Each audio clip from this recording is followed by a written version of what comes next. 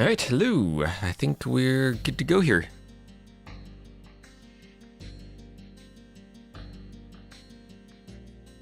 Okay, so we should be having Stronghold Frenzy starting soon. Let me see if they're starting already.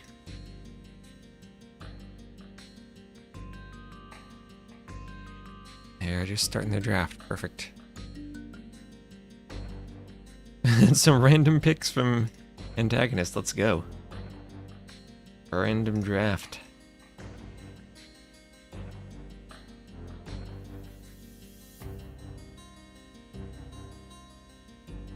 So ACCM and Doubt are playing Hyper Random right now. I think that's the last set of that for today.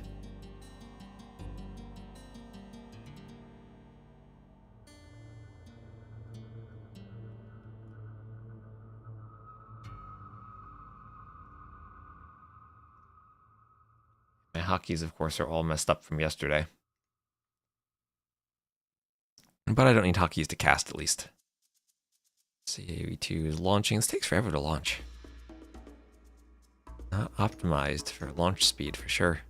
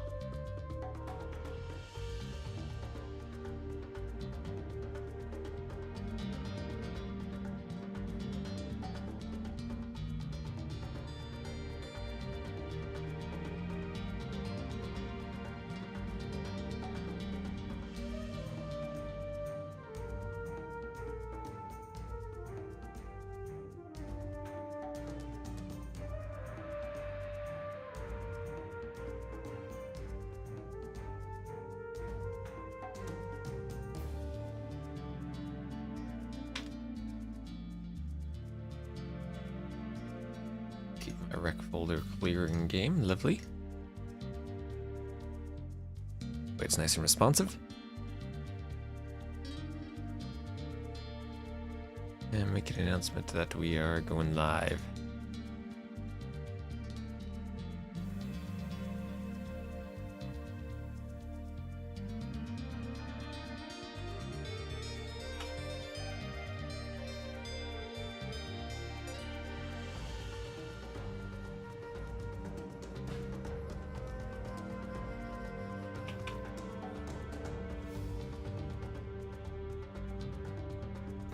Oh, you know what? Wait.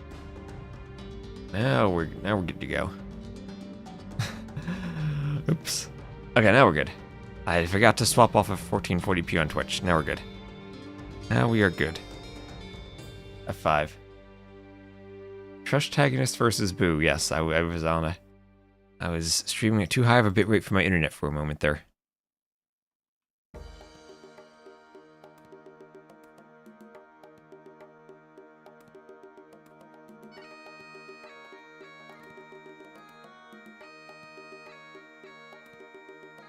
We should be okay.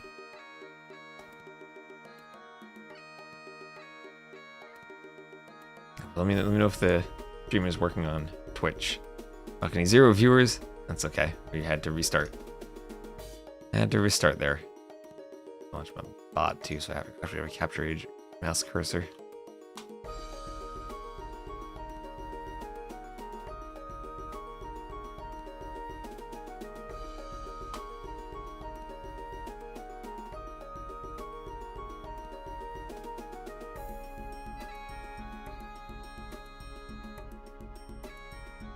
Cursor corresponds to my screen properly today. All is good with that. Is working. Great.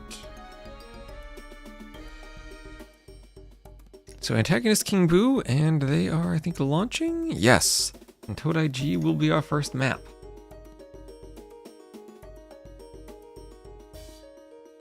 Do I have the right YouTube URL? I don't know. I was in the middle of copying and pasting that when I realized my stream was RIP.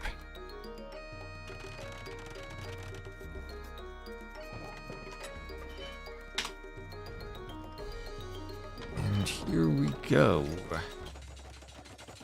Alright, King Boo is in the purple, having a bit of a scout fight and some cow grabbing, it looks like. Probably this far in the game when they just did their draft. These guys started right away.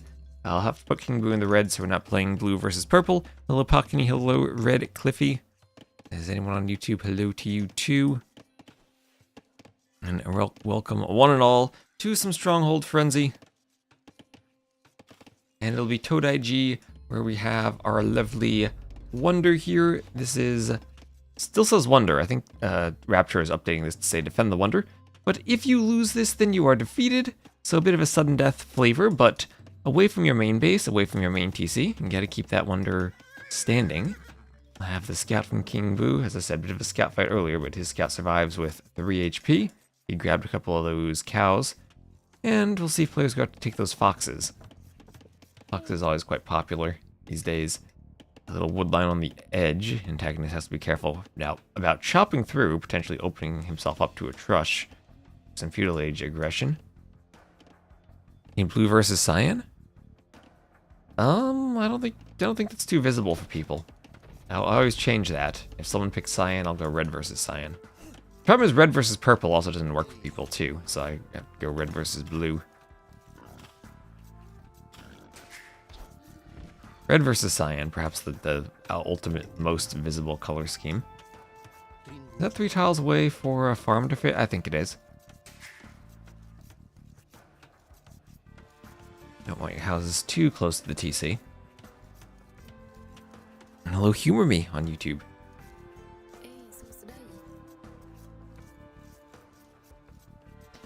So yeah, we'll see what this rock terrain. This is so sad. This is such a beautiful map that has this harsh block of rock terrain. We'll need to do some terrain masking, maybe make this less ugly. So King Boo 2188, Antagonist 2565. This is the winner round, so the winner qualifies to the single elimination stage. The loser drops down to the round of, to the decider round. Decider round will be next week. Winners get a week off.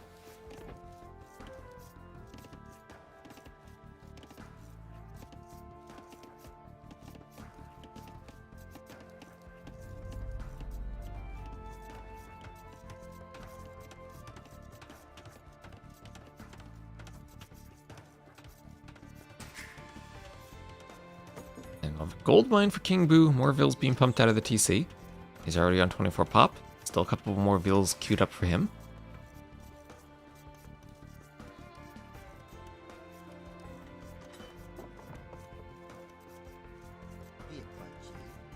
And see if these vills head over to the shorefish, maybe take the foxes back here.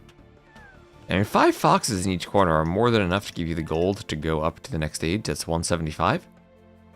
Even if you have a bit of decay, I think you can do loom and still go up. Take them with 3 vills each and you should get, I think, 171 of that gold. Even taking it 1 vill each should have 4 decay, so that's 20, and you still get 155. The 1 vill on each of 3 shorefish. Shorefish kind of spread out, so the mill gives you only a little bit of shorefish there. Gotta keep moving. Spectator dashboard saying the odds are 80% in favor of Antagonist. Antagonist, a man who randomed his draft. Must be feeling pretty confident or pretty clowny. One or the other or both. And hello Noob Netrum, how you doing? And Vill's out on the stone for Antagonist. And Burmese Khmer. Khmer, a good scout civ for countering a monk rush. Great farms for pumping out the scouts. And of course, lucky enough to win that initial scout fight. I like how Antagonist built a house behind the tree he chopped, making extra sure he's not going to overchop. Hey. Ooh, wait, the Khmer, the ballista elephants. The ballista elephants. A bunch of villas on the deer in here. We could see a mining camp at a castle and a ballista elephant cut. Where's this vill going? Good wall up over here. And King Boo immediately up to the castle age. No one on stone yet.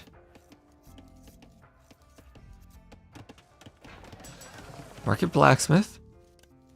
I feel like the way to play this for Khmer would be stable and a couple of light cav into a castle.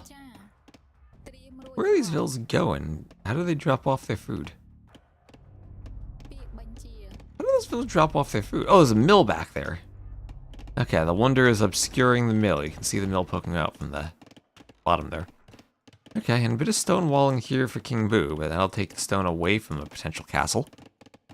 And hello, Bart.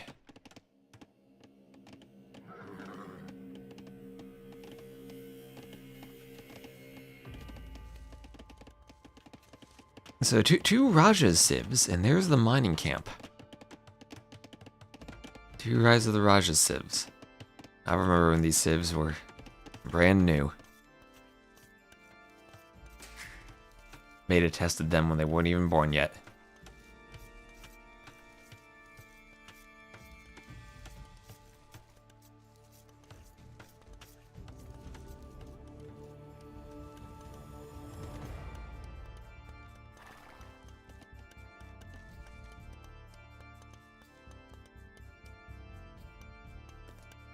So Rapture definitely cooked with stopping the tower rush over here.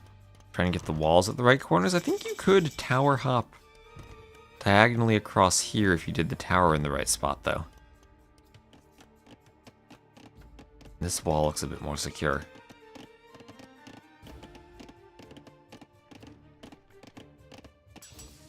So fletching on the way over here for King Boo.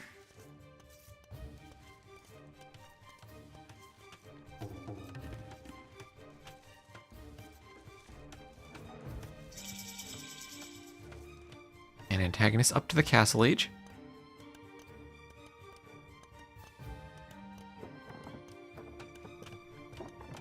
And he'll be doing his own castle. Alright, castle. By that wood line he'd been chopping, so he'll secure another wood for himself. King Boo scouting. Will he see the castle? He has to see the castle to know that it's a Rambai. Or does he miss that? Okay, there, he sees it. He sees it. Alright, so he'll be aware of the castle.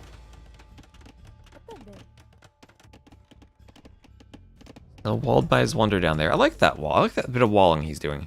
Just stay extra safe. Make sure anything that comes through your walls has to come through the middle of the map. I guess you could even wall along the road terrain to your own wall. The front of the wonder is really where you gotta protect, though. So if it is indeed a Rambai for Antagonist, which it will be, Khmer player will have to find a way to defend against that. I don't really know what their options are. Knights feel like they get massacred by a Rambai. Maybe Scorpions are okay, but we see Archer armor. I wonder how Ballista Elephants do. Maybe they're tanky enough to deal with a Rambai. Maybe you just go full Ballista Elephants. It'll be Skirms! It'll be the best unit in the game. It'll be Skirmishers for King Boo. Our favorite unit, the Elite Skirm.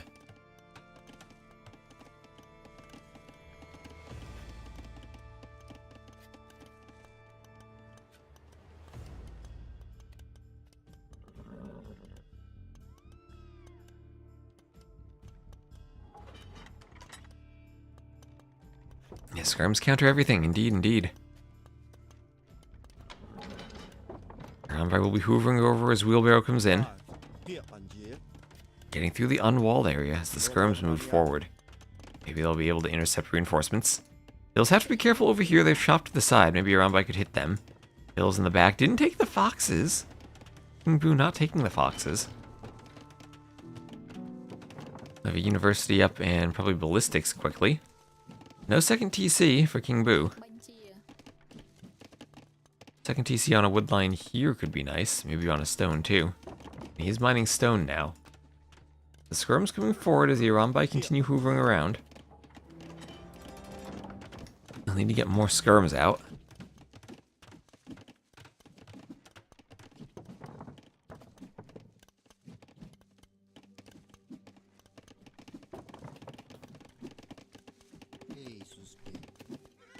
That Skirm missed horribly.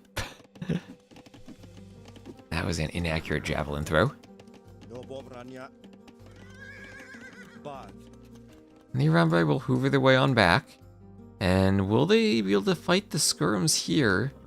It's 5 Rambai. Monk's coming forward now. And Rapture, hello Rapture. Yeah, the right emote for skirm time. No ballistics yet. One Rambai down. Antagonist not microing right away. Loses the Monk. Oh, look at the skirms go. Look at him go. Is this the counter to a Rambai? Did we find the secret to Age of Empires making the skirmishers? Look at him go. More skirms coming from the rear.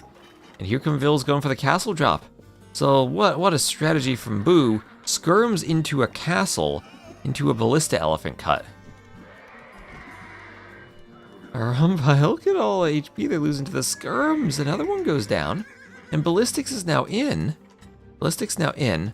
Siege workshop for Antagonist, perhaps anticipating the ballista elephant cut, doing a defensive mangonel in a position where maybe he can try to defend the wonder. But we're gonna have a castle in the back for King Boo and a workshop right behind it. And I imagine this is ballista elephants and rams. Rambai still hoovering, trying to hit a lumber camp, but Bills maybe could go over here. Still thinking the stone wall down here could be a nice strat. Antagonist won't yet see that castle. Won't yet see the castle. You like the plan? I like the plan too. The defensive mangonel. Can Antagonist feel this? Like, he has to know something's up. He has to know something's up. If he loses some Rambai, he's gonna scout with a mangonel. What type of mangonel shot will he get? Oh, he doesn't see it. He gives up. He gives up a tile or two away.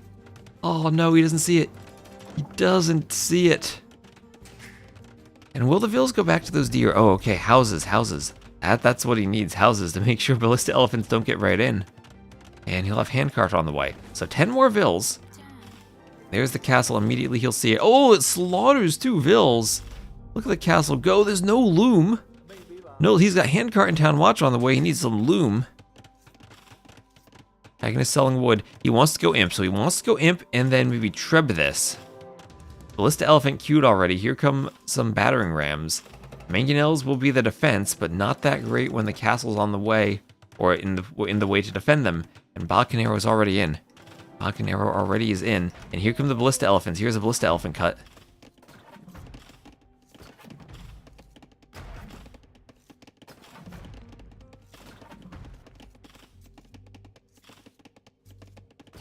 And that's making a wide passage here.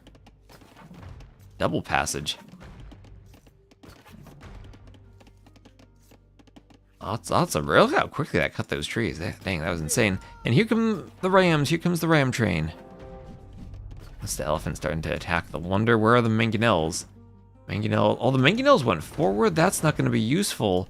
King Boo has this. King Boo has this. There's no stopping this at this point. Antagonist random maps and did not have a plan for Toad IG. As here is the ram push. He's up to imp. He's up to imp. But the push is on the wonder. The mangonels need to get in. He's going to try to send the Vils. He doesn't have enough Vils to send. He needs to grab a bunch of Vils and go to repair. He calls the GG. He calls the GG. He can't stop the castle. The Rambai died to skirms. The castle went up. And he's going to call it while the wonder's being rammed. Wonderful play from King Boo. Or was the wonder down? Maybe it would. No, actually, it fully gets destroyed. Maybe he deleted it and resigned. Well, the plan worked. The plan worked magnificently. Bloodless, little bloodless.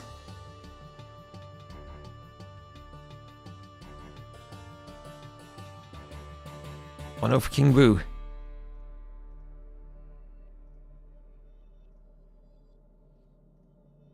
Avoin, hello.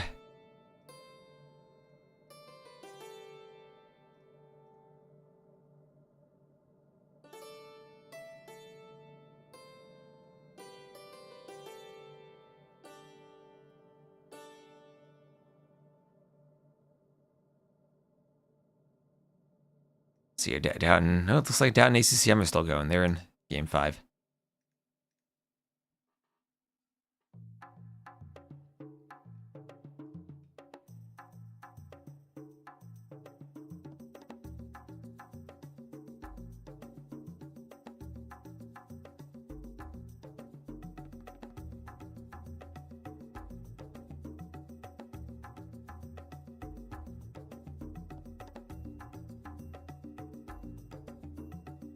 How you doing, Ovoin?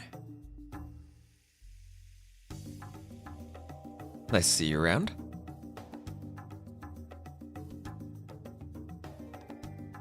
What a game that was.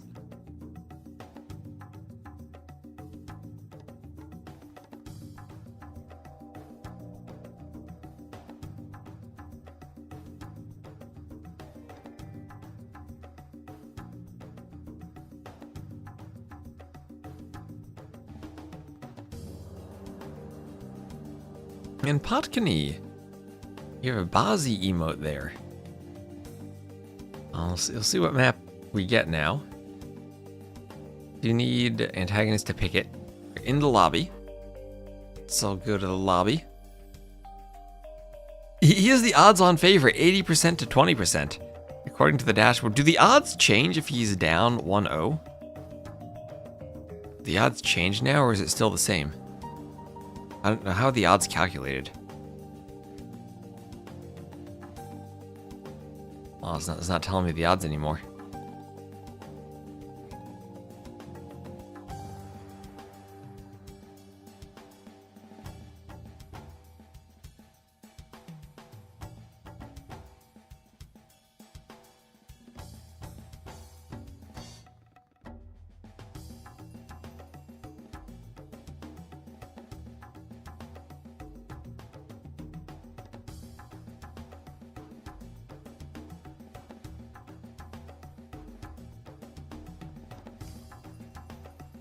You in the car?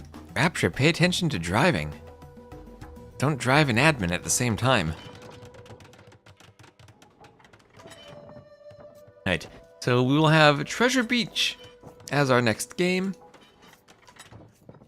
Antagonist will be the blue Japanese and King Boo the red Woo. Research for your match against Warrior. That boar having an adventure right now. You're in the car too. I hope you're not. Hope you're in the cars and not driving. Are you both? Are you by happenstance in the same car? Okay, as long as you're not driving, you can be adminning and not driving. So do you think we'll see Vills lost to crocodiles out here if they try to dock? We have 4 crocodiles out here. This is what I call a Bozzy number of crocodiles. Enough to instill fear in any nearby villager. Those treasure chests are well guarded.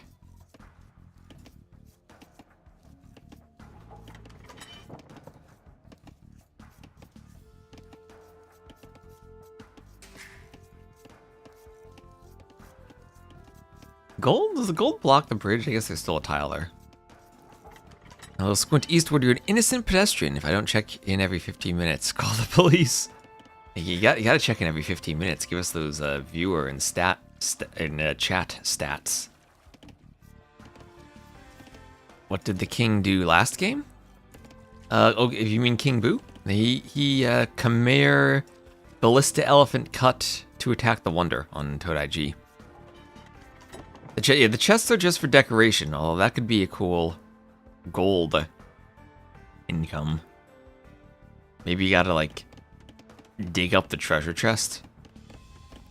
Like you gotta find the X that marks the spot, you dig it up, and then suddenly you get a bunch of gold when you dig it up.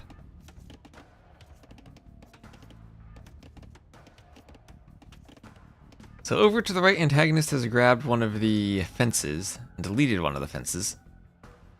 You can also grab a fence over to the left. I'm blanking now, my admins can remind me. How did Antagonist do in the first round? Did he play, or was he one of the sets that got cancelled? If he played, I casted him and I don't remember his set. There's a chance of a relic when you exhaust the gold from the chest. It was against Skogo, so admin win. Okay, that's why I don't remember him. I was gonna say, did he random his maps then too?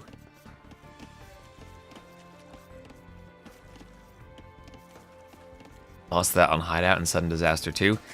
It's legit scary on Hideout and Sudden Death. Yeah, Khmer have possibilities there. Okay, Bill Laming from King Boo over here. Grabbing some turkeys.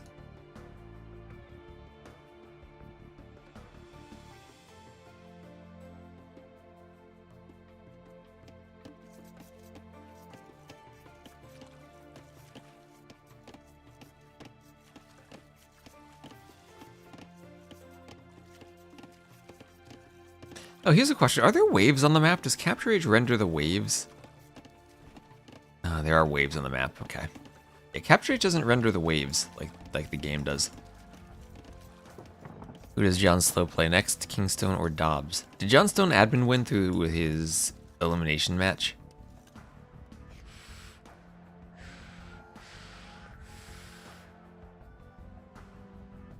I lost track of the admin win situations. I know Draken dropped out. He was now against Gogo. Alright. Makes sense, makes sense. So we do have the dock and the fishing ships from Antagonist. Only the mill from King Boo. And King Boo did not go dock the outside. Usually if you don't dock the middle, you're docking the outside. But maybe he is afraid of the crocodiles. We did see Deduzu lose to the crocodiles. Lose vills to the crocodiles. And more houses going up for King Boo. We'll have Loom on the way for Antagonist, just finished. And you can fast castle on this map, but we have seen players get punished by men-at-arms rushes if they try to fast castle. I think John Slow can beat Dobby, but not KingstoNe.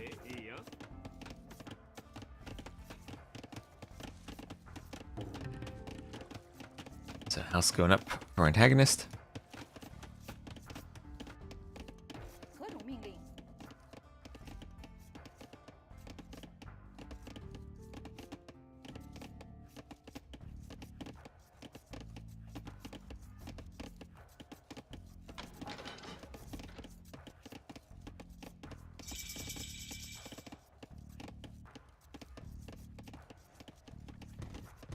And a couple of palisades on the way, and we will have man-at-arms for King Boo.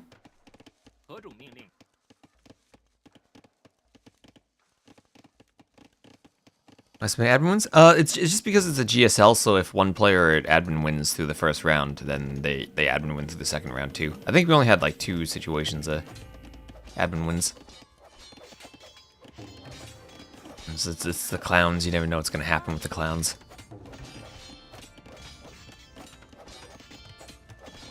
The house will go down. That'll go down really quickly. Those Woo men-at-arms, nothing to shake your fist at. They do heal. Heal incredibly quickly, 10 HP per minute.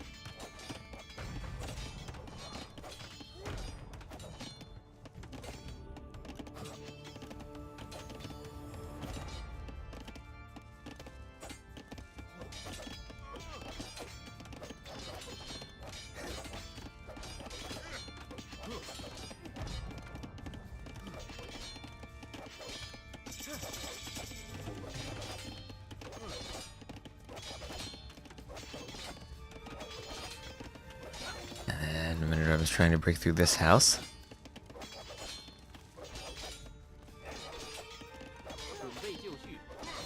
Skirm coming down. We'll have men-at-arms and double-bit axe for Antagonist.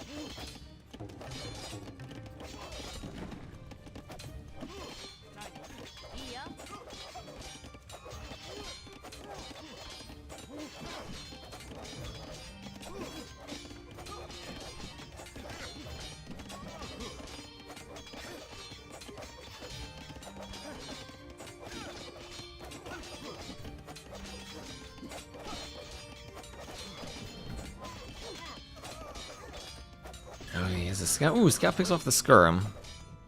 Must be careful with that other man-at-arms. And he's going for his own men-at-arms. Okay. Now, Japanese versus Woo men-at-arms. Who wins this? Is the healing better than the faster attack? I think it's a situation where you start the fight, you run away, you heal, and then you take another fight and then win.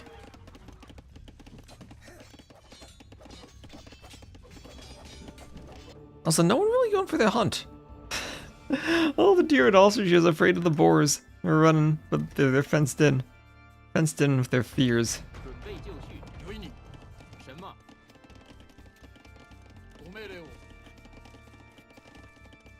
This is just the psychological horrors they need to face inside of those fences. It's like Arabia players when they're forced to play arena. Now that's what this looks like.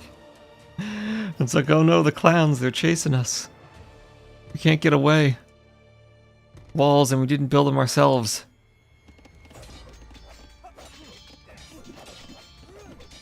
Now King Boo still forward with the skirms. We'll see. Ooh, 7 men-at-arms against 8 men-at-arms, 8 versus 8 men-at-arms. No upgrades on them yet. Both players just double bit axe. The Japanese men-at-arms still will be attacking faster. What type of engagement are we going to get here? They'll line up to fight each other. Who is winning? The skirm's making a bit of a difference here. And that looks like it's a good fight for King Boo. But he did lose a lot there. It's not like he completely dominated. 4 men-at-arms left is still pretty good, though. And we'll have more men-at-arms coming out for Antagonist as he throws up a range. 8 versus 8 total KD so far. No eco deaths. And this 1 HP fence will now be home to King Boo's villagers.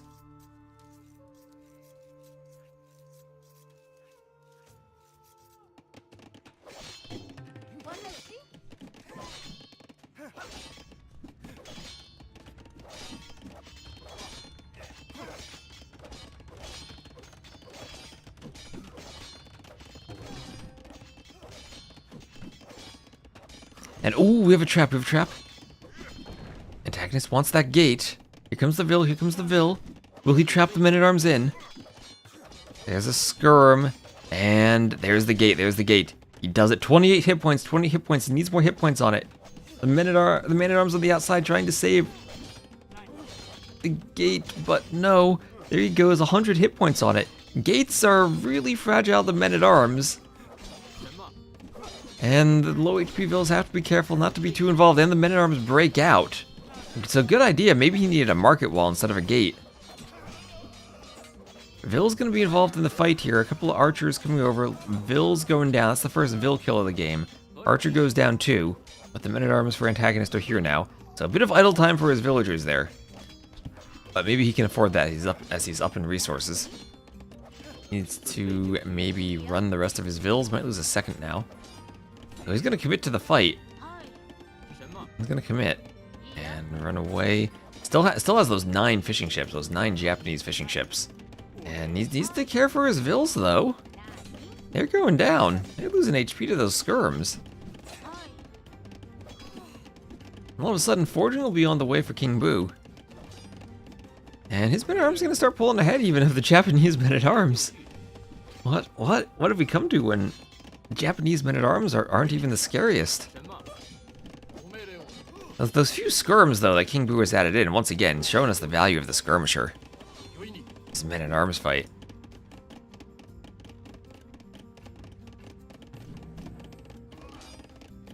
Archers out for Antagonist. Skirms pick off the men-at-arms. And we shall have scale mail armor on the way for King Boo. You know, he's a big hamster, he's hamstering. Game 1 won by skirms, game 2 won by skirms. Antagonist doing this unit called the Archer. That might just be kind of silly. What type of vision does the fence give you? Can he see this? Oh yeah, he can see the entire thing. Maybe King Boo needs to take 1 Vil and shift-click to destroy the fence. Antagonist will be walling up behind this. Still, he has 14 Japanese fishing ships on fish traps? Maybe that's why he was content to fight with the villagers, because he knows he'll have a good fishing lead. Dang, I mean, King Boo, he can skirm all he wants. But he's not fighting the fish traps. Is fletching on the way for Antagonist. He still is up by 1,000 resources. Those men-at-arms, they don't even have arson yet, and look how fast they're breaking in. Another house. Antagonist might need to maybe run to the outside back walls. He's almost over-chopped out here. Doing more men-at-arms. Doing armor for his men-at-arms now. Maybe he needs another barracks at some point. Armor that will help against the skirms. Will help a lot against the skirms. So with all the food, I think even seeing the attack upgraded field could be nice. Trying to repair with his Vils. Problem is the skirms, the numbers keep increasing and they're not dying. Nothing here that can kill skirms. Men-at-arms can't close the distance, and King Boo's army numbers keep climbing 22 to 12. And your Antagonist has those fish traps, but he needs to turn them into army. He needs to turn them into men-at-arms, maybe get a second barracks. Right now, he cannot take this fight. Skirms and men-at-arms, this looks pretty powerful. Is this the meta now on Arabia? Skirms and men-at-arms, is this what we'll see in King of the Desert?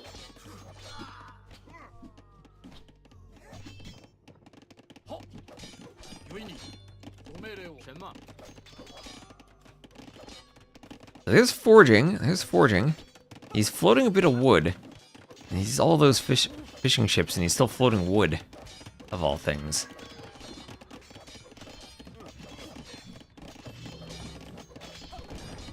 His archery range will be pressured. Might need to come back here for more gold. The fact that... Oh, wait. Where are the archers? There are the archers. There are the archers. They're getting a raid now on King Boo's villagers. Okay, King Boo's starting to lose some vills. He lost a couple vills on the hunt over on the right. Gotta pay attention to the minimap more. And finally some value out of the archers, but King Boo immediately can make a defensive skirm. And it's only 3 archers. 1 or 2 skirms stop this. And he's trying to defend with more skirms. Bill's here at least taking damage, being idled a bit. And so much more resource collected for Antagonist. And the KD is still very similar. And the men-at-arms being walled in? Oh, the men-at-arms are walled in. They're walled in by the TC. Antagonist trying to keep them trapped. He's going to take a fight underneath the TC. King Boo losing men-at-arms to the TC. He went in too deep. He delved too greedily and too deep. And he will lose all of his men-at-arms to the TC. And now the skirmishers, can they be walled in? Can this villager wall them in? It gets a gate up. And yes, he can. The skirms can maybe come over by the fishing ships, though. That TC needs more vills garrisoned. Looks like a real pathing moment. Like a real new... Oh, can the Vill open the gate? The Vill will open the gate and the skirms don't get out. The gate needs to be locked. The skirms will die here, and all of a sudden Antagonist now is looking in a great spot, as he still has his fishing ships. Maybe he needs a fire or some demos to defend this. The men-at-arms get through a gate, another pathing moment. But they will die to the TC again. These are Japanese fishing ships here, so they are quite tanky. You gotta go for the fish traps rather than the fishing ships.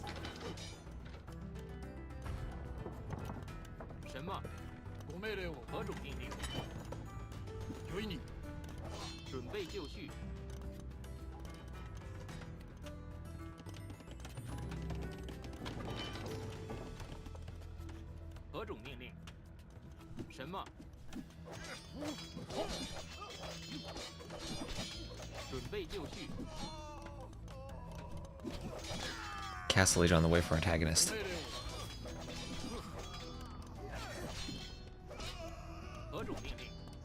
Arms go down. And he keep chasing. So I'm liking Antagonist's position here with all those fishing ships he has. He can also TC the hunt in the western corner if he wants to. And take that hunt.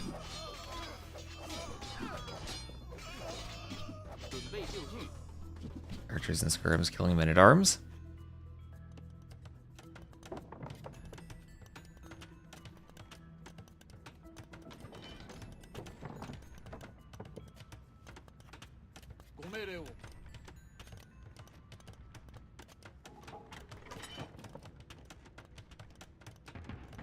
And second barracks, third barracks, triple barracks longswords for Antagonist. We're getting triple barracks longswords.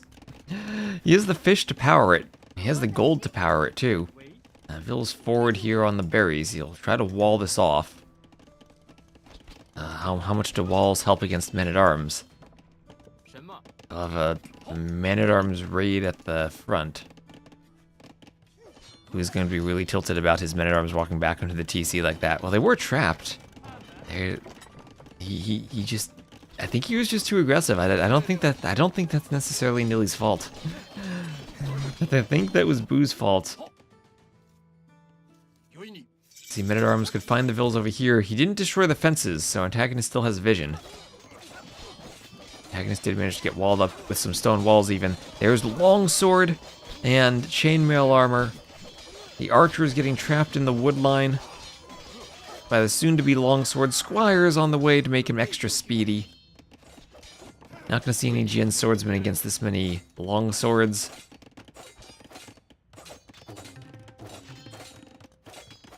More army pushing in through the houses. Don't think they'll get through in time though. Longswords can come over and help deal with them. Here they go. Armor squires on the way, so feudal archers, 5 attack, longswords there. 3 pierce armor. Could even get gambesons for some extra pierce armor. Why does that apply to fire lancers? I don't know. Why are fire lancers so strong?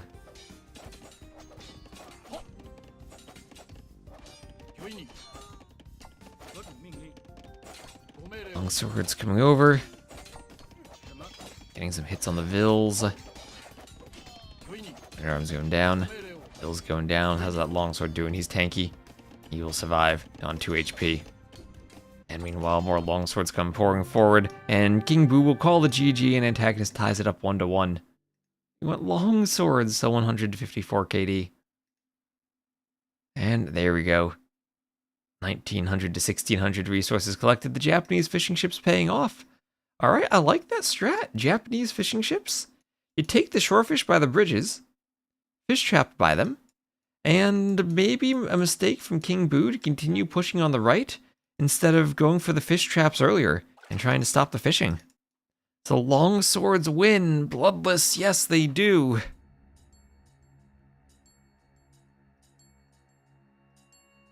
Tell Reddit.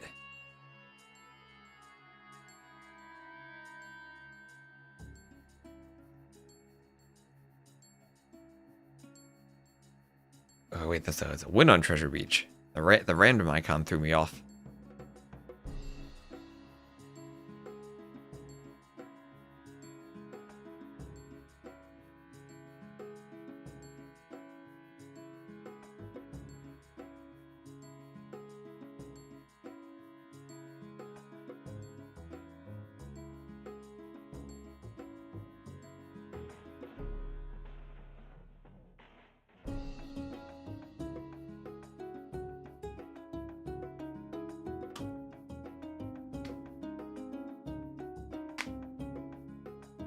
He'd be all over this. I've met him before. He was at one of the NACs. He was at NAC 4.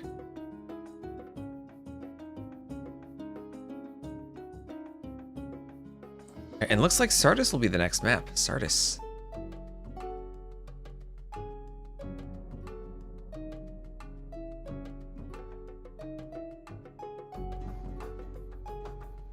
And here we go.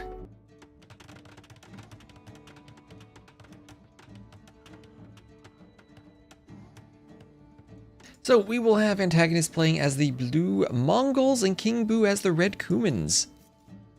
Mongols versus Kumans, Mengadai versus Kipchaks. Hey, oh, you did meet me at the NACs. Oh, yes, yes. NACs were great because we had name tags.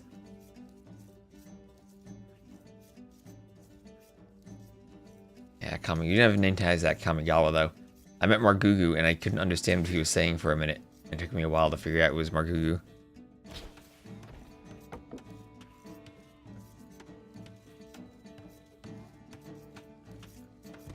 So Sardis, with the burning buildings in the middle.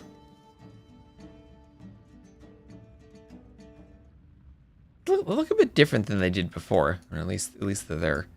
And you can grab the outpost for vision. You can grab the trade workshop for resources. Wood lions spawning away from the trade workshop here. And of course, you have to break through the fortified wall to get to the middle. I have some mouflons being pushed in from King Boo.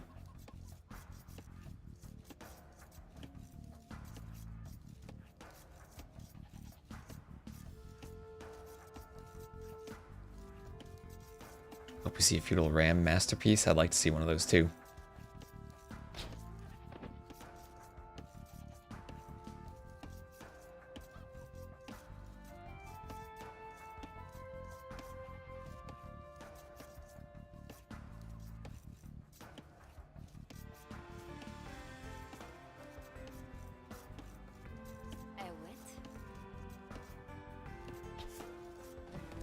Mouflon makes it in.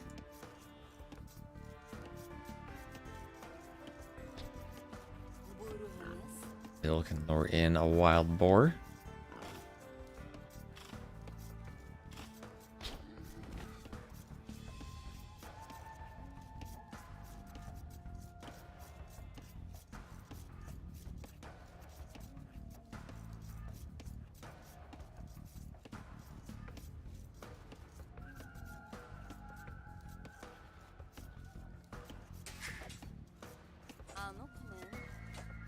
And nice masterpiece mill, getting the two villas trapped inside the berries for extra efficiency. Always love to see this. Nice little efficiency tricks. Put the vill on this bush though. That one can have another vill on the outside.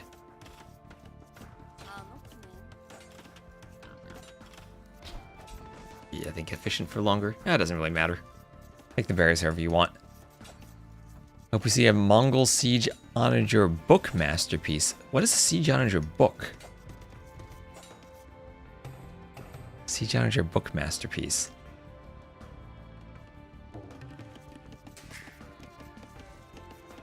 Boom. Okay, Siege Onager boom. Okay. I was gonna say, I'd love to read a book about siege onagers. That sounds like a fun topic. Imagine just like a picture book filled with siege onager shots. I have a book from castles that are like screenshots of, like I guess you go in a plane or a helicopter or use a drone and you fly by castles and take some photos of them, put them in a book. I have a castle photo book. I don't have a siege onager photo book. That's just Chris's book. I have Chris's book. Chris's book doesn't have pictures, though. Chris's book has ASCII art. Chris's book has some X's showing where the wood line is and some L's showing where to place your lumber camp based on different shapes of wood line and how to put your villas and assign them to trees. Yeah, Chris's book goes hard with the ASCII art.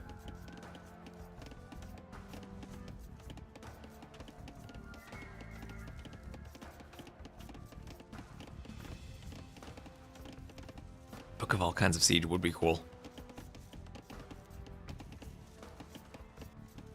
There's a feudal on the way over here for King Boo.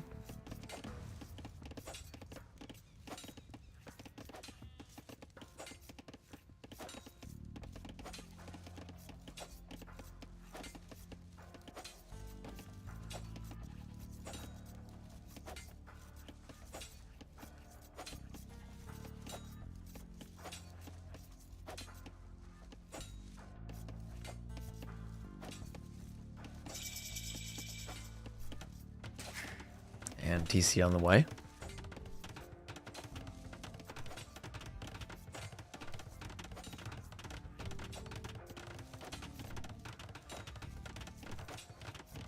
And you know what? I'm gonna take a moment to admire this house architecture. Look at the little fences they have. Little fences to keeping the house all housed in. Where's the door on this house? Wait, is there another one I'm missing? Where's the door there? Like this one clearly has an opening. This one has a window there. I thought the door was underneath this little roof bit here. But no, that's a window. I guess the door must be blocked off by this house. I need King Boo to build more houses so I can examine the architecture more. Like these houses clearly have doors on them. Dark Age houses are very obvious in where to enter and exit.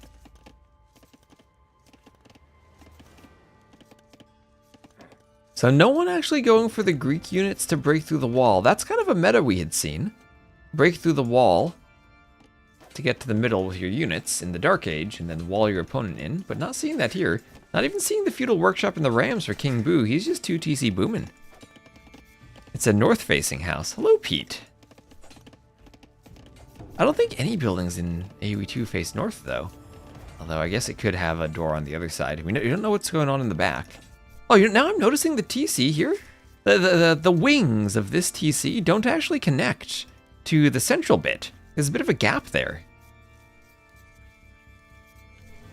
Alright, any other TCs like that? Yeah, these connect. These connect. Block the windows slightly, but they connect. You're gonna get maybe a bit wet if it's raining out, trying to walk from the middle to all the barrels. Yeah, where's the siege? Where's the ram? Okay, more houses going up here. That's not this architecture, though. There's the other architecture. Okay, this one has an opening there. This one you can get into, clearly. What architecture will this house be? I need it to look like this one. We get King Boo. He'll be stream sniping. He'll be building all of his houses to have the different architecture now, so we don't see it. No, there we go. There we go. Okay, is this? No. That's not it. That's not it either. It's not it either. There you go, more farms. Scout attacking the wall, but yeah, no Greek units, no rams. No one breaking out. You have a castle drop, potentially from Antagonist, to go Mangadai in the middle? Okay. We'll put you behind in your boom if you go Mangadai, but maybe you Mangadai control the workshop. And then look for a push after that. As the workshop will be worth around 12 vills in the castle age, at least according to Turz's math. And I'm going to trust Turz to have properly nerded when he sent me a DM with the vill gather rates for the trade workshop.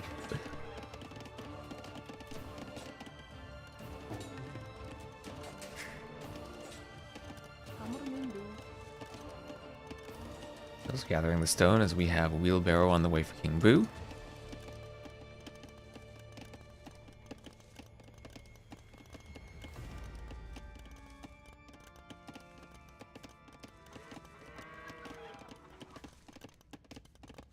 And a couple of farms going up for Antagonist.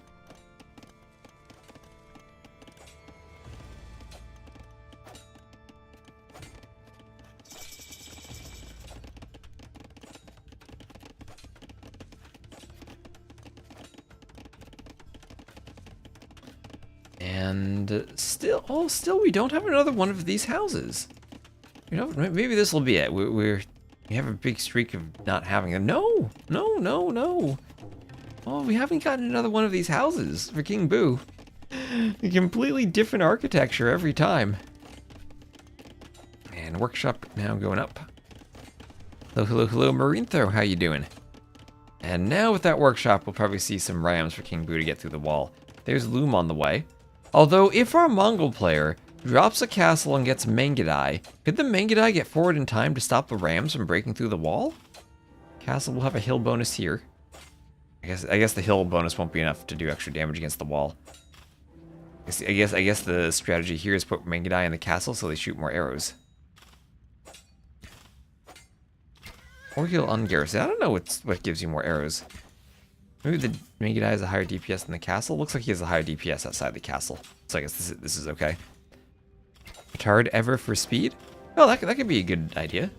Well, what we had been seeing for the Kumans is that they go for the workshop immediately when they hit feudal, and they'll break through with the ram, and then they'll 2 TC boom with the workshop. I'm pretty sure Kumans can break through the fastest. The other meta we had been seeing is through the mercenary camp. You can train some of the Battle for Greece units. Is go full peltasts. It's basically a skirmisher where all of the units you can train do 1 damage against the wall. So you can get a good mass of ranged units doing 1 damage for every attack and break through while you're in the Dark Age. I think the Kuman Ram might be a bit faster overall, but you have a bigger Dark Age eco to break through. And then take the workshop. And double stable. Okay, double stable for King Boo. We go camels. And the Mangudai are through. You capture the outposts and get some vision. Sometimes it can be a bit hard to find the workshop, even though it's right in the middle. 50 villagers, he's booming away. Add an extra 12 or so vills to the total for Antagonist. And will his Mangudai get there in time to stop the ram? One of them going forward, he will see it. Or no, he gives up on it. He gives up, doesn't go forward. Grabs the outpost, and we'll TC adjacent to the trade workshop.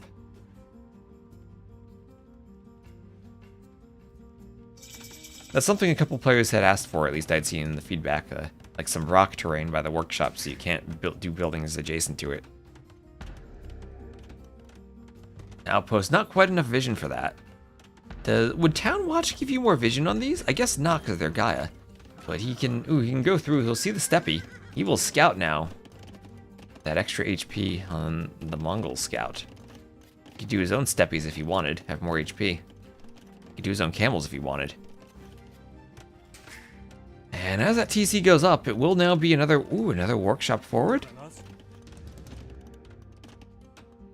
Scorpions and Mangudai will be tough to deal with. Bodkin on the way. Who is ahead? I don't know. I don't know. I mean, it's a 20-ville lead for King Boo, but middle control and Mangudai for Antagonist. You always gate after breaking through. Now maybe the Mangudai can run forward. So we'll have Ballistics and Loom on the way.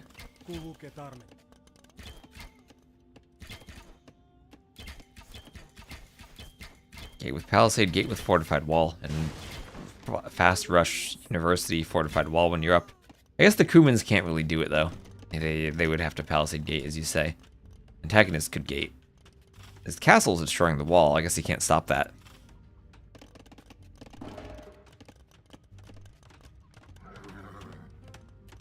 So how do Kumans deal with Mangudai?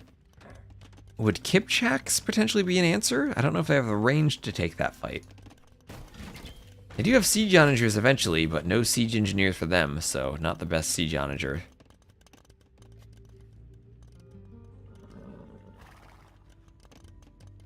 Maybe something of an answer though, siege onager, Kipchak, and Hussar spam. But I feel like Mongols would just do that better. Isn't Petard much faster? I mean, if you go for the castle, right, you're still going castle age to do Petards versus potentially a Kuman player who might be in the middle from feudal. That's the danger about the Kumans. If you're not forward and scouting, you're not going to know what they do. And this is an insane fight for the Mangudai. And this will be a doubt castle for King Bu. There's no way that goes up. The Scorpion will not deter the Mangudai, nor will the camels with their low pierce armor. And there's the GG from King Bu. An antagonist with the Mongols picks a civ that feels like it countered the Kumans very well. King Bu still up in Vils. But what is he going to do?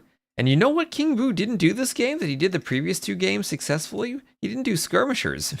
Where are all the skirmishers for him? That's what he needed.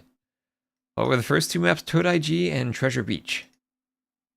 19-2 KD for Antagonist. And 4-minute difference in uptiming. Let him get lots of Mangudai amassed. Down in resources, but didn't matter with that KD.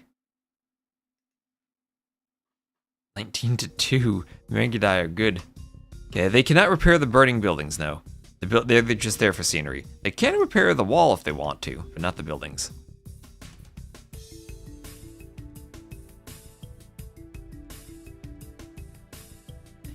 That's true. Peltasts against the Mangudai would have been the play. Oh my gosh, you're right.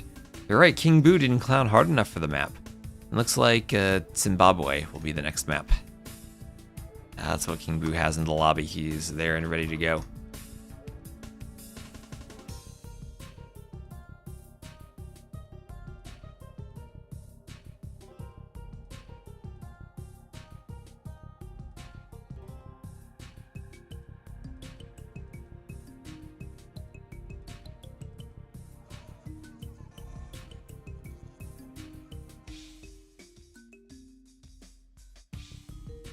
So it's 2-1 for Antagonist, and we'll give him a win on Sardis.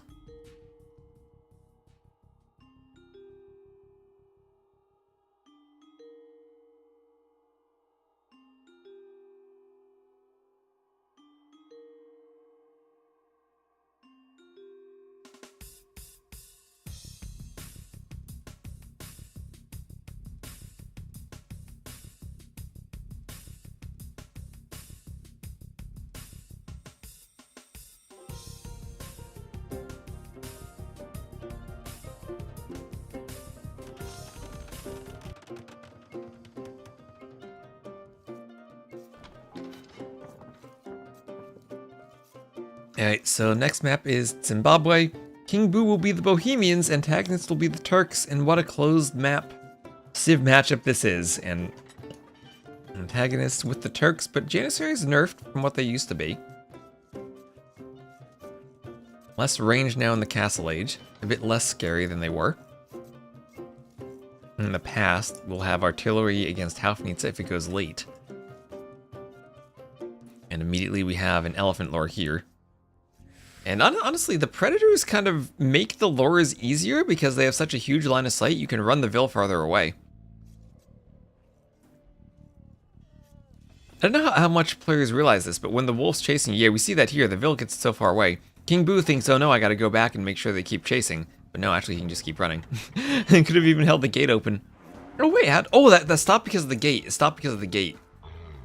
Couldn't path through the gate, so he needed to hold the gate open with the goat. Or buffalo.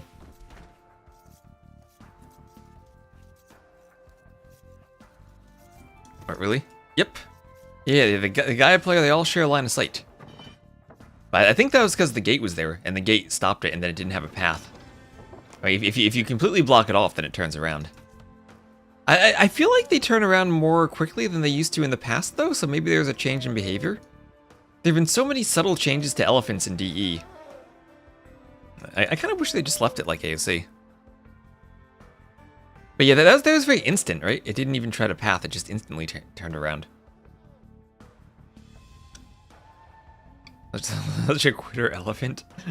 Well, I'll try to learn a couple more now. Sometimes they de-aggro and it's not intended. Yeah, it feels...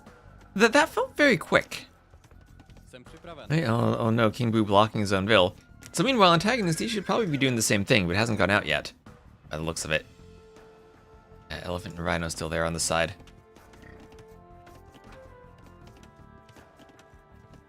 Let me just double check what time it is. It's 18 GMT, and the next set of this will be Dobbs versus KingstoNe at 19 GMT. Then I got 2 more sets to cast today with Rex.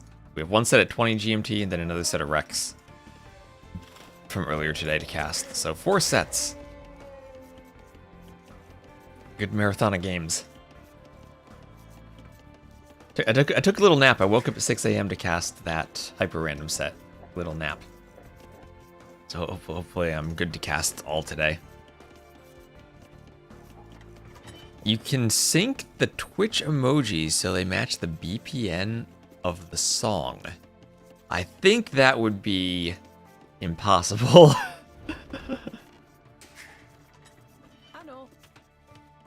I don't know what song you had was playing when you said that, but that would be quite the feat. Because I have so many different in-game background tracks I use for the out-of-game music, or even the in-game sound, right? If we try to match them.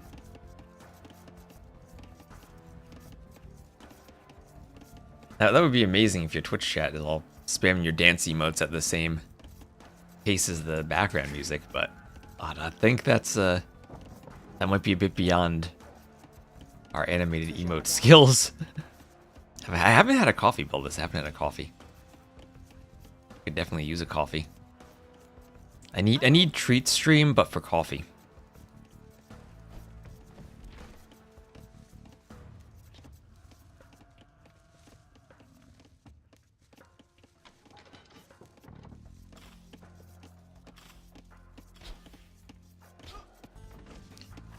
Scout pushing in that zebra.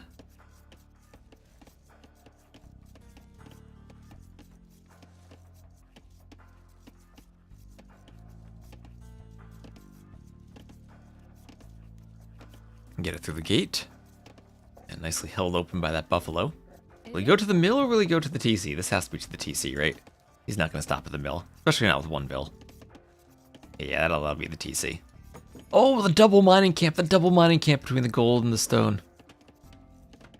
Oh, how lovely, but also how slightly inefficient by being like 1 tile off for both of them.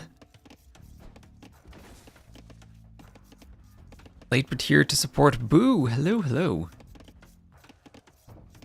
Glad to have you here. How are you doing? How's your PhD doing?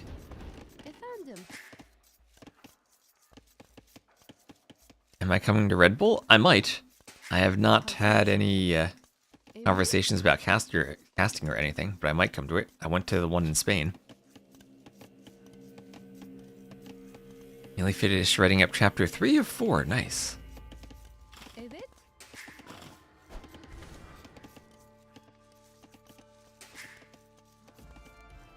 So do you still do that yourself, or do you have AIs do your PhD for you now? You should be going giving it as it is within your realm, the realm of the United Kingdom. You don't touch AI.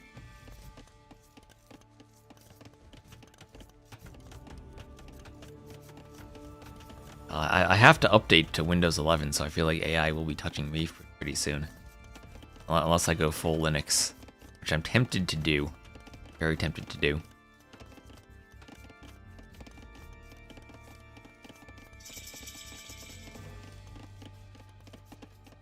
You use pen and paper. I like that. I like pen and paper.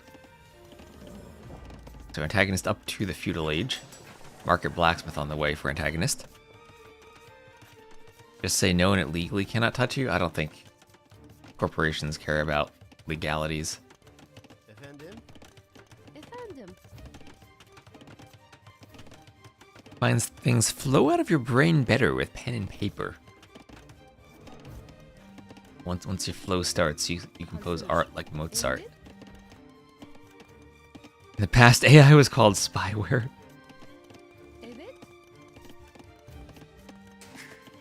The feudal age on the way for King Boo.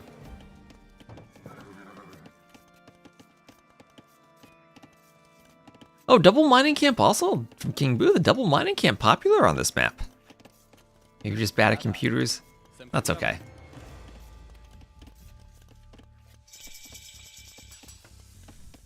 The blacksmith for King Boo, market for King Boo. He is fast castling. He is on stone. And is this going to be Hussite wagons versus Janissaries? I'd imagine the Hussite wagons win that, but not 100% sure. Both of these good Castle Age monk saves, but the Imperial Age monks scale much better for the Bohemians. Turks will miss a block printing, and that hurts. But they do have Heresy. Bohemians have Heresy too. And honestly, not surprising to see both civs get Heresy, considering they don't want their cannons converted later on. It's always an option to keep in the back of your mind in the civ matchup. Hussites for the win. Bloodless, do you believe in the Hussite wagons? Do you believe in the Hussite wagons? I miss the old Janissaries, and we're gonna have a forward castle. Here come the Vills, lying in between them. And remember, the Turks will get the light cav, but that scout from King Boo will see what's going on here. You'll know the castle is there. There goes the lion, trying to fight the Vills, but won't succeed. And much faster castle age here for Antagonist. King Boo has another minute 40 before he's up, and the castle will be right on his doorstep. He's already started walling behind it, though. You just add OP monks and convert everything. And then the castle age, can't Antagonist add his own monks too? That's how I used to see Eddie play Turks on Arena. He'd go monk, like he did with every civ. But Turks, good castle age monks with their gold bonus.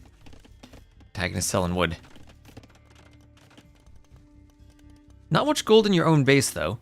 You do need to secure the golds to the northeast. There is some gold to the southwest, but only 2 tiles per player. 2 tiles of gold and 2 tiles of stone for each. So you're not going to sustain yourself for long down there either. King Boo has to be defensive, not great. That's true, due to the uptiming in the forward castle, he does have to be defensive. Well, I think this is a really good map to basically wall like you did and then be defensive. Castle can't hit the blacksmith, so he might need to think about walling behind it. Maybe a wall over here. But I hope he's just going to do a castle. And looking at that food and wood count, could he literally do a castle and then sell wood and go up? And treb this? That could be a play. Maybe I'm a bit worried about how he didn't wall here in case Janissaries get in. They're hitting Vills. Loom just came in. That light cav could be annoying. TC there though. I'm gonna try for a Vill. Don't think he'll get it. There's a house. Janissaries trying to pick the scout, and they do. And they'll get another Vill. And Vill lower in HP. Will the light cav get it? No, it won't. Light cav there. And that's a costly castle for King Boo. That's now 4-0 Eco KD. Maybe need to be a couple tiles back.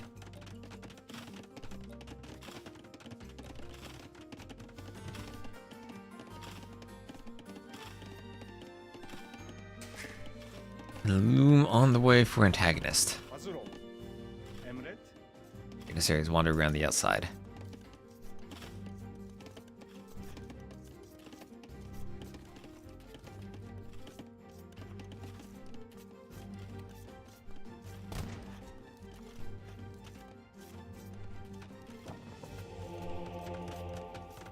Monastery coming up for King Boo.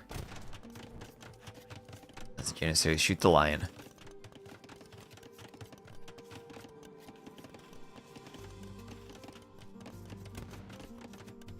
I feel like a run by could have been worth it for Antagonist. I feel like Antagonist, if he saw this was open, could have tried to run the Janissaries right in. Before that house went up.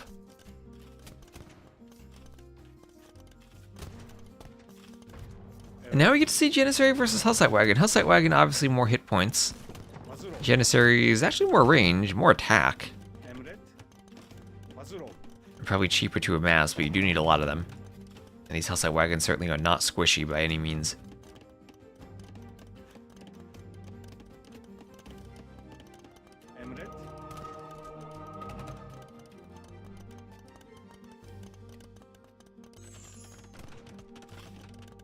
And Foxley, thank you very much for using your Prime sub. Thanks for the support of our Stronghold Frenzy event.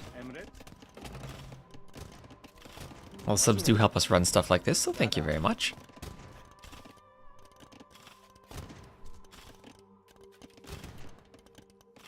You like the mass of Janissaries, okay, you like this position.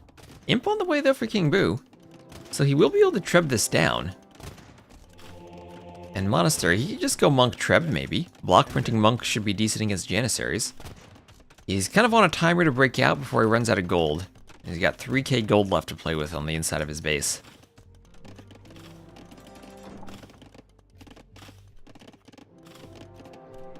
And 2 minutes away from Imp he is, as Sanctity comes in and the monks start coming out.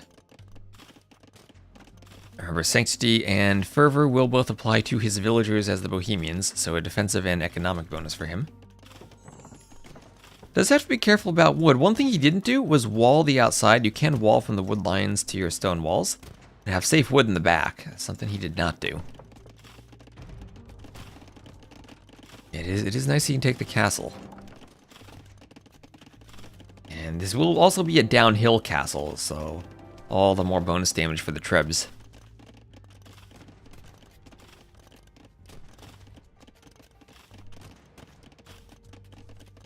Imps like the cost of around 3 castles.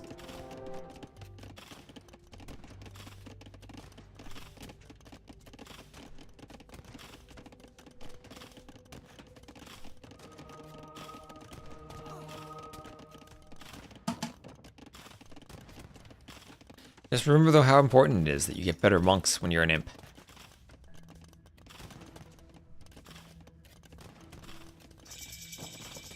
Get some block printing to supplement the Trebs.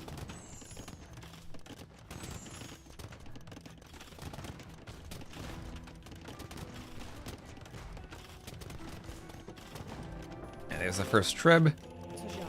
And looking for block printing. There it is, there's block printing. It's heresy. And yeah, that's what I was talking about earlier. Turks, if you're gonna stay Castle Age, can do heresy. And combos well with their gold mining.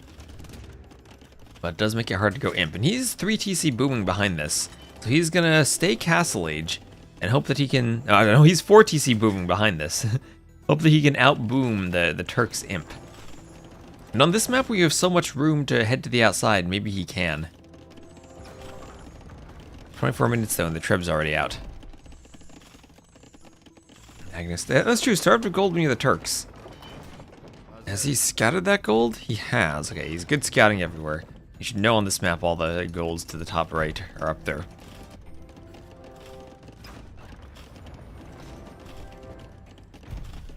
Treb's pushing this castle.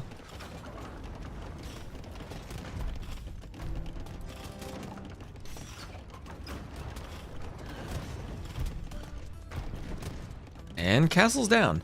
Castle's down. And now Fervor for the monks. Monks and Trebs can push forward. Have more Hussite wagons. I didn't even... Oh, the siege tower. Oh my gosh, that's how you counter the monk rush, the siege tower. He doesn't need heresy if he has a siege tower. Oh no. This is, of course, the siege tower. And does King Boo call the GG when he sees this? Can Hussite wagons destroy a siege tower? How does this even work? The Janissaries will destroy the Hussite wagon fairly well. That siege tower downhill from the Hussite wagons. Monks have their conversions charged. The siege tower will go down. Oh no, it won't. Has 3 HP left. Now it goes down. Does he need a second one? He's getting a second one. He's getting a second siege tower.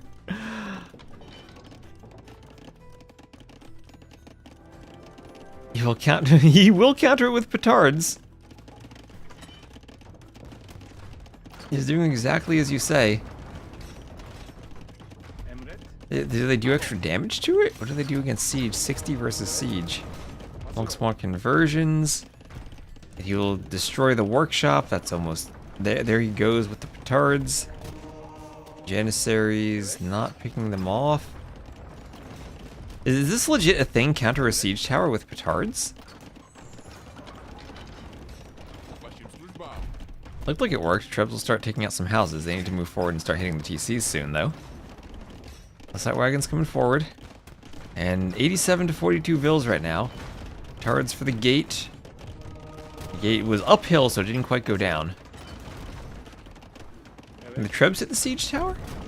Trebs go for the gate. Monks now. Good micro from King Boo. The siege tower really, I think, needs to be convertible from range again. As it hard counters monks way too hard. This is so silly. I mean, it's one thing if you're going to do a ram and it's slow, but the siege tower is speedy. Armor, bloodlines, husbandry for the cav.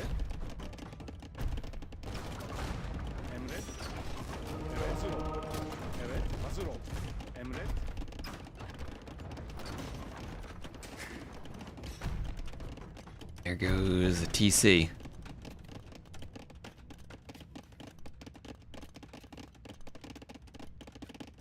And Theocracy on the way for King Boo. Even with Fervor, it's the same speed as monks, so they're not going to be able to convert it.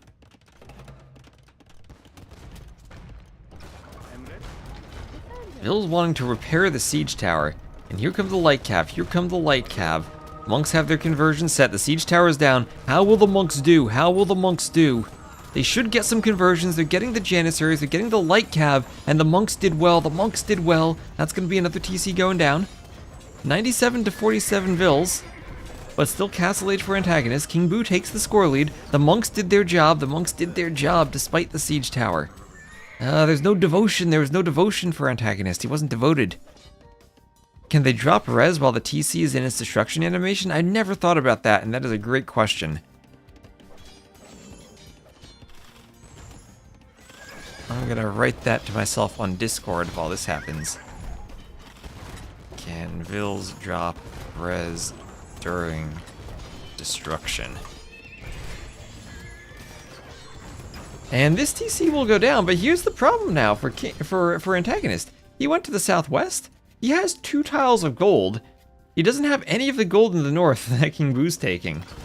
And maybe the right play for Antagonist would be to avoid fighting head-on and just loop around and try to find the monks in the north. He does have scouts, but doesn't have the scouting information of that. He's taking another losing fight here, trying to pick off monks.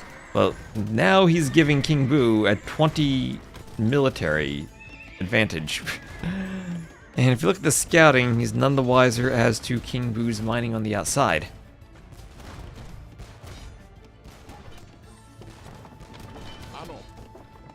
Maybe going too soon.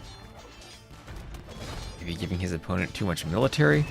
Trebs can come forward and take out the stables now. Still 97 vills to 53. And King Boo needs to make sure he keeps chasing down and finding and killing vills. He's a great economy to make units that he can then sling to King Boo. It's like a team game where you sling. He's full eco to sling.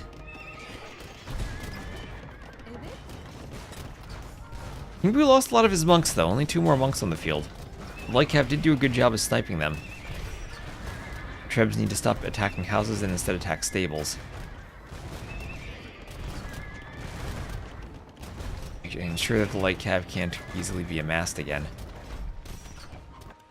Where is light cav going? They're heading to the ends of the earth, being chased.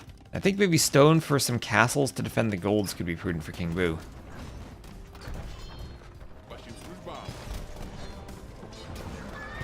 Monks going down. Do the monks have redemption? They do have redemption, so they can convert the buildings. He'll go for converting the market. Remember, monks are the best siege unit in the game.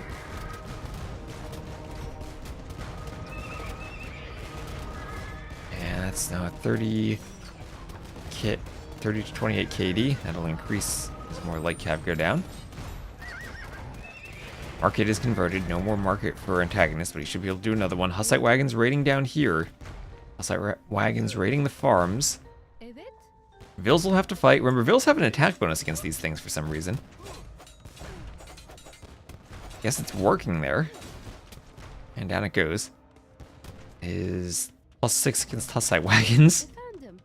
Evet. Hazır.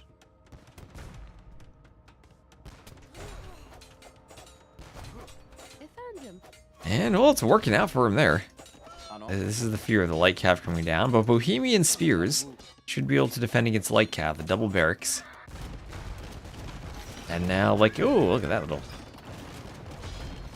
nook in the wood line. Okay, Trebs probably need to destroy a gate so the Hussite wagons can get out. If the Hussite wagons get into this eco, it'll be a massacre. They need to get there. Is the stable down?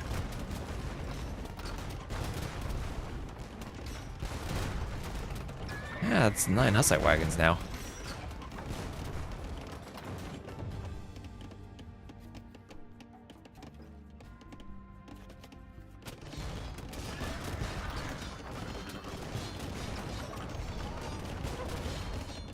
Like African Blue continuing to try to raid.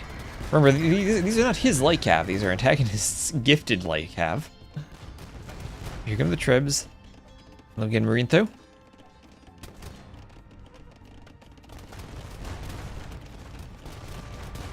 Series and Hussite wagons coming forward. And a market on the way for Antagonist. Million more farms on the way. Hazır. Emret. Evet. There's that backup market. Oh, what is this? What is this? The light cav for getting into King Boo's base. King Boo did not re-wall. He has one tree. He's walling his vills in with one tree. I think he should probably just fight with the vills here. We'll see. I mean, those are upgraded light cav, though. Maybe he shouldn't fight with the vills. Never mind, I was wrong. Run to your castle, King Boo. Build your lumber camp here. He's got 1,800 wood. He doesn't need wood anymore. It's fine. He needs to kill some vills. That's a lot of light cav for I mean, Antagonist could still win this game. Let's not kid ourselves. He still has a massive economy and enough light cav that he can fight and destroy the Hussite wagons. He's about to take a good fight down here. He's managed to reboom enough farms and light cav that he can do this. And his vills, let's see, they are tough to raid down here. No TC to garrison in, but they don't need a TC. And oh my gosh, that is a castle from King Boo. Does he have the vills to construct that castle? With all those light cav out? Does he? I mean, he has Trebs. The Trebs will go down. 21 to 24 military. Pikemen on the way. Yeah, he can't do that yet. He has some pikemen. He doesn't have farms for pikemen.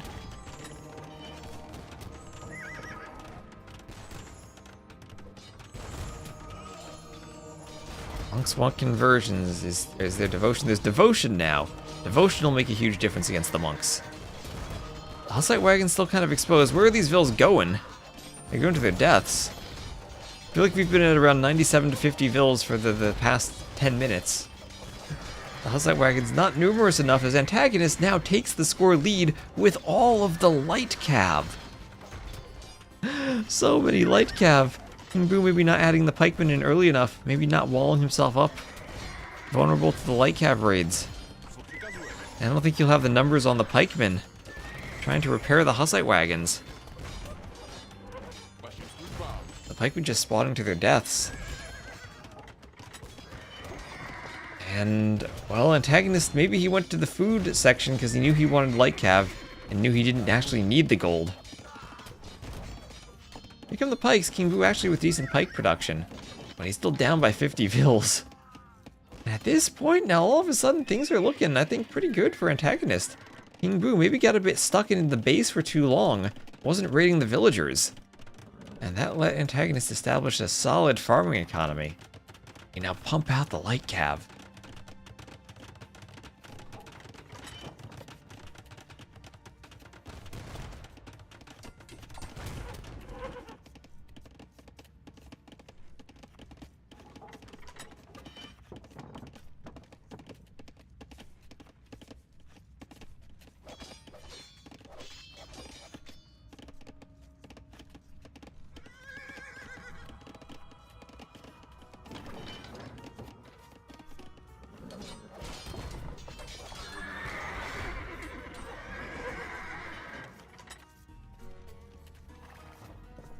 Pikeman coming forward.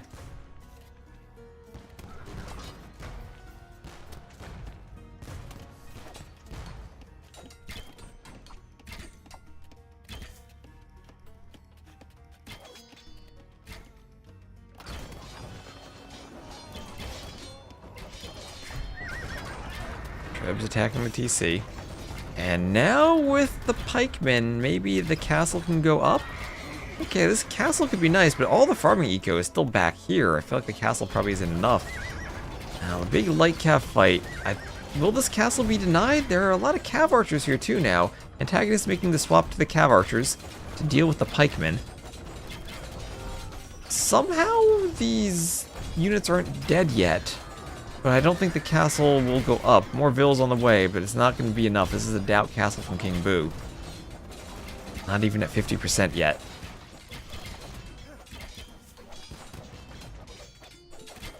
And there's the GG. Antagonist will hold on. 139 to 111 KD. But games 2 and game 4 felt like King Boo was still in them and had good shots to win. Honestly, those are two competitive games. The men-at-arms rush he had was nice until he ran into the TC.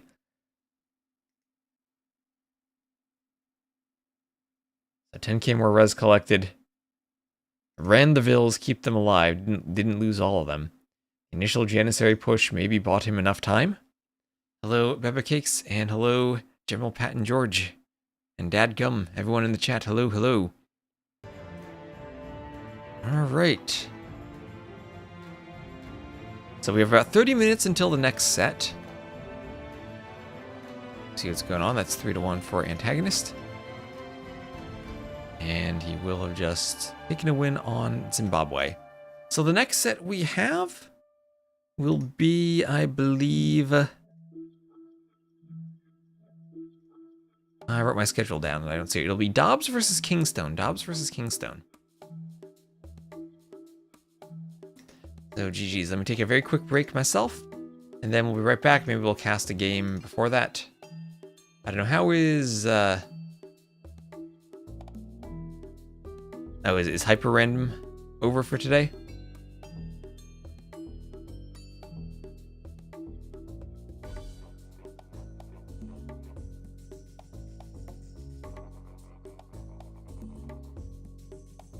Might be. Oh, Lorheon's casting the T90 Tiny Community Cup. Oh, that is beautiful. That is absolutely beautiful on all the tiny maps we made. There's a Tiny Community Cup. All right, so I'm going to take a quick break. I'll be right back. And then we're going to keep going with more Stronghold Frenzy. So, stay tuned.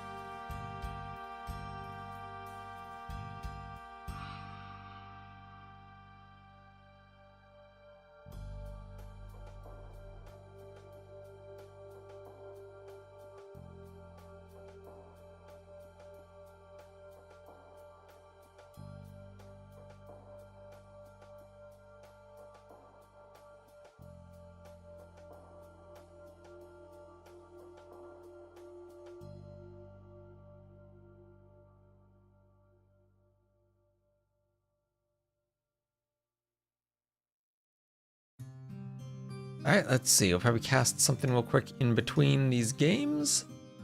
Maybe there'll be a ranked match going on. Running Prisma, he's a clown. What's Viper doing? Is he still online? He's his final stream before China. What is Vivi doing? Bamboo Nothing, Scorpion, Free-for-all. You know, we'll cast Arena. We'll cast the Arena. We got Kapach versus Mauricio on Arena.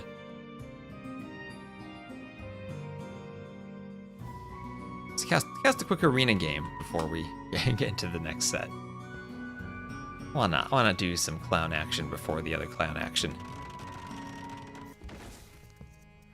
And let me just update our title. This was Dobbs versus KingstoNe. That'll be coming up at the top of the hour.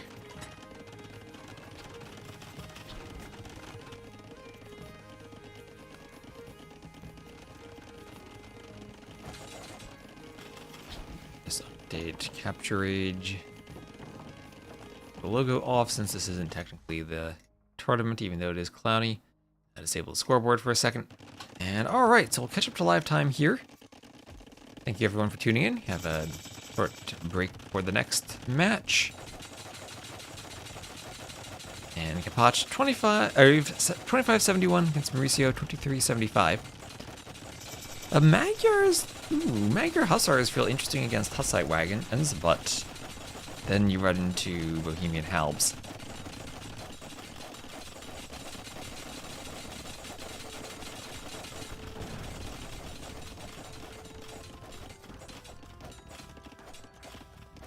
And Tower Rush for Kapach.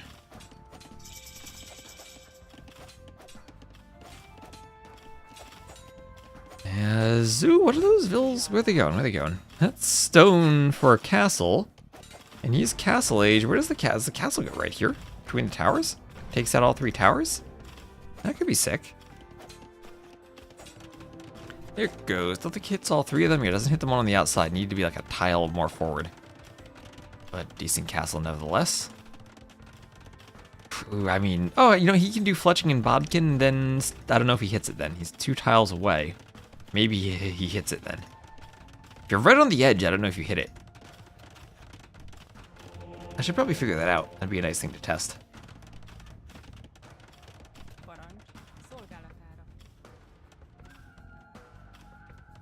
So relic positioning, 1 on the right, then we'll have 1, 2, 3, 4 over to the left. And a dirty squirrel, hello there, hello, hello, hello.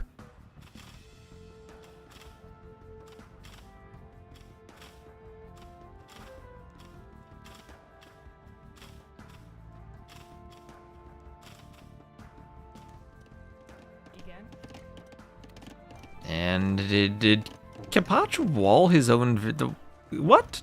What did you do there, Kapach? You just wall your gate and not let your vills in? What was that? Why'd you build the house there?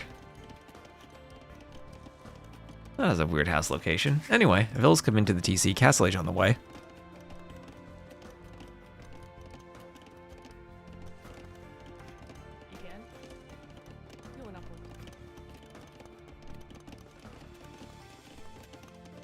Does Magyar Hussar have conversion resistance? No, it does not. No, it does not. Monks are a viable counter to them.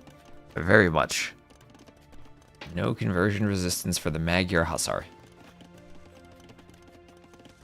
It's just like a normal unit, not like a scout or an eagle.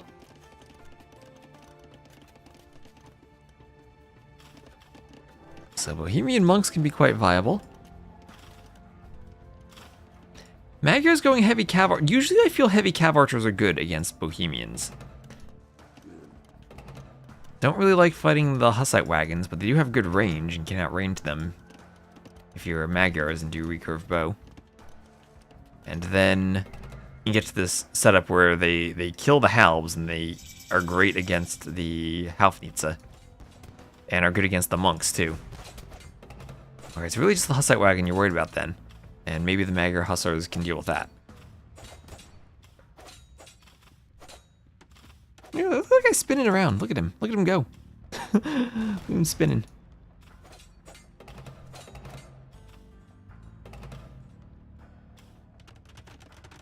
That's 1, 2, 3 TCs and a castle going up for Kapach. Castle up in front of the gold.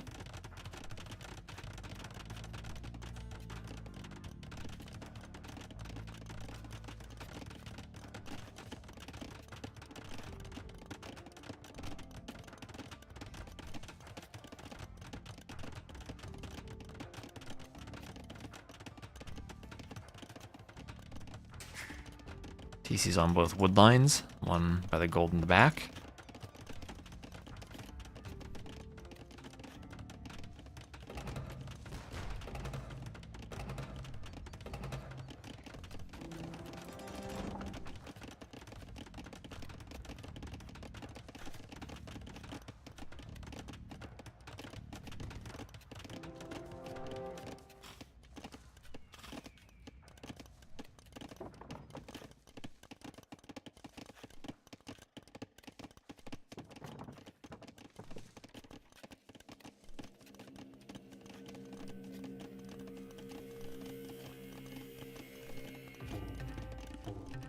So houses going up across the front for Kapach. And it'll be 1, 2, 3, 4 TCs for Mauricio. He's looking to boom. He's looking to grab relics and boom. That'll be 4 relics for him. And does he have a 5th on the way? No monks for Kapach, so he probably does have a 5th on the way. Yes, he does. So 5 relics for Mauricio. After fending off the Trush. Oh, it'll be petards. It'll be petards for him. Petards and monks and Hussite wagons. Go through the gate and get in. Kapach's wall, and he's going to give up a lot of map control with that wall. This gold will be outside, at least kind of near the castle. What do you guys think about the Magyar castle? I really like the design of it. It feels a bit maybe small, though, compared to other castles. Like, they didn't get the proportions quite right. I don't know, something about it just feels small. Very dark and shadowy on one side and very light on the other. I feel like the shadows are more extreme on the castle than they are on the other buildings. And even more extreme at the bottom than it is at the top. Like, yeah, I like the texture a lot. I like the texture. I want to like it more than I do, though. I mean, maybe I'll give it a B overall. But I think I feel like there's just something slightly off about it, where it should be like a solid S. Same with the Celt castle, like the proportions are slightly off. And it should be an S tier castle, which is not.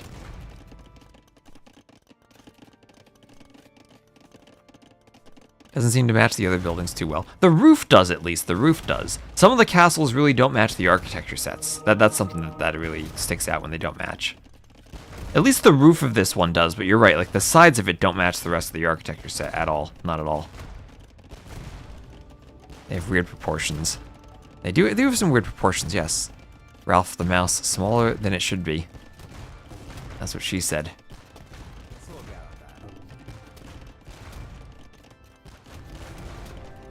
So here come the Magyar Hussars. I don't think that's enough Hussite wagons to stop the Magyar Hussars. There's quite a few of them, actually. They'll be doing their armor. They have their attack upgrades, of course, for free. The monks getting conversions on the market, and the blacksmith. Remember, the redemption monks are the best units in the siege unit in the game. Hussars come forward, can't swap targets anymore while maintaining the charge, but the monks in the back get some conversions. That's a couple of conversions, but the Hussars should make short work of the Hussite wagons. That being said, the monks got enough conversions. Only one wagon going down. Kapach might have to reamass the Hussite wagons. Even lowering the tone since 1997 in the release of AoE 1. I wish all the civs had unique architecture. Give you your civs. That's what you gotta go back and play Woololo Kingdoms for that. We did that in 2017. DE is more than 8 years late on that.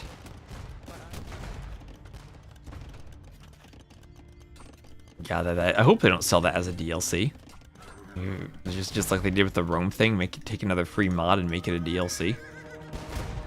Should come up with their own things.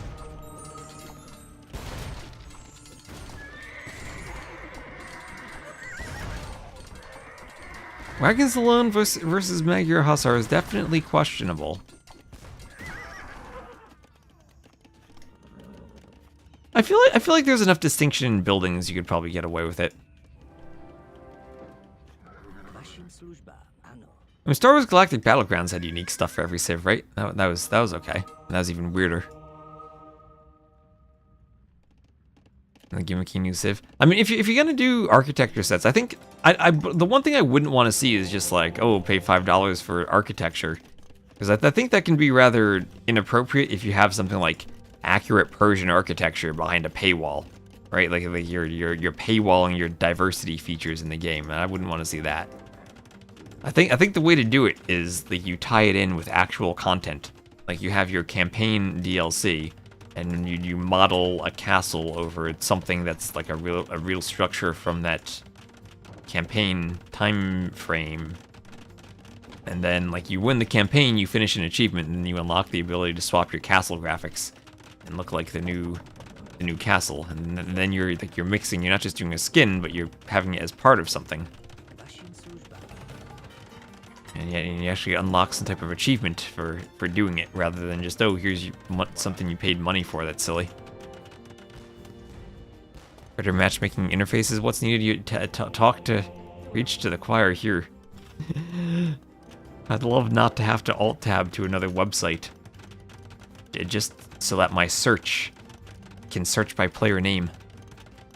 I'd love to have an invite list that, if I type someone's name, I do not see the same 20 to 50 people with the same name and have to try to sort through the list based on someone's profile icon to figure out who from my Twitch chat I'm inviting. Hello, sentient beast.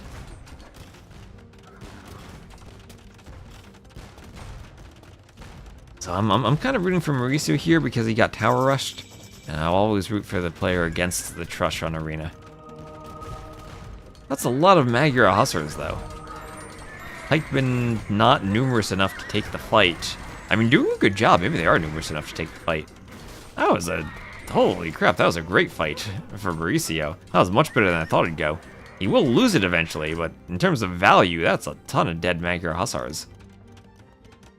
Still with the score lead. Trying to add in some ranges. Is he gonna go hand cannon Halb, maybe? Chemistry on the way, Halb being researched. 6 barracks for pumping out Halbs. 3 more foundations on the way.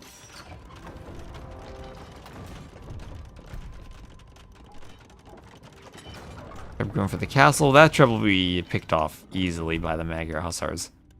Potch rewalling his base, and this trouble will go down too. That's the problem with pushing the Magyars. The Hussars pick off your trebs. Trash unit that counters siege. Means the siege does not stay alive for long. Like the Bohemian Castle? I do too. Has a weird, like, diagonal slant to it, but it kind of works.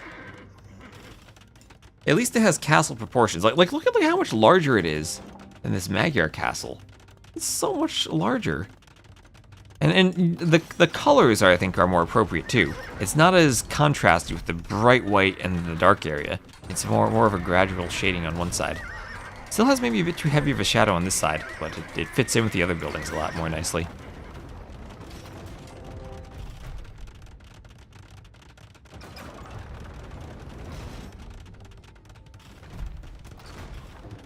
Castle goes up. KCD, Kingdom Come Deliverance. I never played that. Maybe one day I should play it. I have a second one out, and I've heard positive things about.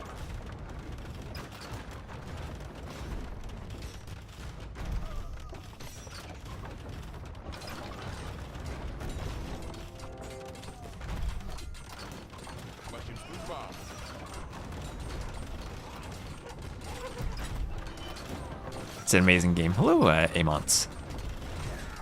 Treb's going for the castle. Bombard cannon out now. Mauricio pushing. And the overwhelming numbers of Magyar Hussars that Kapach has tried to amass have been unable to push in the absence of Cav Archer support.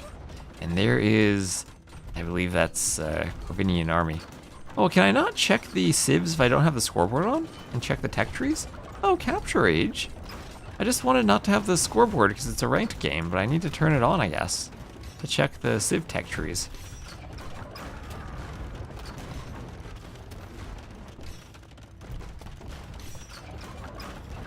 Frenzy, great game, and you're picky. Well, you must really love the Captain's Mode website if you're picky.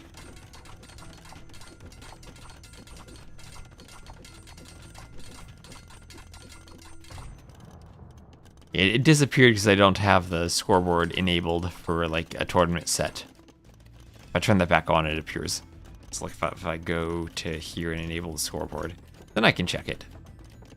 Okay, kind of a weird UI thing that the civs aren't displayed even if I like don't have the scores. This is not a best of 5, this is just a ranked game. This is a collapsing castle.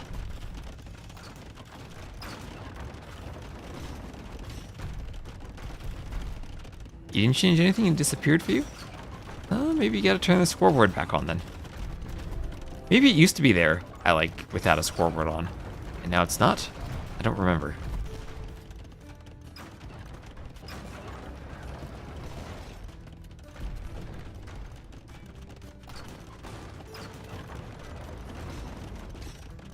The marker goes down. Reb's attacking the house and the gate.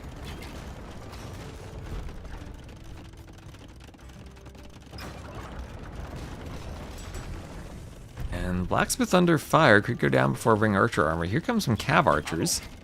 And what type of fight can the Cav Archers take? Will it be a good enough one? Gate goes up. And Bombard Cannons push the Cav Archers back a bit. And yeah, this is looking pretty good for Mauricio. And fairly bad for Capacito. Capach. He will have Elite Hussite Wagon on the way. Look at those trunky armored things now. Have a bit of a bend to the outside when they're elite. Less boxy, more rounded. There it is, the Haufnitze.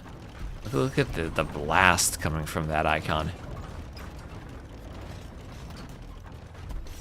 So the cannon are pushing forward.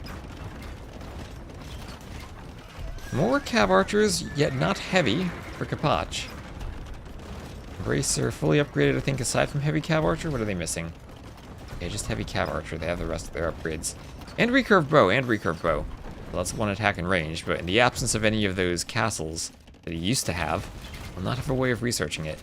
And without recurve bow, I don't think they can take a good fight. Missing some crucial upgrades still.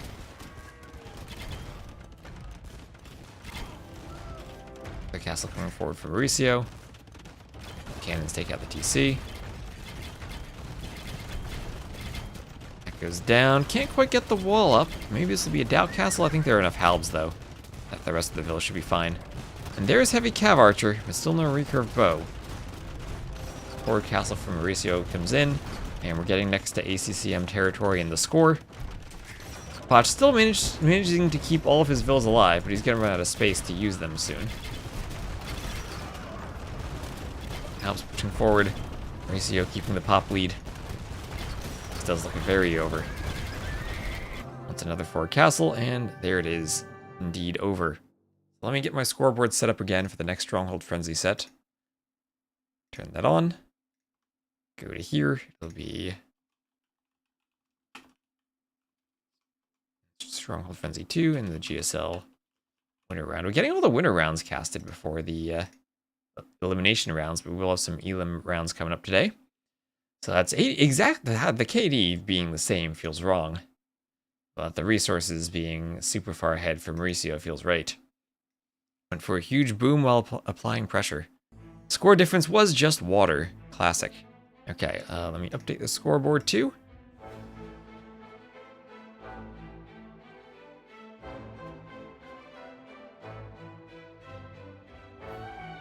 And we shall have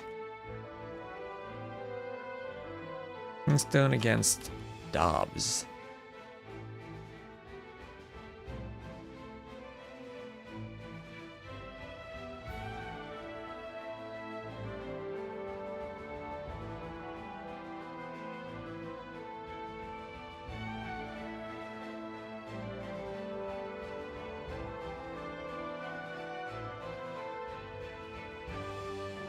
Yep, KingstoNe versus Dobbs, indeed.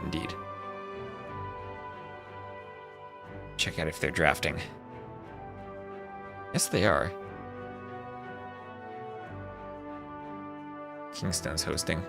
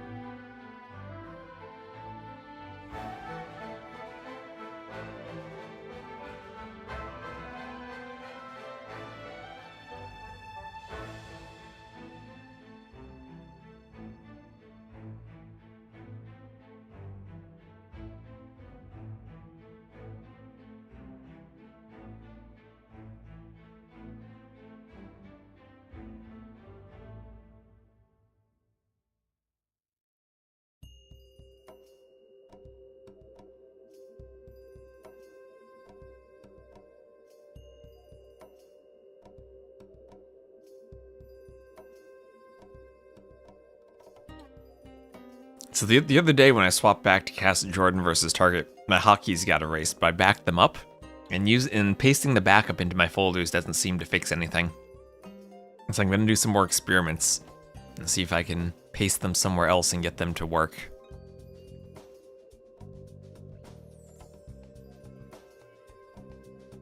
I'm gonna do one small adjustment. I feel like this logo needs to be a couple tiles to the right.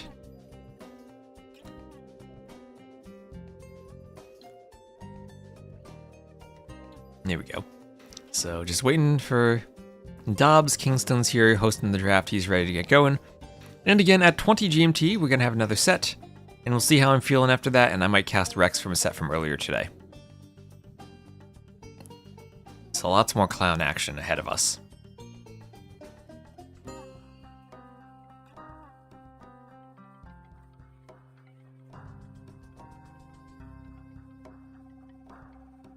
Dobbs is in top form in tournament mode already. Is he? Is he? That's good to hear. Hello, MFAOE. How you doing? How's the YouTube chat doing? Let me check you too. And hello, Jarrett. Our def pay for a new skin or graphics pack. I wish that they would. I would absolutely hate if they just have like skins that they sell. I think honestly like your horse armor like microtransaction thing. I think that would just be predatory. If they actually tied them in well to content, that'd be great. But just like skin packs, I think would be like that's when you know that they've ran out of ideas and that they're just trying to pump money out of people that actually developing stuff. I think the horrible thing about that monetization model is it is very tangential to quality because there's no longer an incentive to improve pathfinding or improve the matchmaking system if you're just making money off of skins. I think that is a death sentence to the development team if there's no longer a financial incentive to improving the quality of the game, and it's just pumping out skins. I think that that's your short term. They'll sell some skins for a while, but long term have a very harsh degradation in quality.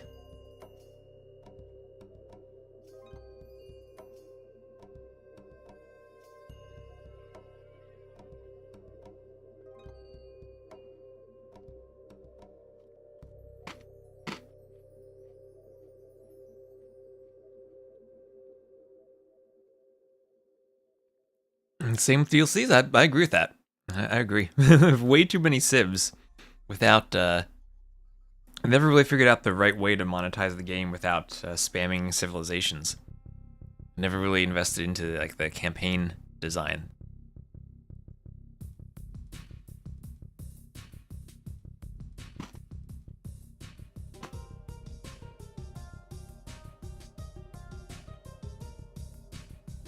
And I think you can definitely see that in the review scores of the DLCs. That stuff like the Capture Age ones, even after laying off the team, get really good review scores because like the campaigns and stuff they do are pretty good quality. And the people who enjoy that actually enjoy it. And the Three Kingdom civs are very negative reviews for a reason. It's one of those things where I think they correctly identified that a Chinese DLC would be very popular, but when you look at the review scores, that's kind of telling about probably they've missed out on more sales than any DLC, even though it sold well because of the poor quality of it. As I'm looking at it, it says 45% or 48% positive overall for the Three Kingdoms DLC. Which is not where you want to be for something that seemed like so many people wanted. Work on improving the lobby system, right? Yep. What's it saying for Chronicles? Let me check Chronicles. How do I check that? Let me go back to the store page. The Three Kingdoms. I gotta go back to normal AoE 2.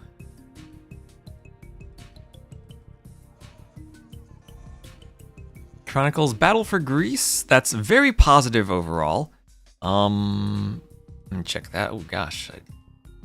The original Chronicles was 86% positive. And let's see if I can see the new one. I don't see Alexander listed. Why is Alexander not on the... Oh, that's because it's so large. It has a different size than the other ones. It's so large that I didn't see it. That is at 77% positive. So not up along with the first one, but at least much better than Three Kingdoms.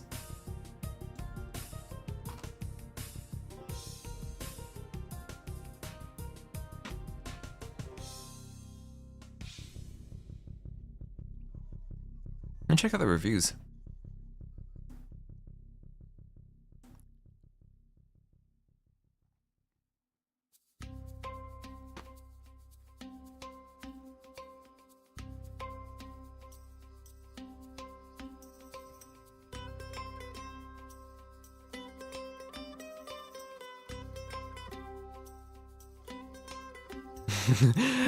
Wow, this is a great sentence. I'm just trying to find a negative review. This is wonderful.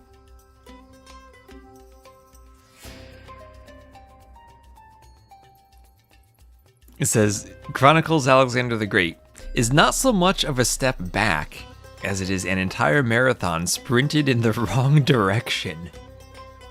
Oh my gosh, a marathon sprinted in the wrong direction. I'm going to use that to describe something someday.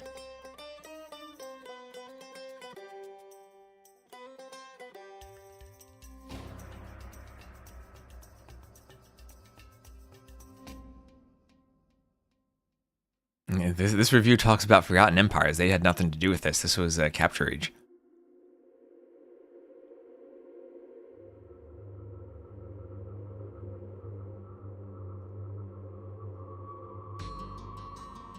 Hello, Anthony.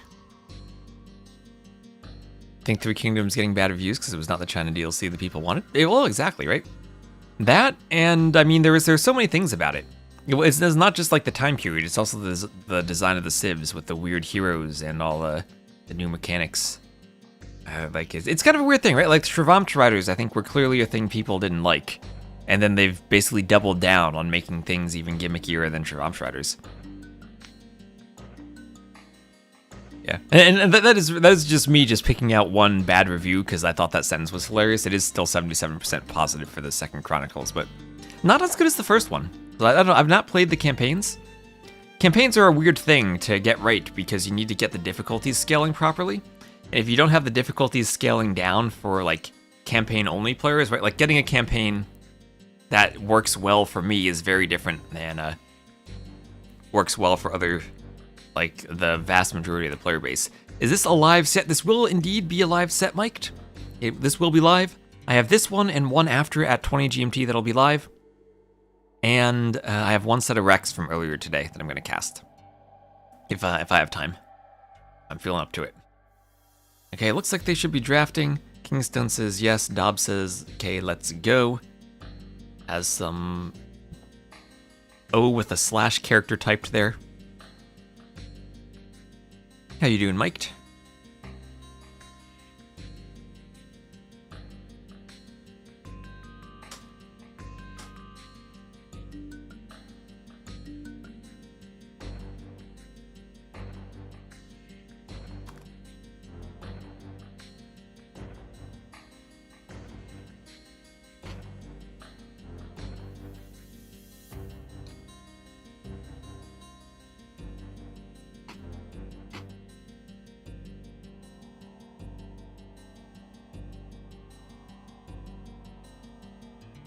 You spiked home from work? That sounds like fun.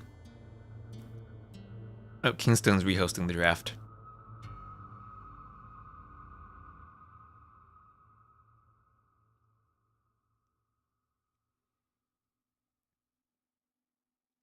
Sounds like the legendary difficulty is actually hard. Nice. I am grabbing the cookies. I actually do have a box of cookies on my desk right here.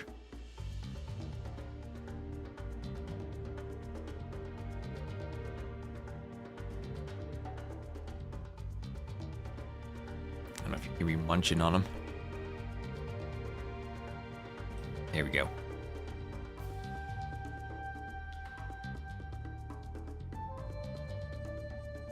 Thanks for casting in. Well, thanks for helping host everything.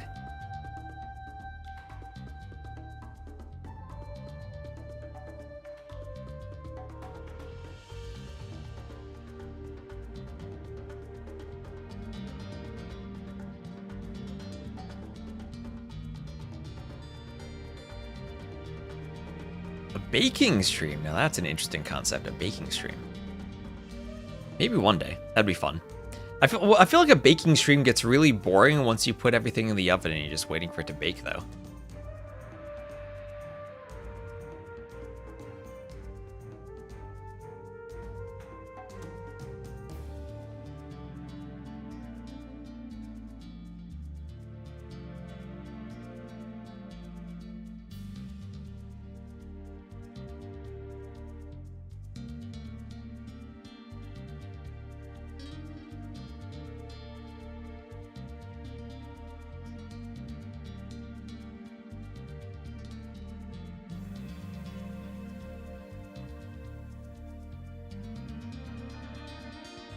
Get baked and stream? Get baked and do a baking stream?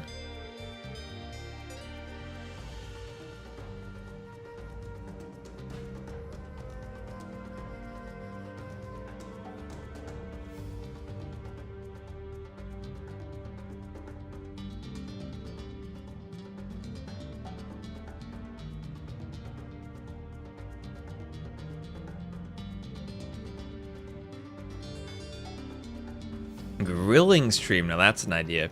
Oh, look at this, we'll have Sardis as the first map. KingstoNe's pick being Narek and Kolo, Dobbs' picks being Zimbabwe and Tulu.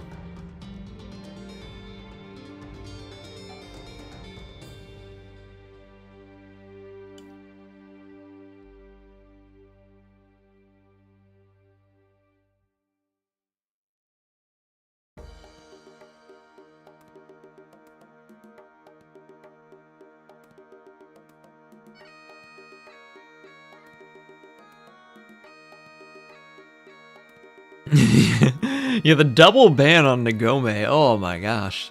No one wants that shenanigans indeed. Hello, Ranger Alpha and Tenacious Chipmunk and Fat Corky, and everyone just tuning in. Curious George. You can get behind a bacon stream. Ooh, bacon stream. We get a desk tour?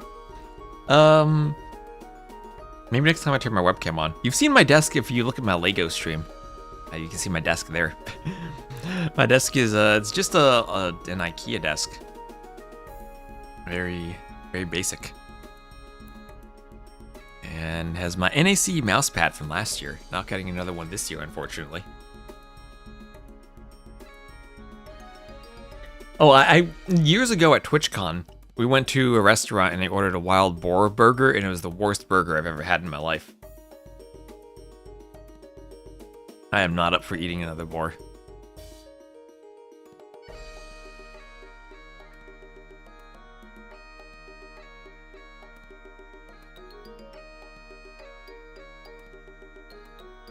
Yeah, that's what happens when TCs kill boars.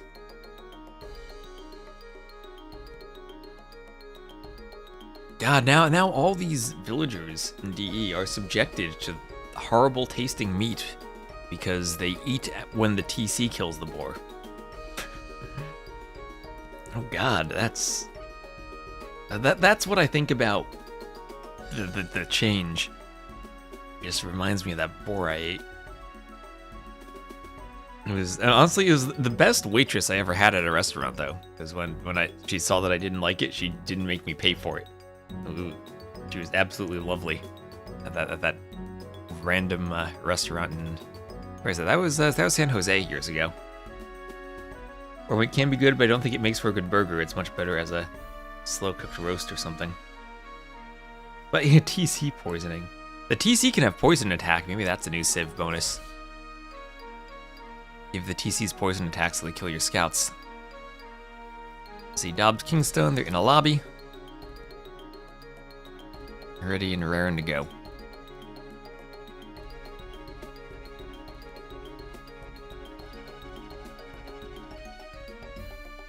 In Austria, if you don't like it, they will insult you.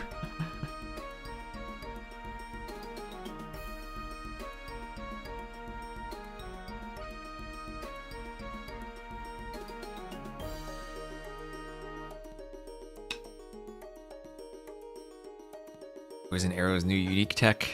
Hope not.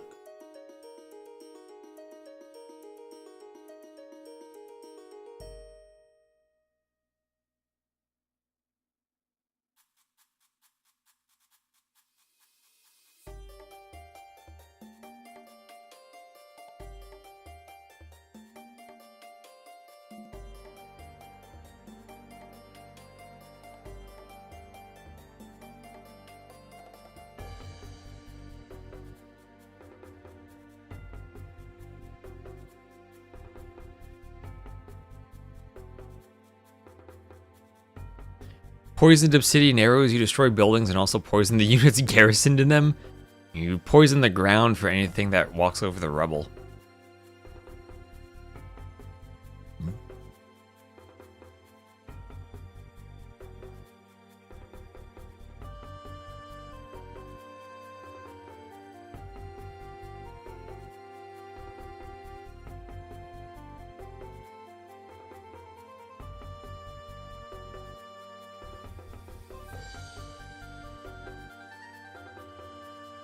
Oh, it looks like Viper's off too. Is everyone offline? Are we the only ones left?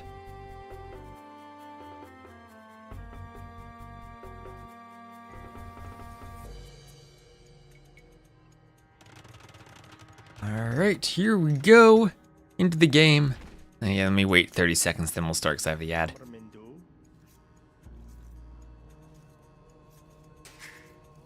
Yeah, at the wrong time. Add at the right time so that we don't have it during the game. I'll miss 30 seconds of Sardis Dark Age.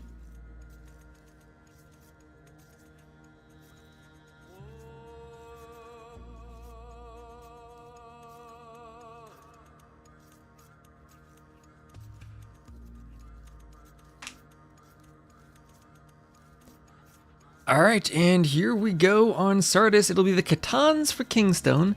KingstoNe will be playing with the cute cuddly kittens. And then Dobbs will be in the red playing as the Spanish. So blue versus red. Blue KingstoNe, red Dobbs. Elo-wise, KingstoNe's certainly the favorite. But clown-wise, Dobbs, I think, quite a distinguished clown, I have to say. You know, should be well known.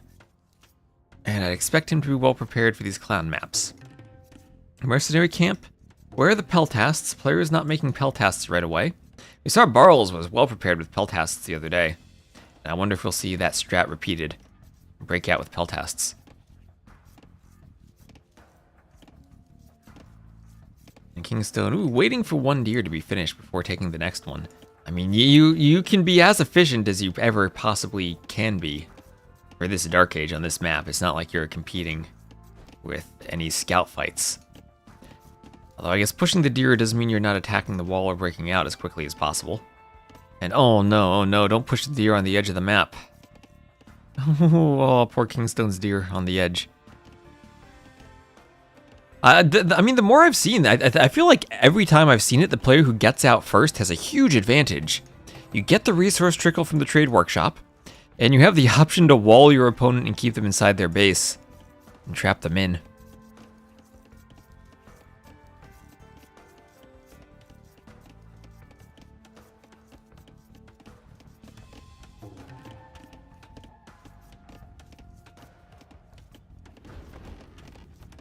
Coming up for Dobbs. The Kitans. Yeah, we need some type of cat emote for the Kitans, for the kittens.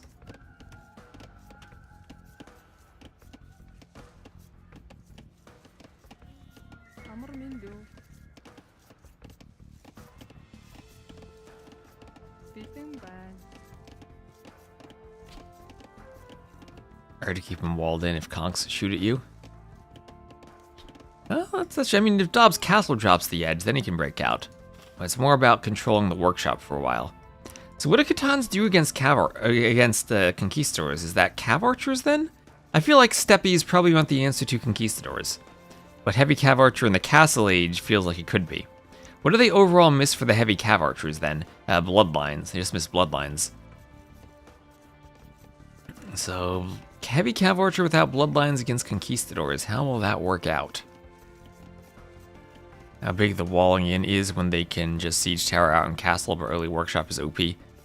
Yeah, I think that what we saw the early walling was is that Barles Ween Dinchester set where both players had invested into peltasts to break out, but Barles broke out so fast that he walled in Ween Dinchester, and then not only does Barles have the workshop, but all that extra resource and investment into the peltasts in the army was wasted. Yeah, Turs versus Doubt also. Turs versus Doubt. So I'm surprised we're not seeing that. That's why I was saying, I'm wondering if we need to have like one tile of rock terrain on the inside of the walls. That's what we did on that Hidden Kept map, Hidden Forts if you remember, where you had the trees to chop through to get to the middle. So that you couldn't come forward and simply wall in your opponent. Maybe we could do that here? I don't know if it's necessary though. It's something I'm definitely thinking about. I think it's worth breaking in feudal. I think so too. But I don't know. Fast castle to get your unique units out could also be the play like we saw in that Mangadai game. Right, like the Mangadai shut down the Cumans. I think Spanish can do something similar. You have your ranged unique unit, and that basically nullifies stable units. And that's why I said I think we'd need to see cav archers rather than step lancers here from KingstoNe.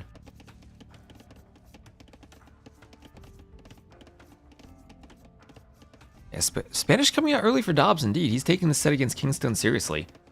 Spanish on closed maps are going to be a force to be reckoned with if you pick them on the right map and get your conquistadors rolling. Yeah, I was thinking about this the other day. Because I have my 9ville start maps that I used for cartographers, and now when I look at them, I realized I had put all of my houses, I was very precise with my house placement, to put them exactly 3 tiles away from the TC, that way they didn't block your resources. Because a lot of 9ville start maps that I've seen, they put the resources on straight lines through the TC, but then also put the houses on straight lines through the TC, and you're almost guaranteed a house blocking a resource. So I tried to avoid that, but then the pastures come out, and they're 4x4 instead of 3x3, and that messes up all my house placement, because now they block pastures, and I'm not sure what to do about that. So I can't make per civ exceptions, so I could put all the houses 4 tiles away. But then they're blocking resources more likely.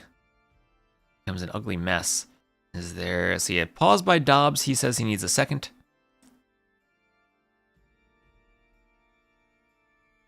Yeah, Peltasts are good versus Cav Archers. Ooh, wait. That means they should be good against Conks, right? Can you just make the mercenary Peltasts and have them fight? Is this Peltast versus Peltast? Pastures are so good they can be placed anywhere though, so it's less bad. Yeah, it's less bad than farms being blocked, right? It's less bad. I'm still hoping for one day we're gonna get the Tetris farm pieces that you can rotate like gates, and you have to figure out where to place them around your TC.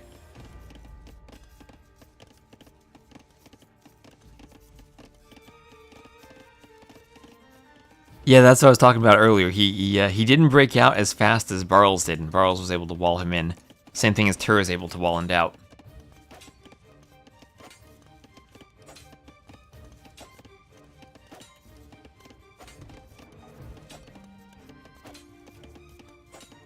Has there ever been wall nothing? I guess that wouldn't really work because there are no resources. But that would be fun. Wall nothing. Like fortified wall with a great wall and like masonry and architecture and all the HP you can stack on top of them. Byzantine's bonus. 2x2 farms? Yeah, you gotta go play the Realms mod for that. That's in the Civ Builder. We had players picking that last Civ Builder tournament. We're gonna have to do another Civ Builder event soon. Those are always fun. What's a Peltast? It is a mercenary unit from the Greek DLC. It is kind of like a skirmisher, basically. It's like a fancy skirm, more or less.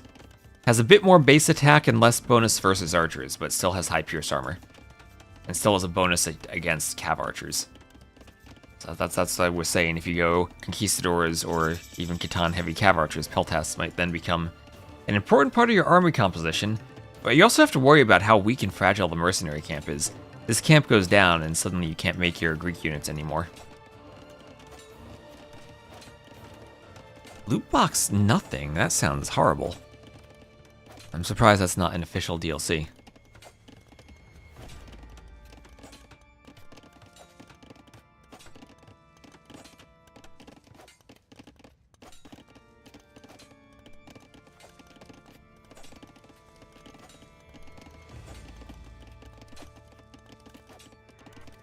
Some more farms coming up here for Dobbs.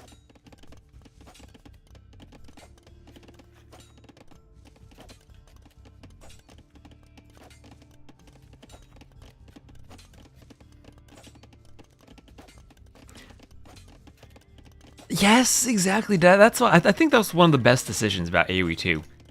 That the mills are 2x2, the TCs are 4x4, but the farms are 3x3. It forces you to think a bit, right? It forces you to think and figure out where to place them. I'm not going to talk about auto farm, but it forces you to think. Lay out your base, do something individual, unique. Leave room for stragglers, clobber the stragglers to get the farm position. You name it, there's little nuances to it. Did not have the 3 kingdoms, no. Oh gosh, I don't know what I'm going to do about that. I kind of want to do Civ Builder, but maybe cut it off at some point. And, like, maybe just, like, AOK and AOC stuff. And none of the custom bonuses, or none of the new DLC stuff. Just keep it a bit simpler.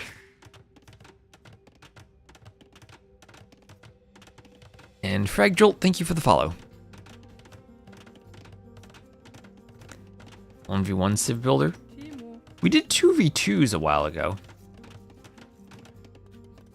1v1 would be interesting, but I think we'd need to somehow get a larger like bracket for the event, and I don't know how much interest there'd be for that.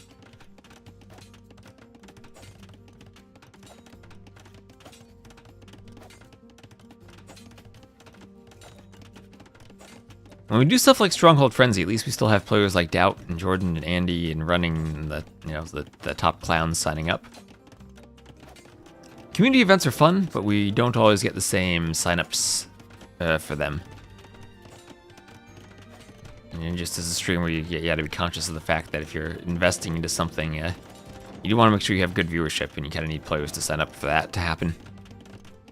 Goes outside the walls and hops over mines.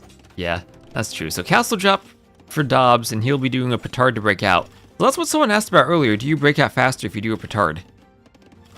I think that was Pete in the chat earlier. And I think the answer is yes. But you're also cutting into your conquistador production. But if you break out as fast as possible and go to the middle for the workshop with your scout, that could be good. You get a bit of extra resource. You know, maybe be down by 1 conch, but it's only 1. And there he goes, he's in the middle. Scout needs to run. And he should have no problem picking that up as long as he scouts it. Can be kind of hard to scout. You need to be like the exact middle of the map and hope that you find it, but there it is, he'll find it. And Dobbs will claim it and now have a trickle of around 12 villagers worth of resources. So it should make up for the eco difference he has of going for the castle and not immediately going for the TCs. Will it make up for the eco difference of farms or of pastures instead of farms? I don't know. That I don't know. Has collected, I mean, neck and neck so far, but I guess that's because KingstoNe did invest time into the TCs. That hasn't really paid off yet. Is up by 9 total vills. Does have, pastoralism. Or, yeah, he does have domestication and pastoralism, both of them. I see the 2 dots there. Has some custom civ videos? Maybe, I don't know how interested he'd be in. He seems to play mostly S tier events. Maybe all the losses in the A tier events have just gotten to him.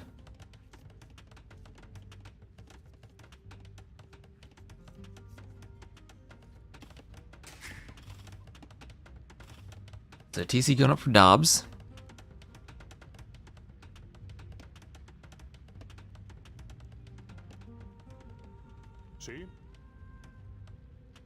I don't think he'd play anything with that big money. Yeah, maybe he needs big money. We'll need some good donations for a prize pool then. I'm still hoping that we can do a Nations Cup fairly soon. I'd love to have another Nations Cup. I always feel like Nations Cup is the most important tournament in AoE 2. That stream restriction? Yeah. That's why I question whether I want to do more like World's Edge events. Is you have to deal with the stream restriction, which I think is rather annoying. I don't like having a 2-minute delay at all either. I'd much rather run events without the delay.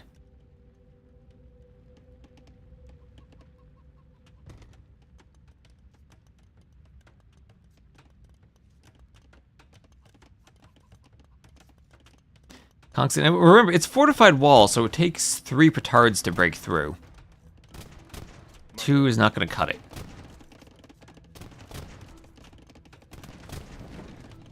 And Elite Skirmisher for KingstoNe, let's go, the best unit in the game. And he will be skirmishing. Still needs bodkin and armor and ballistics, but has a 2nd layer of stone wall behind the fortified wall. Needs to finish that. But he is giving Dobbs free control of the middle, and Dobbs will get his boom going behind this too with an extra TC, up to 4 TCs now.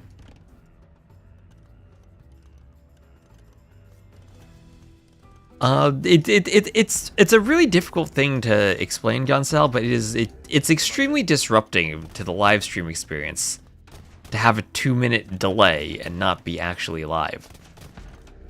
It's a weird thing. It's like, you know, you can go and you can cast Rex, and it'll be almost exactly the same thing as casting live games, but it's not the same as casting live games, and I think the same thing applies to the chat. It's like, if there's a 2-minute delay on the stream, it's annoying for everyone involved. It's like, even if you're not interacting with the chat, it still affects the quality of the live stream. It's not something that I think is very obvious, and I think it's actually kind of subtle. So KingstoNe better not think he's walled by that blacksmith. I've been in this situation before. There is a hole between those 2 buildings. The graphics of the blacksmith overflow it. I know some people don't mind Rex, but I get a lot of I've seen a lot of opinions over the years, and there definitely is a downside to casting Rex rather than live games. And I think that's even more extreme when you're going for a POV stream. And here we have skirmishers pushing the conquistadors back. Pushing the conks back.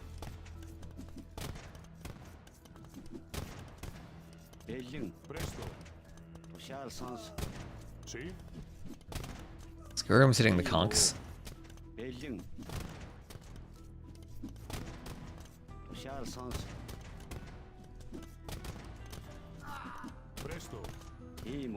Yeah, it's not the same thing, but I think it's the same principle. In general, that it's not something that's truly live. And Rocket Cart now, too. Those conks are going down to the skirms. Those Catan skirms that train faster. Doing a great job here. Yeah, I agree with you, GGOut. I agree with you 100%.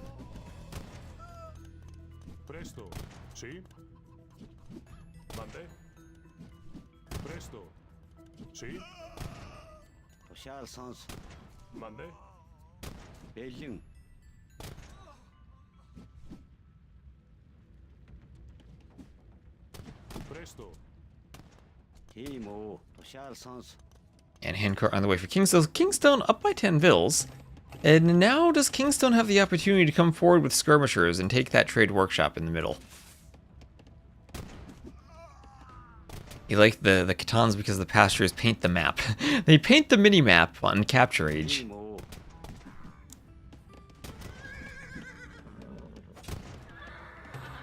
And briefly taking the workshop is KingstoNe, but Dobbs will get it right back. Dobbs booming out here, maybe needs a bit more fortification in front of this. Almost has the stone for another castle. More armor for the skirms. Catan creeping. Oh yeah, we're creeping over here with another TC. Oh, those pastures expanding.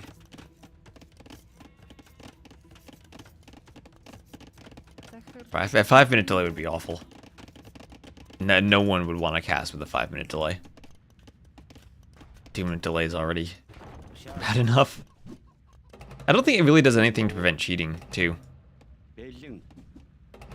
It's kind of like this reverse incentive, where like if you're the one who is streaming and you don't have a delay, you're just like exposing yourself for other people to stream off of you. As long as you're not reading your chat, then it's like you're putting yourself at a disadvantage. So I don't think that's something you really think we need to restrict. It's more that the chat interaction is something like during the games that we need to worry about. The Mangonel hitting the skirms, ram push on the castle, but hard to pull off a ram push when there are Mangonels behind it. I guess that's why you have rocket carts that clear the Mangonels, as the rams are forward, and KingstoNe will again briefly take the workshop, but has to get forced back as the scout comes forward. Less latency streaming to Mars. I don't know about that. Well, a forward castle for KingstoNe is so both players up to imp, but KingstoNe will be a minute faster. Seems inconsistent. Oh, this is 100% a bug on Capture Age. It's not like this in game. So yeah. Oh, nice Mangonel shot on the skirms, but the rams chase down the Mangonel. And the tower to deny the castle. The tower to deny the castle. Could this castle be denied? 3 vills left. The tower goes up. 1 vill left. And the tower, if not denied, at least is delayed. More vills on the way. But for now, that is stopped. That's only 7 more vills. The rams take down the defensive tower, but the conks and knights are still there. Even a vill getting in on the fight. That castle 75%. Enough knights there that this round of vills will die too. What's that? 80%. 1 vill left at the front. And the castle's not going up. This is a doubt castle. Is this KingstoNe or is this doubt?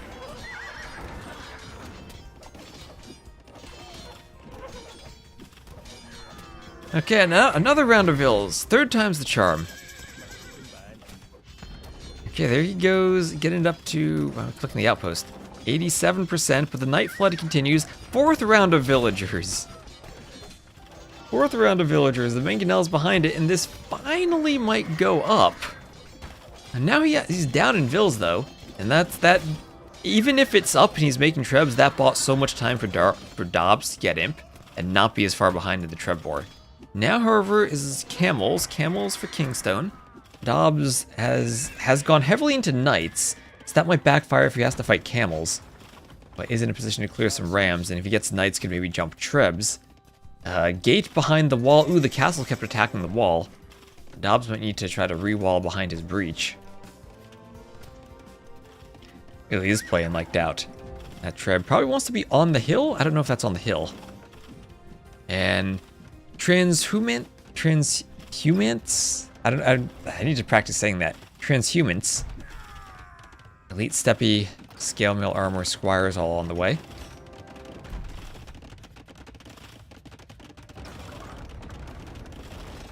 And Treb going for the castle. Repairs come in for Dobbs.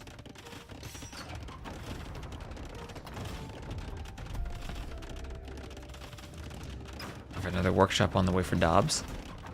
To the north. And Dobbs going double workshop. He's getting ready for bombard cannons once chemistry comes in. Camel's there to defend the trebs. Is that an elite steppy? That's an elite steppy now for KingstoNe. Elite fire lancer on the way. That could be scary.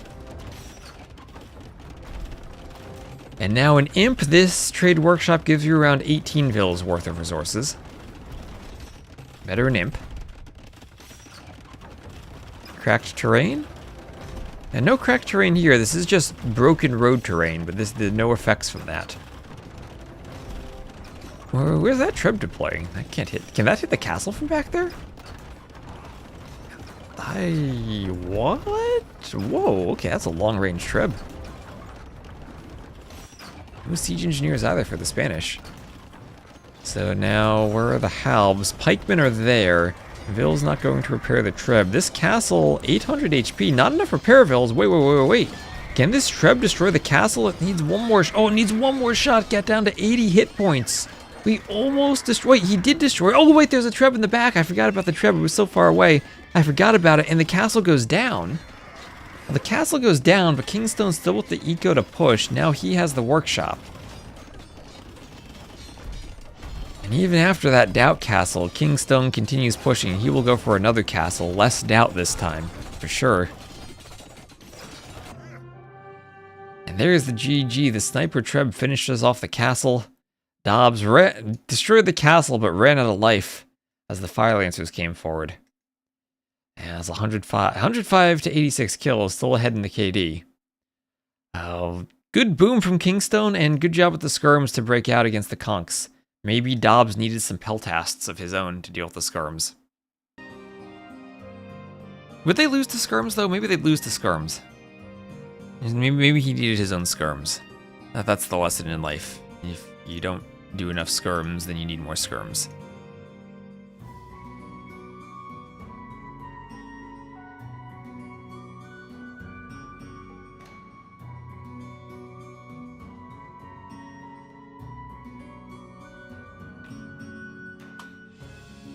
Using a respectable doubt number of vills, yep.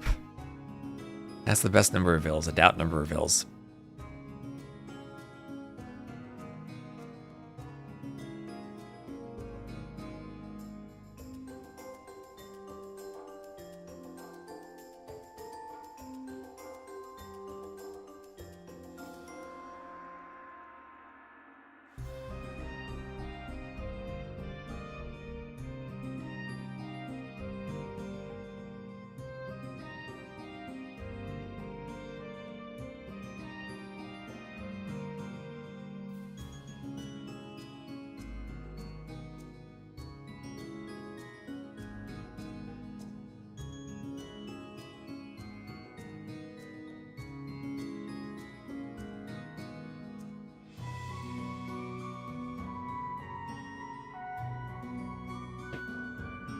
Do Peltas lose to skirms? I don't even know if they lose to Terma. I don't know.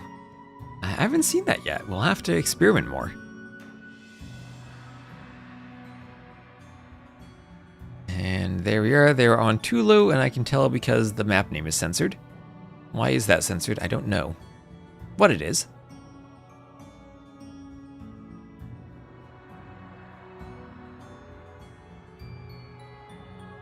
Devotion icon for the subs? People don't like my logo. I need to update my logo sometime, though. I've been meaning to do that for years. I made that logo, what, 8 years ago? Watching some YouTube tutorial about how to use Inkscape. I said too low. I should feel bad for saying a bad word.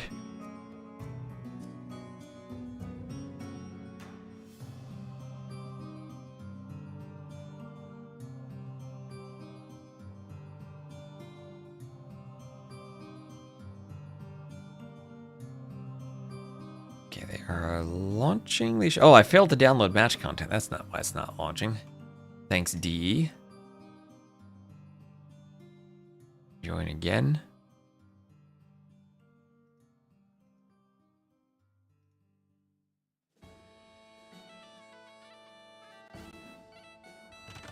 And here we are. We will have KingstoNe as the blue Celts to the northwest. Onamaru KingstoNe. And then Dobbs is the red shoe to the southeast. So who's on Onamaru now? It's what? KingstoNe, Jordan, Andy, Vinchester. And is Lewis still on Onamaru? That's a pretty good collection of players they have there. And then I've seen Riot lurking around the Brazil community a bit too. Maybe we'll have a Riot Onamaru sighting. Now that would be something. Jordan plus Riot again. And Jordan plus Riot against Viper Doubt. Yeah, getting an old Tyrant rematch.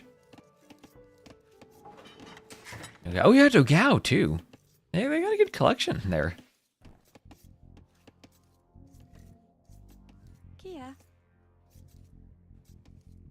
Guess we'd still probably have GL and China being the top teams, but I don't know how well GL has chemistry these days if they need to play a 4v4. Haven't had a good 4v4 team game event in a while. Maybe we'll have to do a show match sometime.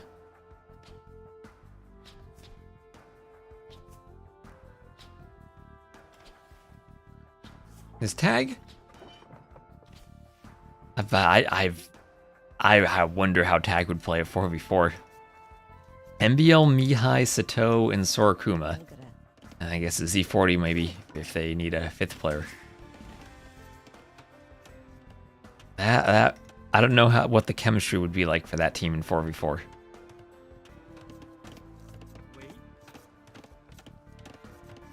And then there's Wonders. Wonders should be a good 4v4 team. I think they would work great together. They should have experience together. So Celt Wood bonus for KingstoNe will be great for getting the dock up. And I'd say it would be great for chopping through to the outside faster, but he's not chopping to the outside. He's chopping on the inside. The outside is where all the stone is, no stone on the inside. So if you want castles, if you want to see that beautiful Celtic castle architecture, you need to get to the outside. Clown Legion comeback tour. Getting 1 pro team in Finland. I haven't seen anyone from Finland playing. We need a comeback tour with Zupi.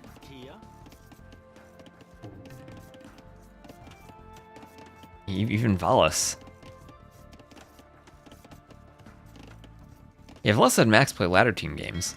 I mean, Rubenstock is always just he's evil Rubenstock. I guess Valas still plays Rage Forest.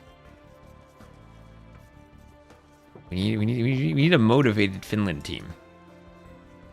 That is scary. They have acquired some more good team game players, right? But that's a changing of the guard. It's kind of a different team then. Loom on the way. And then there was Pike back in the day too, Northern Pike. Finland had a lot of overlap with Nabs years ago. Was manganelling Zupi's units?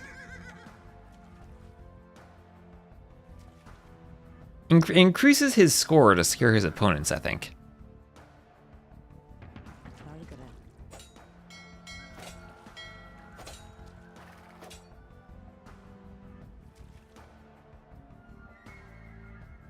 It's a feudal on the way for KingstoNe. He will be up first, getting the forward barracks for men-at-arms and fishing.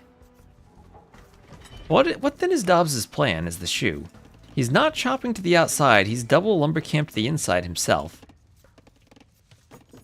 Going for a mining camp on his gold. Max, Ruben, Molisako, Vilesa.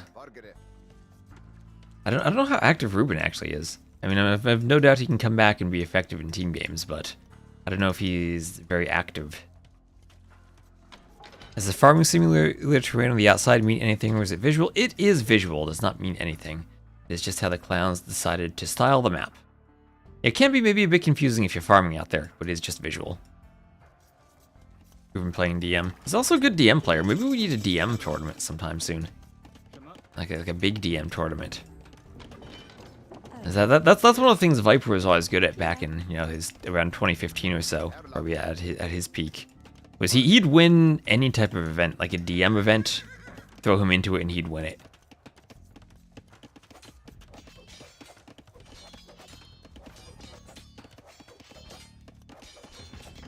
I'll have a barracks come up here from Dobbs. It'll help wall out the men-at-arms. Is Andy the DM champion? I'm not sure. I won a practice game of DM against Mihai once, but I don't think he was all that experienced in DM. Maybe that's changed.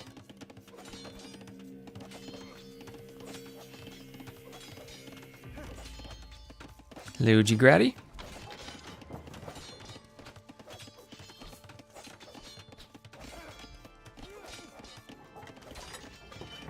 He's his own man at Dobbs.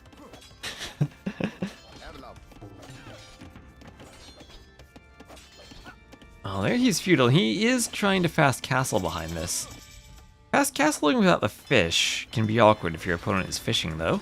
This is a lot of feudal pressure. We have seen fast castles backfire on this map where you go FC but don't gain anything from it. This range now has to go up because that is one of his feudal buildings. He's committed to it. Doesn't want to lose Vils. He has a lot of low HP ones there. Fletching on the way in. At the very least, he can build it before fletching. And he's going to need to get a few skirms out to help protect the gold. Make sure the men-at-arms don't break in freely. And there is Castle Age on the way for Dobbs.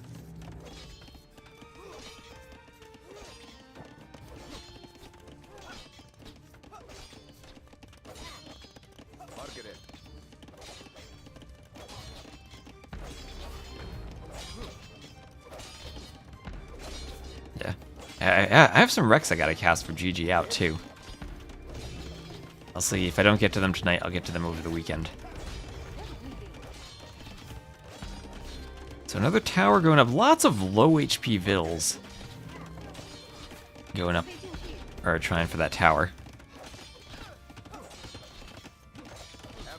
And I'll want to face those men-at-arms and archers, keep them away, keep his archery range up, get some repairs with the higher HP Vils. I don't know if he has full HP Vils left, at least use the higher HP ones. And with the tower now, we'll get just enough repairs on that range to keep that army away. And that'll keep him safe and up to the Castle Age. And the good thing is he was able to buy enough time with those walls that he only needed one tower to get up to the Castle Age. And yet he might lose control of the berries now. But he has a gold and he has a woodline. If he wants to go archers, he can go archers. If he wants to do a workshop and push out, he can. He's not completely being denied in a spot where he would have to run the Vils or fight the archers somehow. Immediately. Yeah, they might break in, but the TC covers most of the base.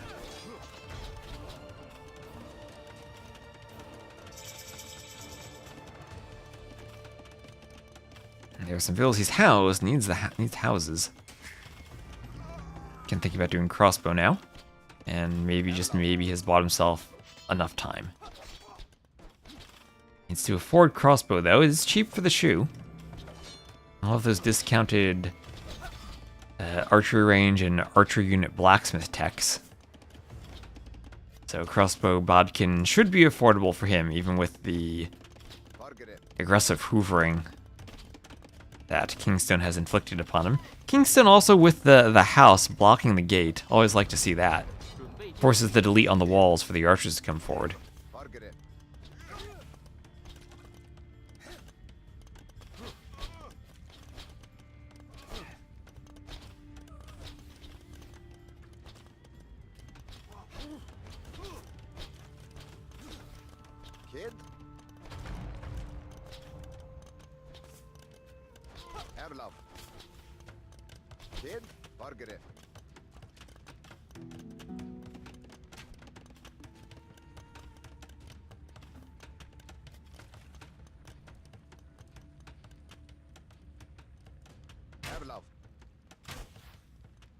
Arlev. Vargara. And far as looking for demos, Dobbs wary of demos. And he has collected 1,000 more for KingstoNe. Those fishing ships paying off for him big time so far.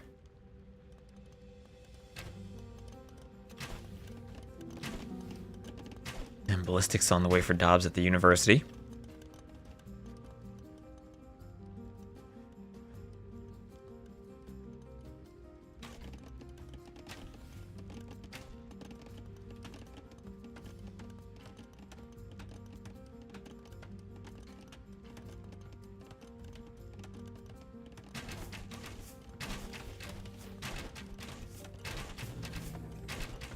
Storm's on the way out, so what does he do from that workshop? Does he open with a ram to clear the range? I'd actually kind of like to see that. Open with a ram. And let's see, now we have KingstoNe thinking of chopping to the outside. Dobbs still not making a play for the outside. Remember, these trees do have 200 wood on them, so it takes a while to chop through them. Still wary of demos. There's the demo raft. It's just too tempting not to do a demo here.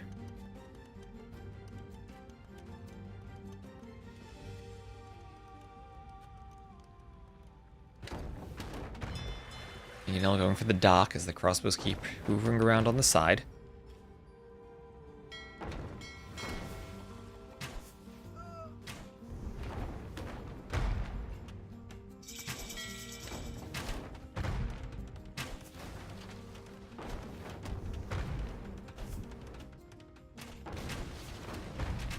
The fishing ships.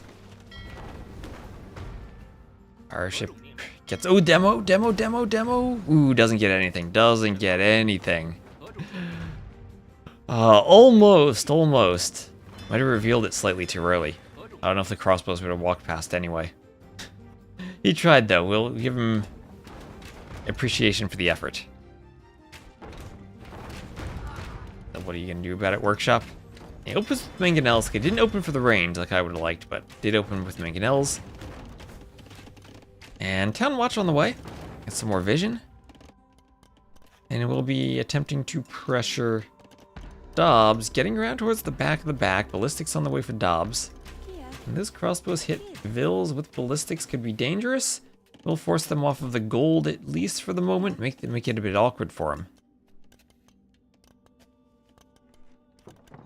If literal fire is spewing at a person, there should be a great deal of damage done. That sounds pretty accurate. And ballistics on the way for KingstoNe.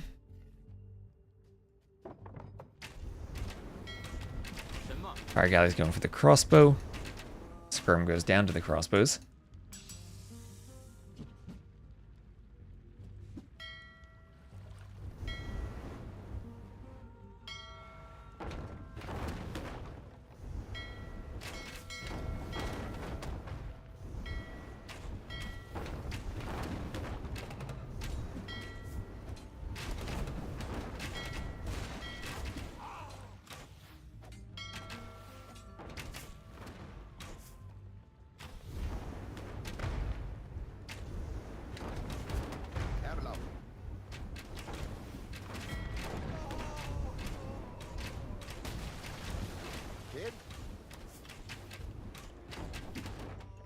Crossbows hit the skirm.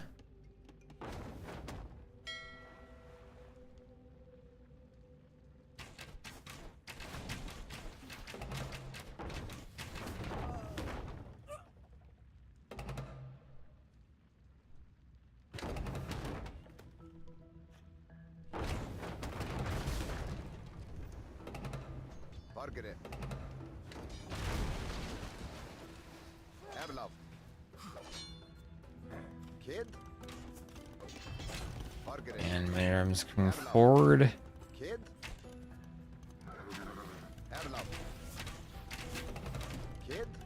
Stuff going down here.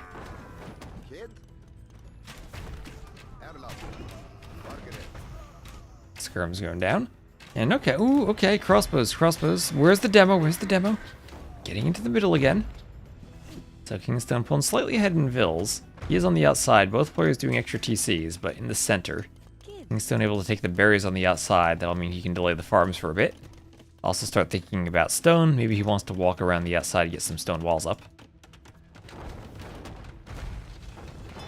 Oh, no more demo. No more demos. Mangonel still dodging. That one goes down. Okay, Mangonel advantage now for Dobbs. Remember, the Celts Mangonels will shoot faster, so advantage to them usually in the Mangonel wars. But a great micro from Dobbs. Great micro from Dobbs.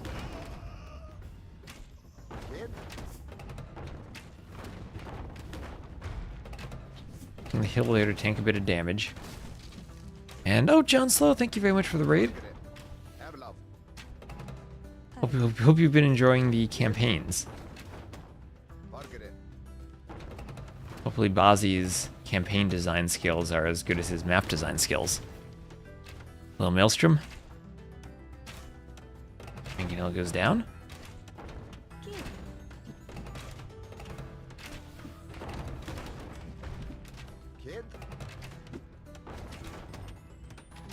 Ooh, that's very low HP. And nice hit on the archer army. Can you get one more shot off?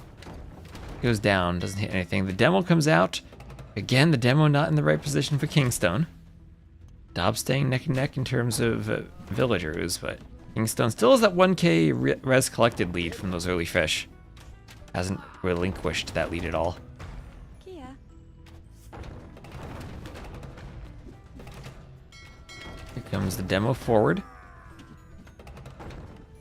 Mangonel avoids it though, doesn't explode.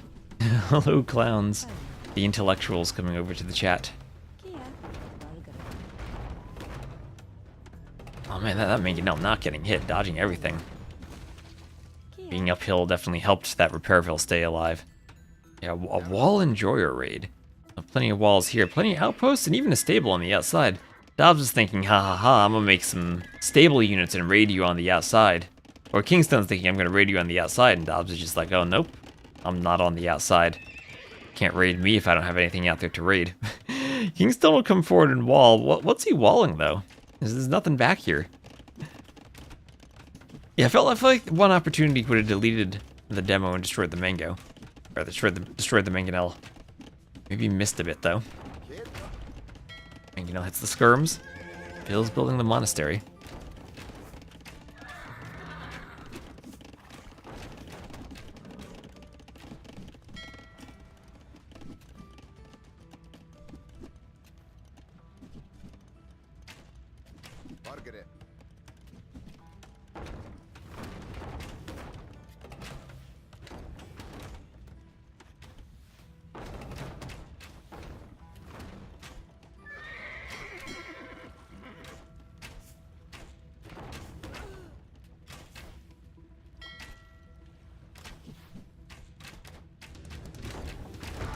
Mangonel pops out, hits some crossbows.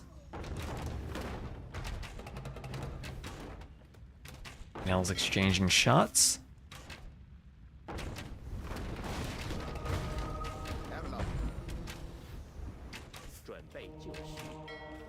Wants a conversion on the fire galley. Fire galley just deleted. Nice KD and army count. I mean, very similar KD. 4 to 4 army count. Vil count's the same. Mangonel gets the monk.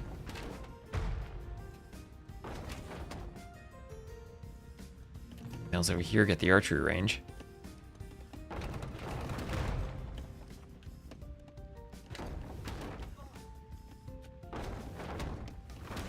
Mangonel so agile atop those thin, narrow beach corridors on the pond. And we'll have a third TC for both players at about the same time. Well, KingstoNe with access to stone. Access to stone. That could be in some Woad Raiders.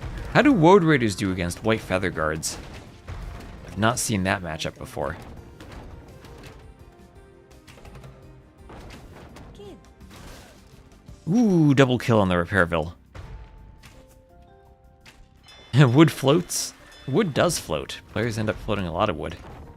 Both players floating wood. Background music is so calming amidst the war.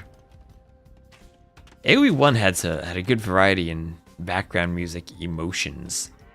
Ooh, Knight could snipe farms. Going for Vills. I think you should go for the farms there. Yeah, the Hoover Mango.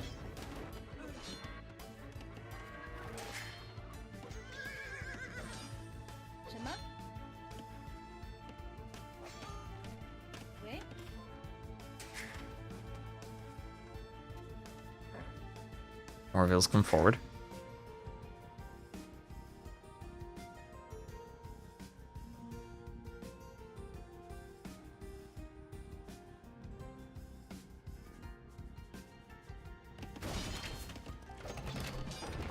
Knights pick off a Mangonel. More Mangonels go. Oh, all of a sudden, 3 Mangonels suddenly go down for Dobbs. And now 1 or 2 Knights, making a huge difference in that fight when the crossbow numbers weren't there. This one archery range has never been taken out. That's why I wanted to see that initial ram. A few skirms able to pour forward from it now. Armor for the Knights. All of a sudden, KingstoNe's starting to push. Vil count's still equal. Res collected, he's gotten slightly ahead. Now he added another 1k from that fishing boost he had early. And Dobbs maybe struggling for gold now. His remaining golds are forward, mind the back gold from earlier on. Does have gold on the side, but he will call the GG as all of a sudden KingstoNe made a great push. And went right through the front of this base. Got my Chariot Archers from AoE1. You know, I beat ACCM at a game of AoE1 once. Yeah, ACCM tried to go fast Bronze Age Chariot Archer, and then faced the realization that the Civ he was playing did not have Chariot Archers. He didn't know what to do then. Imagine like FC Knights and then you don't have Knights. So 5-minute difference in Castle Age timing, and Dobbs not able to push that into a win. GG for KingstoNe.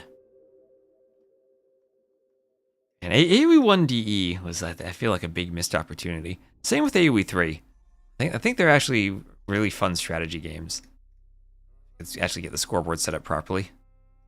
So win for KingstoNe there and on Tulo. Sardis and Tulo. The Photon Man with the card cheat codes.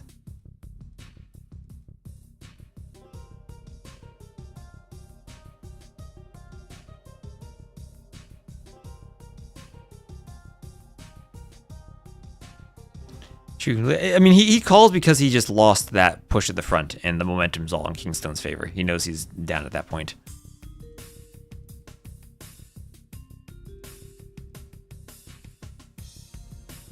That point in the game, I think it was more than fair to call.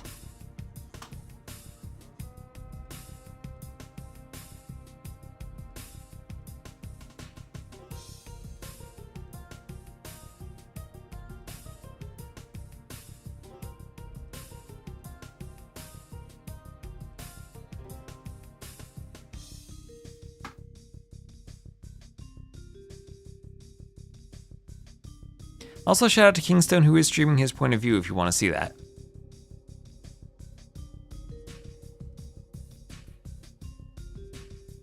Averting kills fun. Yeah, he played as the Egyptians in AoE1 to convert with the priests.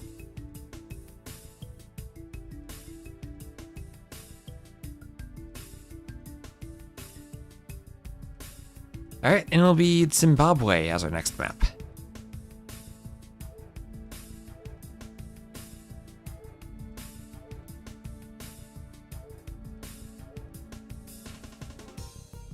Is Dragonstar playing in this? I don't think so. Forced me to remember the brackets of my own tournament.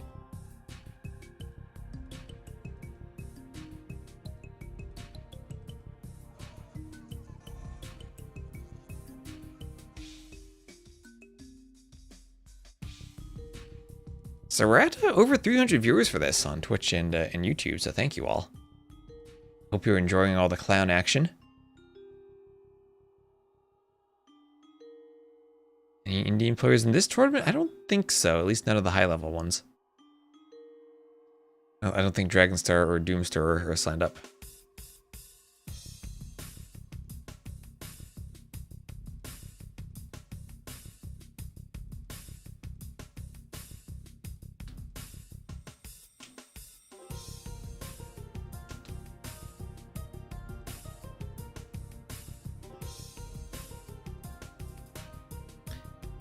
Let's see, they're chilling in the lobby for a bit. Maybe they gotta catch their breath between the games.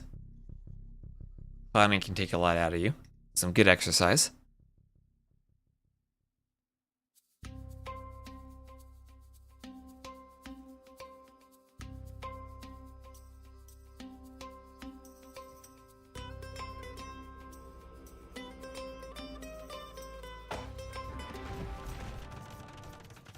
And here we go.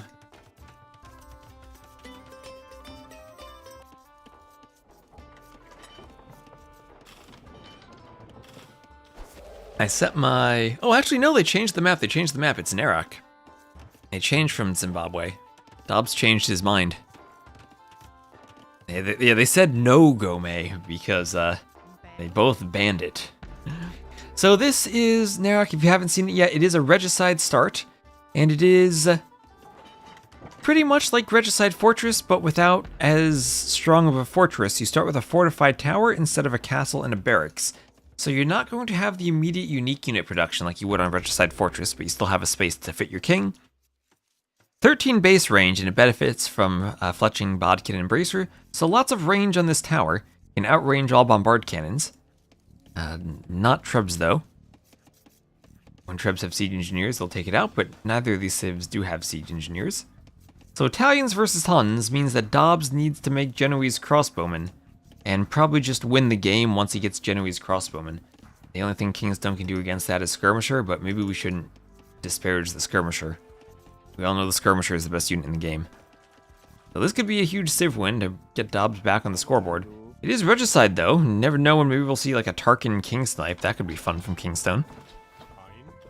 Civ settings in this tournament is once you use a civ, you cannot use it again. So every game is free hidden pick, but you cannot repeat civs at any point throughout the tournament. So you do want to get through the first rounds in as few games as possible to save civs for the later rounds. And also you're incentivized not to use your best civs early on, because then you waste them for later. But also, if you don't use them and you go down, then maybe you're just wasting some opportunities where you're losing when you could have picked better civs. Especially for the GSL stage. They're in the winter round now, so they'd like to win this round and not have to play an entirely second or an entire third round in the decider matches. Save some civs. So I'll have to watch out for the possibility of king snipes. We have seen some good pushes so far that have destroyed the fortified tower and forced kings to run, but so far players have remembered that the game mode is regicide and have managed to run their kings. Aggression is the best defense. We've seen that, but we've also seen how not paying attention to your defense can leave you vulnerable to snipes. Saw enough of that in Sudden Disaster. Same principle I think applies for regicide. And well, if you are enjoying the tournament, remember, we are very close to 14k followers on Twitch, so I appreciate everyone who follows. And also very close to 30k subs on YouTube. I'm also streaming on YouTube if you want to watch in 4K. So appreciate all the support. Thank you all for following. And thank you, Capitalize R's, for the follow. And we have the mill in the middle for KingstoNe. There are quite a few box turtles out there. And how do I pronounce your name? Evgenies. Thank you for the follow. Probably completely mispronounced that. As I always say, I need names to look like they're English, German, or Elvish for me to have a chance at pronouncing them.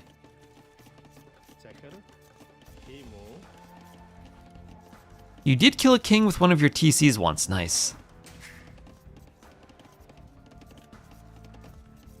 Attack is the best offense. Jordan 2023, I think. It would be appropriate for Jordan 23 to have quotations from the year 2023. Very appropriate indeed.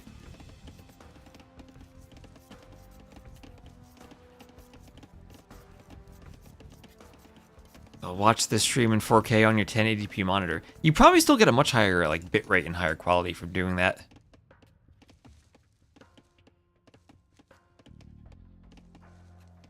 One day I'll have better internet and a fiber connection, and I'll stream in 4K on YouTube. And then Twitch will have 4K and I'll stream there. And then I'll just start streaming to other services to enjoy the internet and the upload speed. I'll stream to Kick, to Facebook, to Twitter, to OnlyFans, all the streams that we can support. King Snipe is a victory condition, yes indeed. It is regicide, and you do have treason instead of spies in the castle, so you can reveal the king's location for 400 gold. Walling in your king with a hole is the best defense. We have seen that in the tournament so far. We have seen players try to wall their kings in the corner, but then no, like you wall here, and you don't realize that well, I guess you wall here and here, and you don't realize there's a hole in your wall, something like that. You leave the king exposed. Hasn't led to a king snipe yet, but it has led to king exposure that the other player hasn't scouted. Stream to Netflix. Can you live stream to Netflix? Now that you mentioned that, it feels like this is a big missed opportunity for Netflix to have that they could have developed a Twitch-like system years ago.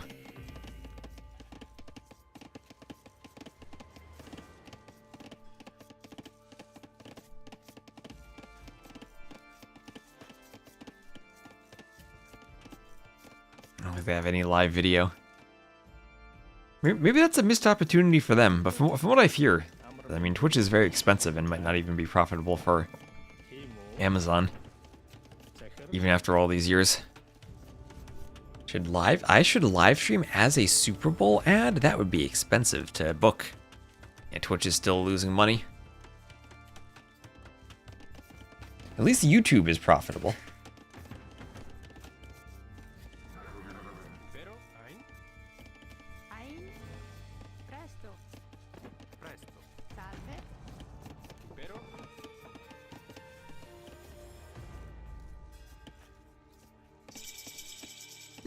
And there's Dobbs up to the castle age.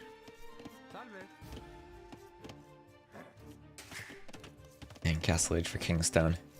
And do y'all remember Mixer? I don't remember Mixer. I remember when that was Beam. So TC coming up here for KingstoNe. It's basically only AWS that's profitable for Amazon and carrying all their other business branches, probably. YouTube is profitable at the cost of sending AI to everyone.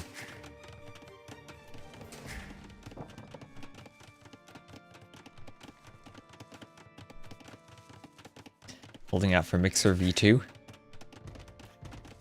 Don't think Microsoft is gonna jump back into that. Especially if they're in all the Game Pass price subscription increases we've had recently. So 3TC boom for both players. We've seen a lot of Cav archers played on this map. KingstoNe may be going only for crossbows this time, fearing the Genoese crossbowmen. But for the Huns, that's not a long-term play as they don't have the Arbalest upgrade, and even miss their final armor. The Italians, yeah, they don't like fighting Arbs with the Genbows, but can just do their own Arbs and be fully upgraded and just straight up better than the Hunnic Arbs.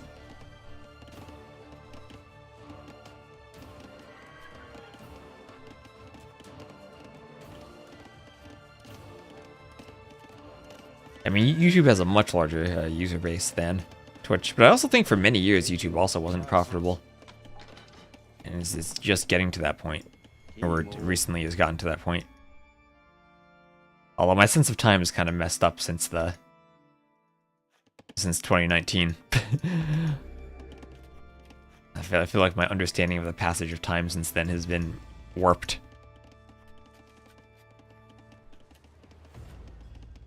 That's true. They can live AI generate content if you're Microsoft. That's why they need Windows 11. It's not random Civ, Rusty Sean. Oh, Kita here 2 streams in a row. Oh my gosh.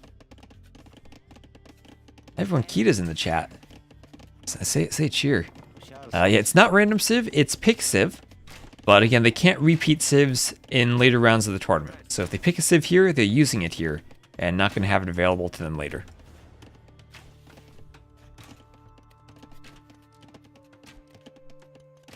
Can they dock near the turtles? No, they can't. This is a land map. No docking near the turtles. So scout and crossbow coming forward. There are also 6 relics on the map, so 1 more than normal. Can be beneficial to fight for relics while booming. Although that pizza emote's great.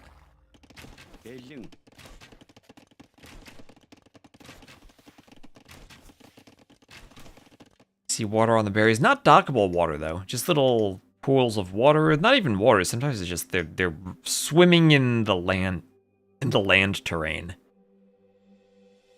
And don't ask me why. Don't ask me how. But just Age of Empires things.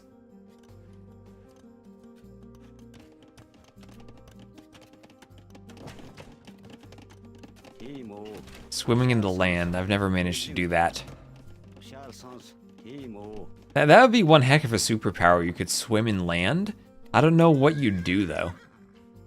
Well, like what type of crime would you prevent if that were your superpower? Who would you save if you could swim on land? It's a puddle. That's what I'm gonna have to go with. It's small puddles where they're hoovering. How would you commit a crime if you were a villain and that were your power? You could swim on land. What type of crime would you commit? I don't think you'd have to swim everywhere. It'd just be an option. Oh, you could be a great archaeologist. You're right. You could discover dinosaur bones. You could be like maybe like a cave diver and like swim through the walls and rescue people. I don't know how you'd get them out, but you could maybe like smuggle in food supplies to them. That's a question. Like, how could you like bring them stuff? I guess you'd have to be able to. Like, you can get yourself through. Sounds like a Pokemon. Swim under walls. A mangonel comes forward. Hits the scorpion.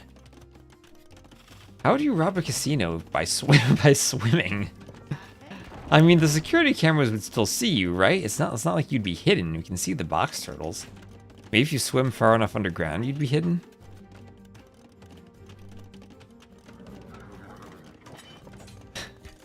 Yeah, saving people who get stuck in caves is my best idea right now. Or like at least finding them so people could drill through the walls and save them.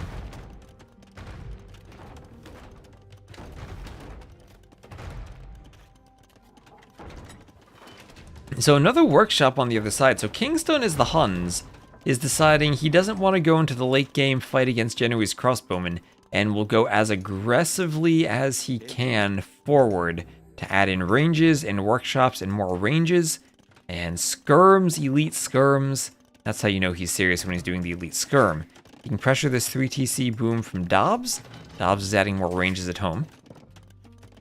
And mangonels will come over and hit the TC.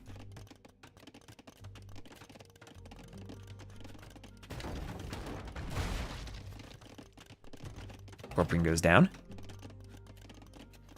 And padded archer armor on the way.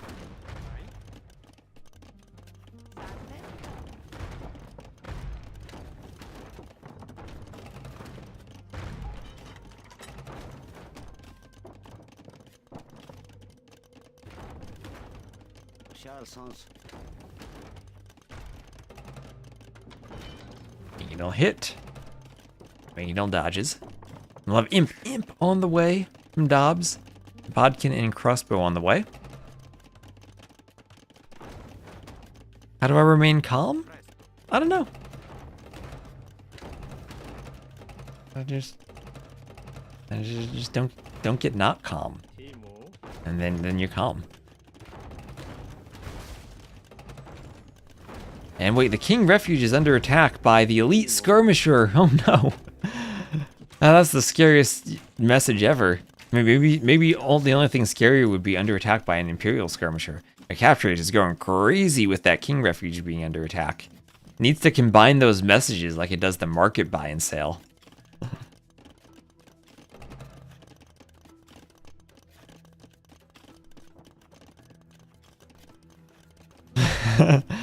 You rob the self-storage by swimming through the walls.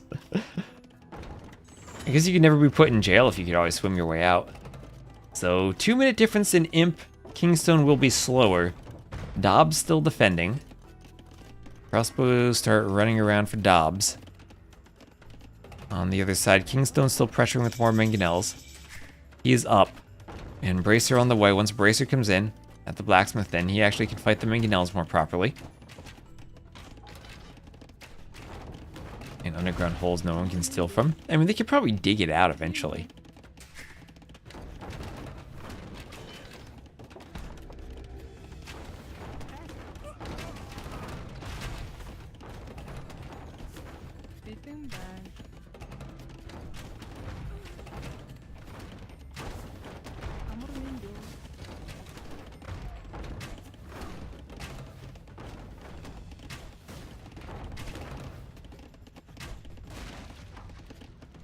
Let's kill the crossbow. And imp on the way for KingstoNe. Chemistry on the way for Dobbs. And now we're getting to the point where Huns, they've been Huns so far. But now they're still going to be Huns against the Italians. No castle for Dobbs yet. Actually, no stone control for him at all. His stone in the back he can mine, but he'll need to actually mine it if he wants a castle. And he wants genbos.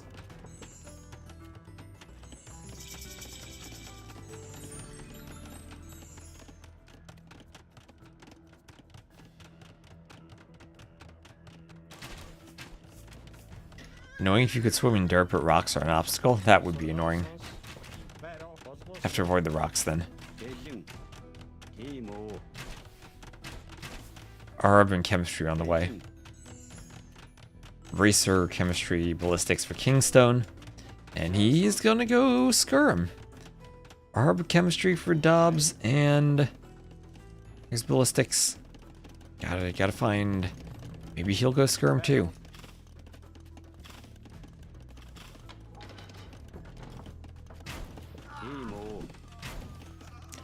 Arb's hitting the skirms.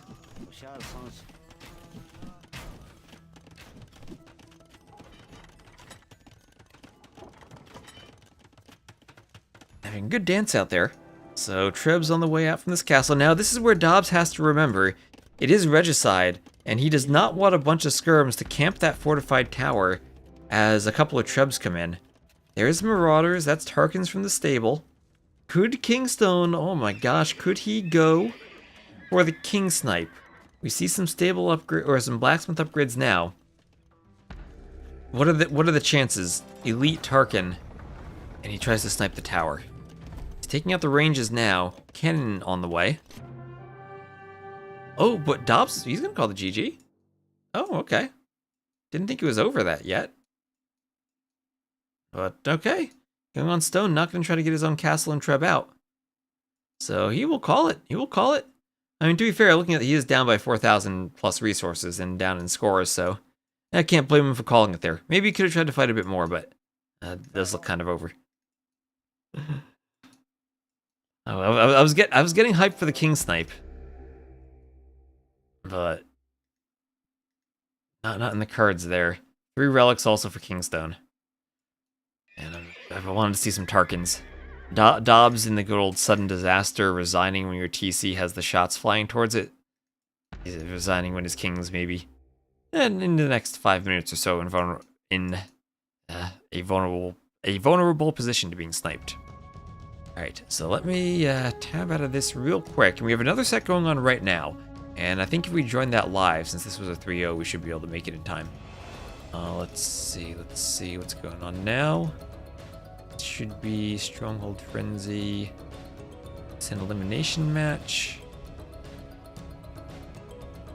What's going on?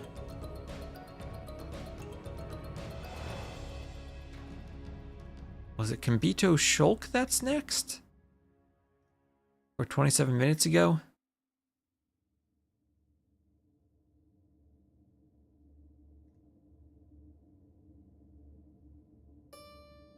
No, that's not it. What was the set that was next? It's in my YouTube description. Nice way to start the day. Hello, Tristan Sweden, 2136 on YouTube. Kambito versus Shulk is supposed to be next, Friday 20 GMT. But that was 28 minutes ago, and I don't see them typing anything in their chat. So I don't know if we have an admin around to look at that. If that's not happening, I could cast GGOut versus Matze.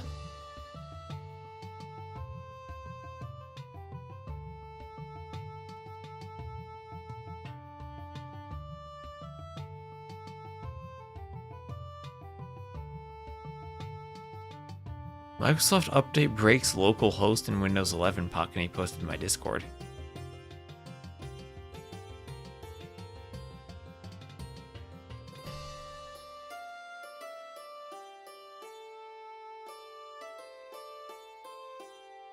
Alright, so I'm going to take a quick break and figure out what set is next. If that's not happening, we're going to cast some Rex of GGOut versus Matze. So I'll be back in a moment. Stay tuned.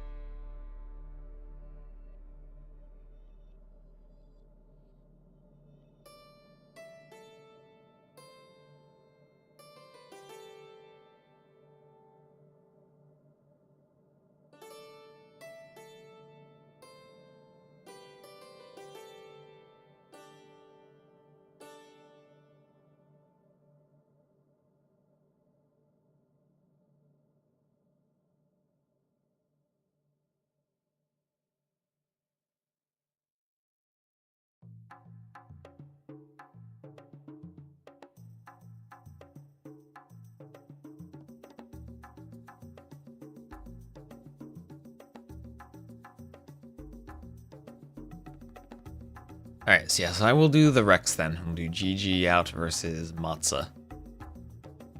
So let me grab the Rex.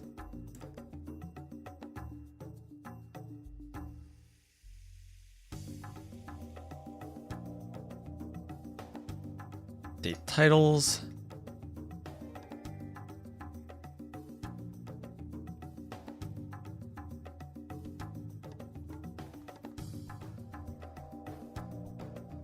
And update my scoreboard.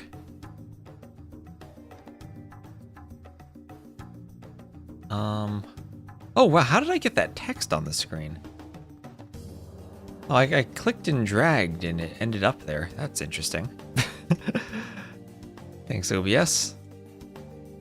This will be the elimination round. GGOut versus Matze. I have a draft here.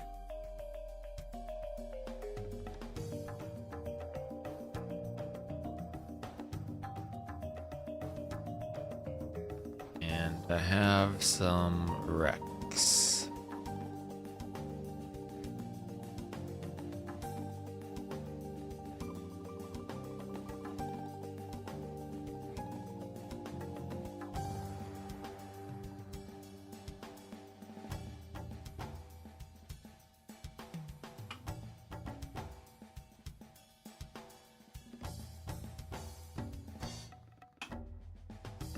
Back up here, and I think we're good to go.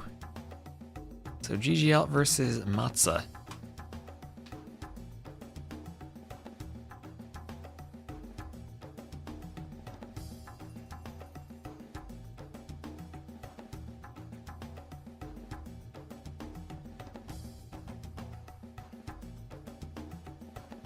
I have game 1 also on Narek.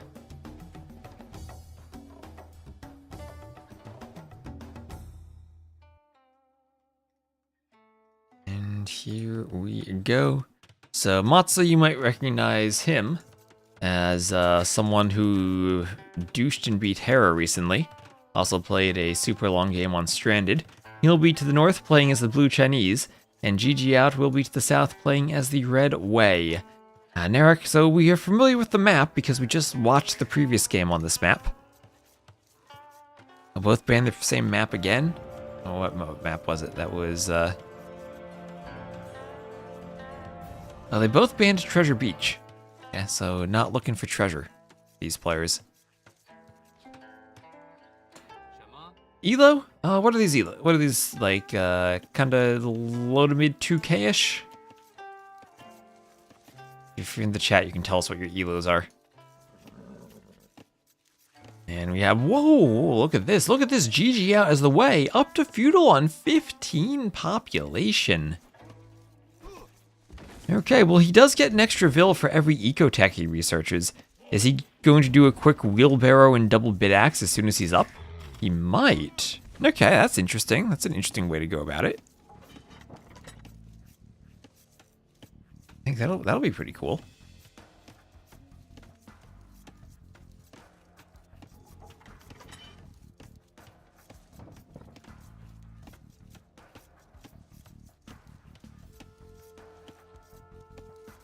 GGOut 2K2, Matze 2K1. Alright, so this is the elimination round. So you lose here and you're out. Gotta maybe not be too conservative with your civ picks. Take the kitchen sink and throw it at your opponent. Make sure that you're gonna get a win.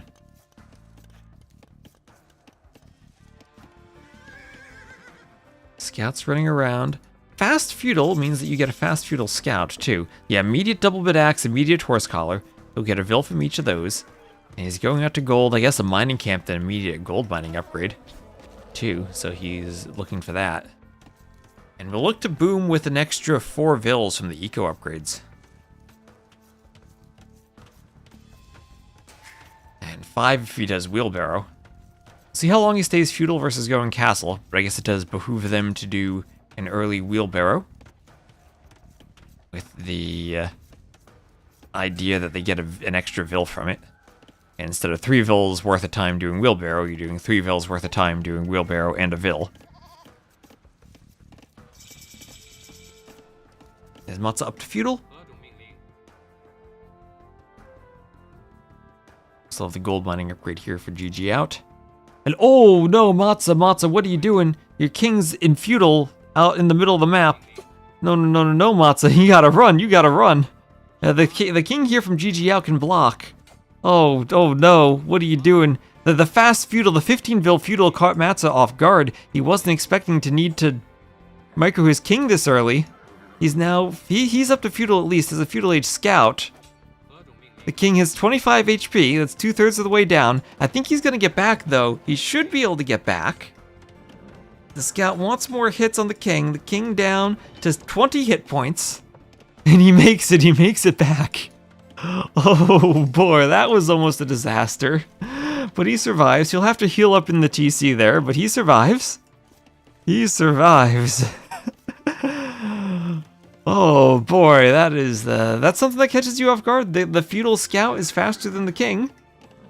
Needs a lot of hits though. 75 hit points is actually quite chunky in the feudal age. Oof, best way to get some free hits on the scout, right? It was all perfectly calculated for Matze. He was able to use his scout to get some free hits on GGOut's scout. The scout now that is down in hit points and can't garrison to heal like the king can. The king, he's gonna stay garrisoned anyway. He'd be healing all the same. Nothing different. Now the scout can do all the scouting because nothing else is out there to threaten it. And we'll have Castle Age on the way out for Matze. King regen. The king doesn't regen, but the king heals when it's within a building, same way as TCs heal any other garrison unit. Towers, castles the same way. Yeah, we see he did reclaim 5 hit points there. Fast forging have been an option?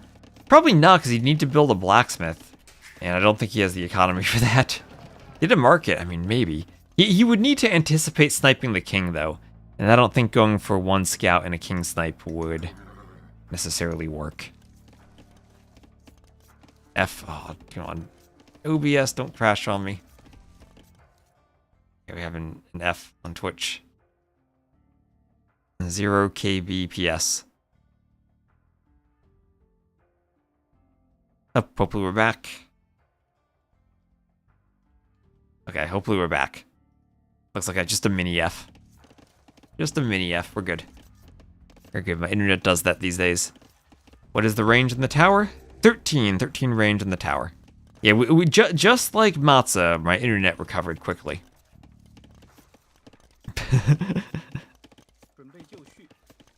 So Castle Age on the way for both, but Matze up first by about 2 minutes. Better recovery, Twist or Matze? Definitely Matze. I'm worried my internet might go down again.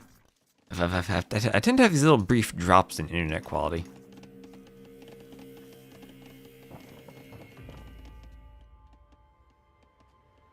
Oh, maybe Windows 11 will improve that, right? If I upgrade.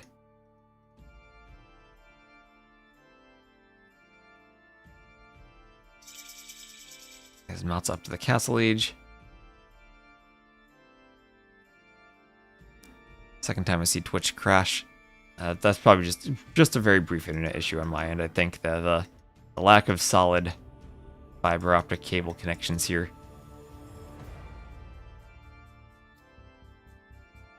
is rough.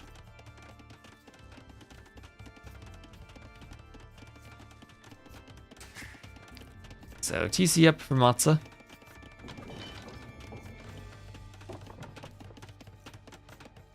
Experience so far, Windows 11 makes things worse, not better. I guess maybe I upgrade to Windows 11, then just try to dual boot with Linux and slowly move everything over to Linux. Hopefully not have to worry about Windows again in the future.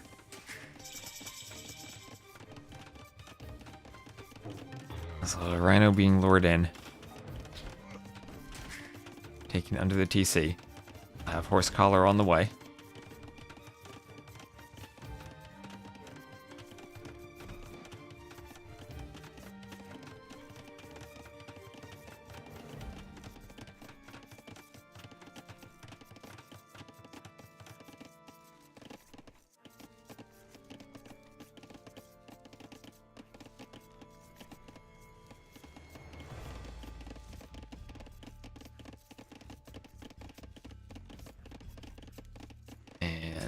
Wheelbarrow on the way here from Matze. So 3 TC boom, 4 TC boom, but scouted immediately by GGOut. This will not be a clandestine economy. This will be an exposed TC. And res collected still pretty similar. I mean, GGOut doesn't even have a Vil lead, thanks to Matze's adding in all those TCs right away. But he does at least have the Shenbei Raiders and some monks ready to patrol the map and go for Bodkin.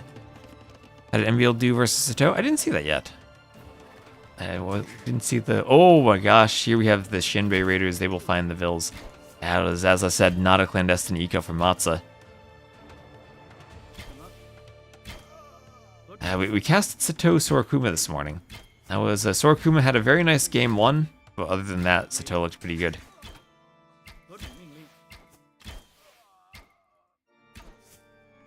And then it was, what, Sato, MBL, and ACCM Doubt today, and the semifinal should be tomorrow. So, can deny the TC. Did deny the TC, indeed.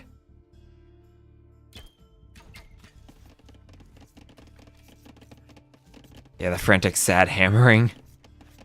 The repeated right clicks that actually slow down your building construction speed. I know I've said that in a video before at some point too, but it slows down your building construction to spam right click.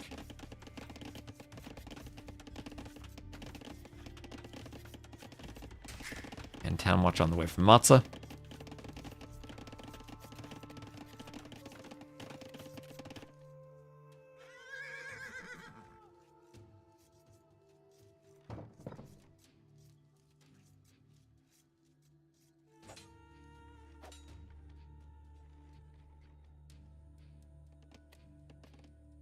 Oh, that is happening too. Okay.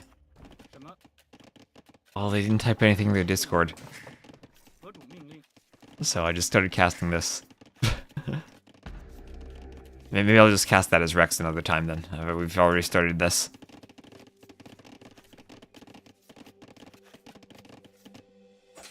And there's this poor TC out here.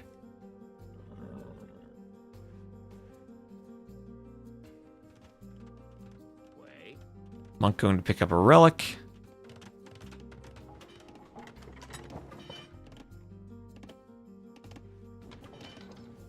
GGOut buying some wood.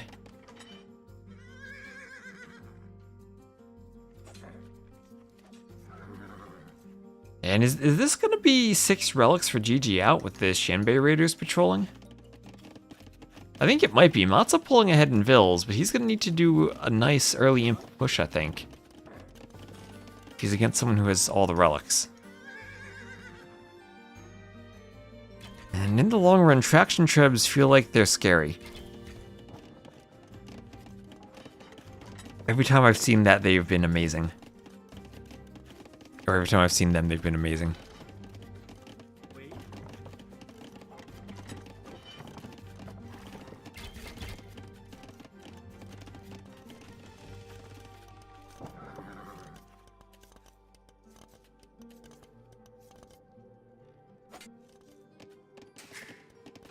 And 4th TC on the way for GGOut. University and Monastery coming up.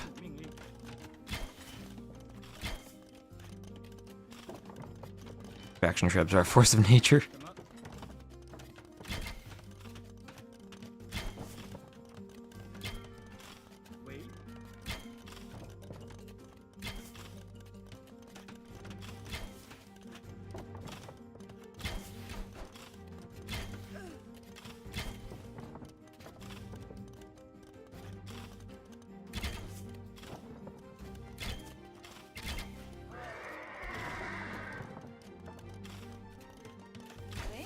And okay, the Shanbei Reader is actually delaying the imp buildings from Matze. Fortified Tower has a ton of range, but these guys will start dodging back and forth against those arrows, doing what they can to delay and pick off Vils from the University. That construction is deadly.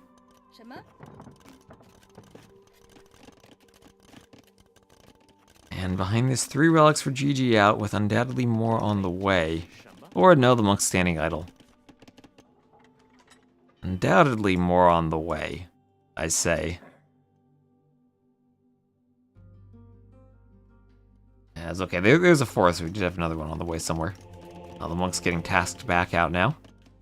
Yeah, there they go, there they go. One over here. Then one over here. These lands, I guess, can spawn in different spots.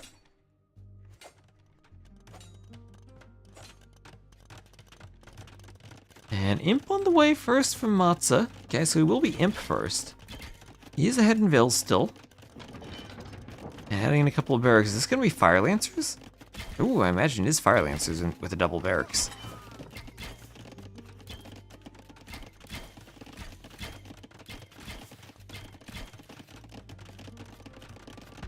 Oh, with a quadruple barracks. Okay, 4 times barracks, Fire Lancers, and a castle. Doing everything he can to build production facilities.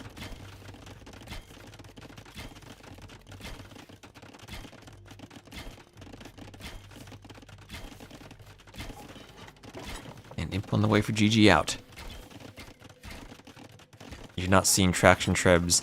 Players, I think they've realized 2 things. Is one, traction trebs hard counter monks. They have such long range and they're accurate enough that they dome monks from afar. And then they have such range that they also counter arbs. So any type of monk arb composition dies to the traction trebs. If you have enough melee units, you can run them down, but then you can combo them with something to kill the melee units.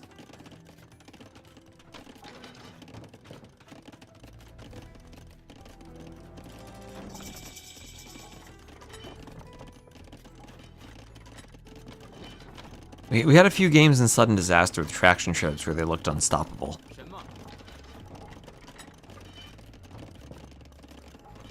Fire Lancers being pumped out. Fire Lancer KingstoNe. Look at all those Fire Lancers. The Chinese are a Fire Lancer civ now.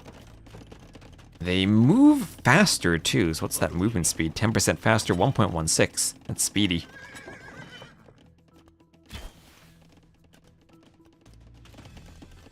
And let's see. So he does have a relic over here. Yes, there's 5 out of 6. The last was up there. I don't know if he'll actually be able to get that. Maybe it'll be 1 for Matze. It was right there next to his mill. I don't see it. Is it taken here somewhere? 5 out of 5. I don't see where that one went.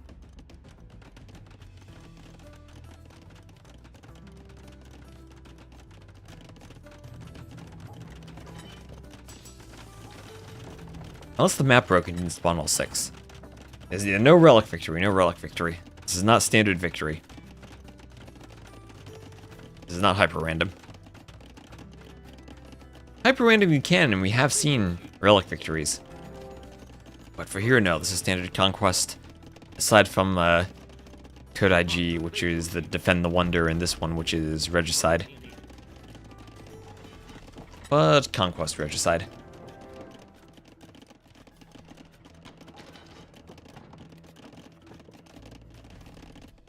I just expected the countdown. Just got dropped. Oh, there it is. You spotted it. Yes, just got dropped down there. Perfect. Thank you. Monk's dead. But he'll get that eventually. He'll get it eventually. And then have 6 relics. And 6 relics should be really good, right? I mean, he's down by 2.5k resources collected. And he's against the Chinese. But the Chinese, more of a mid-game than a late-game civ. Not really something where you look to boom and play late-game for the most part. Unless Matze understands something about this matchup that he wants to be late game. Maybe the Fire Lancers are it.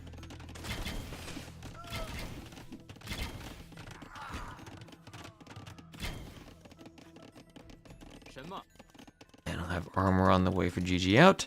Going for simply the Shinbei Raiders. Double castle on the front, and he's adding some Tiger Cav. These guys are like Jaguar Warriors, where they get more kills and then they'll get more attack.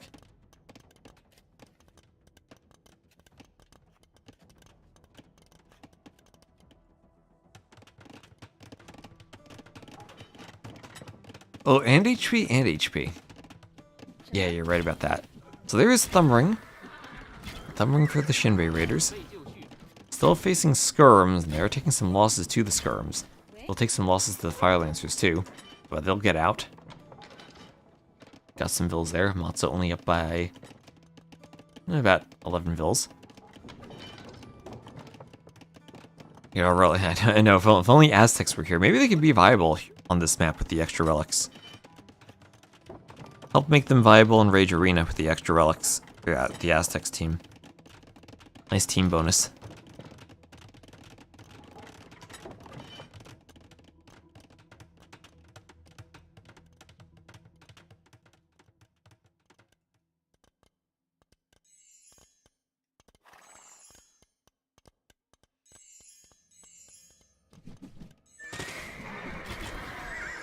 Skirm, Fire Lancer, and Treb.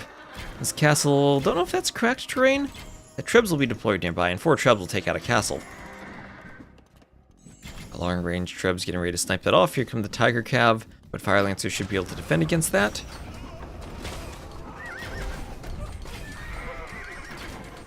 Well, let's see, are there enough Fire Lancers there? Their numbers are being thinned. No repairs on the castle, that's going down. But the Shinbei Raiders trying to take out Trebs. 1 Treb down.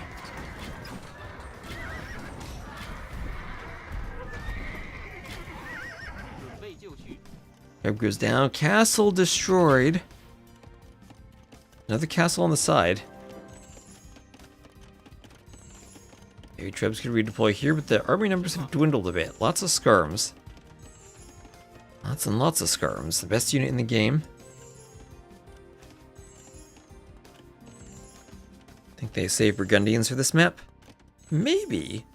I don't know if they're the greatest on this map, though. Eco, but I don't think it's like insanely better than other eco civs.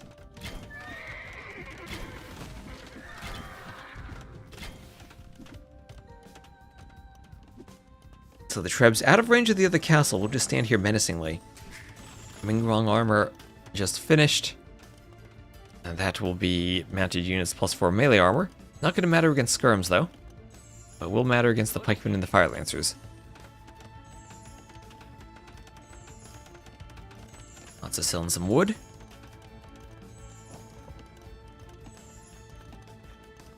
There is pikemen. Where are the pikemen? That's the question, as he adds some more barracks. We'll supplement the numbers of the fire lancers without spending gold. And time to move the troops forward, he thinks, going for the next castle. He also try to get map control and protect vills over here. These vills will go down, maybe. Immediately reacts and moves into the TC.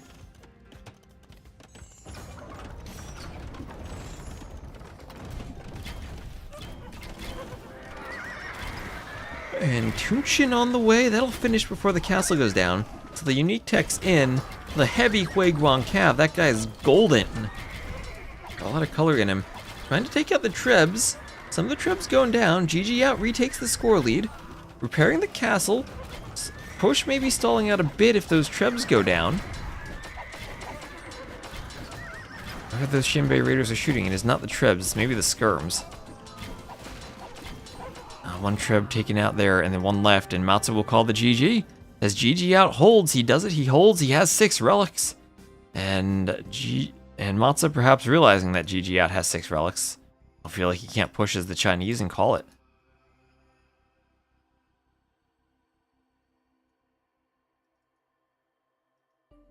And GG.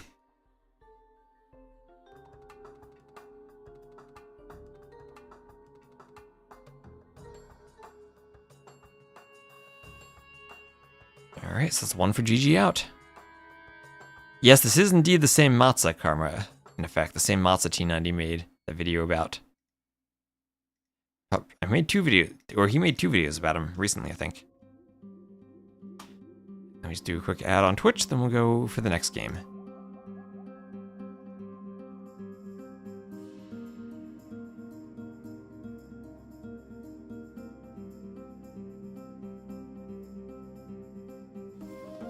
I'm sure Matze has some fans after that video.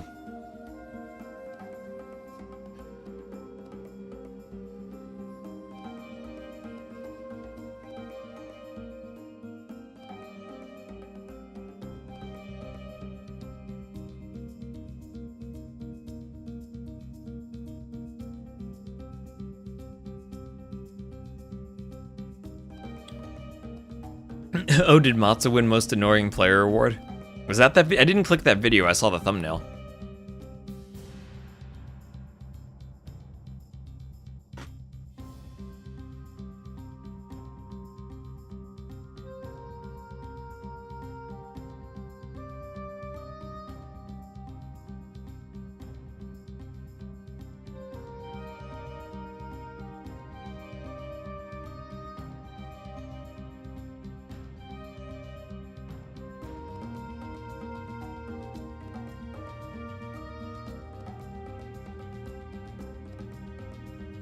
Alright, so game number 2, here we go. Sardis.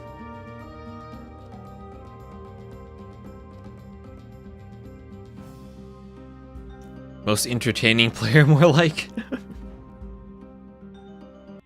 Matze strats against John Slay. Yeah, Matze plays in our community games sometimes. So Saracens Goths. Okay, are we gonna see like immediate Peltasts to break out? Will the Peltasts get the Saracens bonus against the wall? Okay, well, since we are doing Rex, I think I will maybe speed the Dark Age up a bit. Maybe put it on ×4. Since we will have a lot of Dark Ages on Sardis. And yeah, Peltast, Mercenary Peltast. Let's go. Same thing on the other side, a Hoplite right away. Do the Goths... Okay, so this Hoplite does +2 against buildings. Does this apply? Oh, he's doing some bonus damage there. Okay, gonna break out. So what are the approaches gonna be? Always amazing how well I pronounce Matze. How else would I pronounce it? Does T90 say it differently?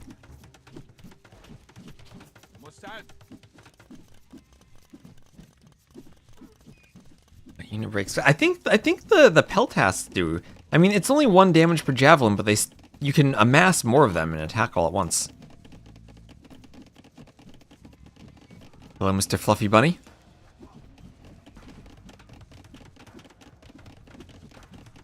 Sure, A would sound more German.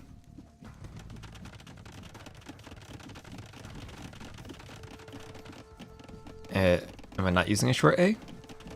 A long A would be like Matze, which is I would never say that. So yeah, Peltast here behind the hoplites. He's got a good stack of hoplites as they're breaking out, and we'll have feudal first here. Okay, now they're out. We'll have feudal first for Matze and feudal second for GGOut. Are you saying more like Matze? T90 pronounces it like Matt Z. I don't think I'd ever say Z at the end of that.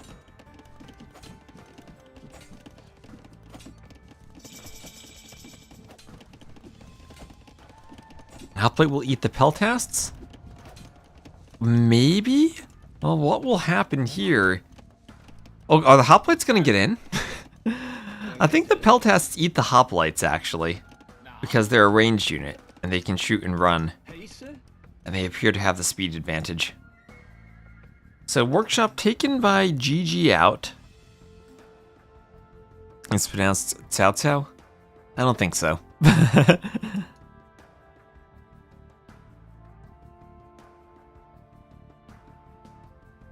Matze is always welcome to correct me if he has a preference. He's trying to wall himself, but the hoplites are there already. Keep the vills safe, and if the vills are there, I think that the Peltasts can run away, but they need to take it first. You're perfectly right. Alright, that's good. That is the natural way I would say it.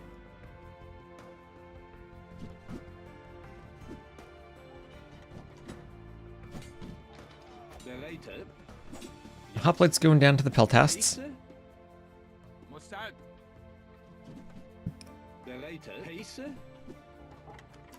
I don't know what choice is better, but so far GGOut has managed to hold on to the trade workshop.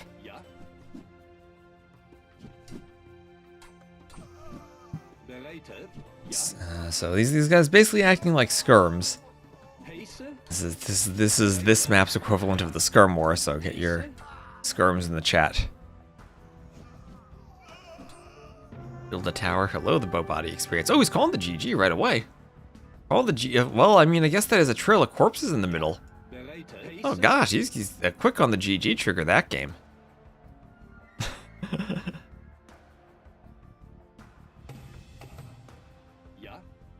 Okay, I mean, he's down by 3 vills. I guess he's just saying you have the trade workshop, you win.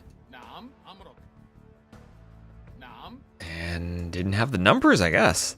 The trail of corpses. A trail of corpses is never a good sign. When he loses 1, 2, 3, 4, 5, 6, 7 corpses. But 8 to 7, he was actually ahead in KD. He was down by 1,000 resources collected, though. Maybe he could feel that.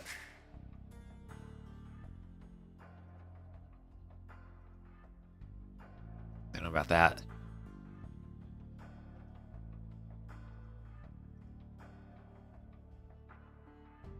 Trade workshop equals win. Might be. We need more skeletons for situations like that, so at least we get some entertainment from the corpses. And I bring back skeletons to AoE too. So that was a loss for Matze on Sardis.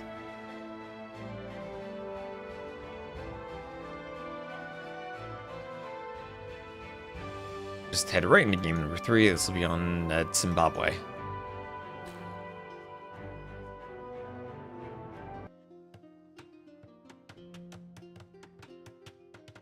And hello, Twitch user 2015. I remember Twitch in 2015. I used it back then. Like the same thing, since it's closed, we can speed up the Dark Age a bit. Love Spanish versus Berbers, a matchup where I know I've said this a lot, but I like Conquistadors here early, Camel Archers late, but I think the Conquistadors early can be overwhelming. Yeah, that's what I was thinking earlier. Maybe you get multiple workshops in the middle to control instead of just one. Slow decay on skeleton would give a nice heat map of fights. Look at that boar right by the gate. Longing for freedom. Looking at the bars of his circus prison. Staring at the outside, where the rhinos and elephants roam in freedom. And up here comes a Vil. That freedom will be dashed if the Vil lures them. Use the Nota K mod to look at the dead. That's the thing too. I'd like to have proper skeleton graphics though.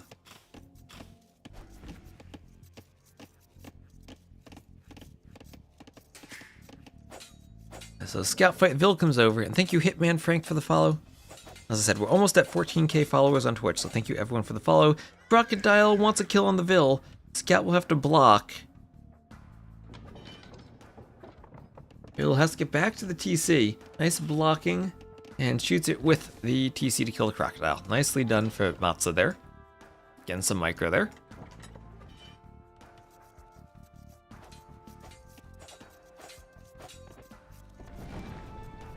Line goes down, and we'll see a weak Vil luring the elephant.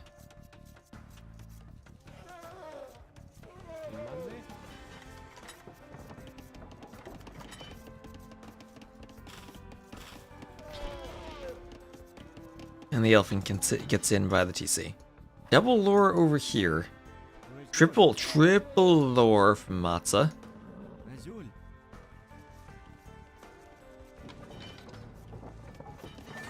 And gets one of them in, but loses the scout. Bills get the rhino. That rhino decided it was gonna stick around for a bit. Low HP scout, so it can't do much else here. Yeah, T90 has some videos about Matze. He is indeed a creative player, to say the least. Automod doesn't like calling him a crazy player, apparently. Doesn't realize the compliment being bestowed upon him.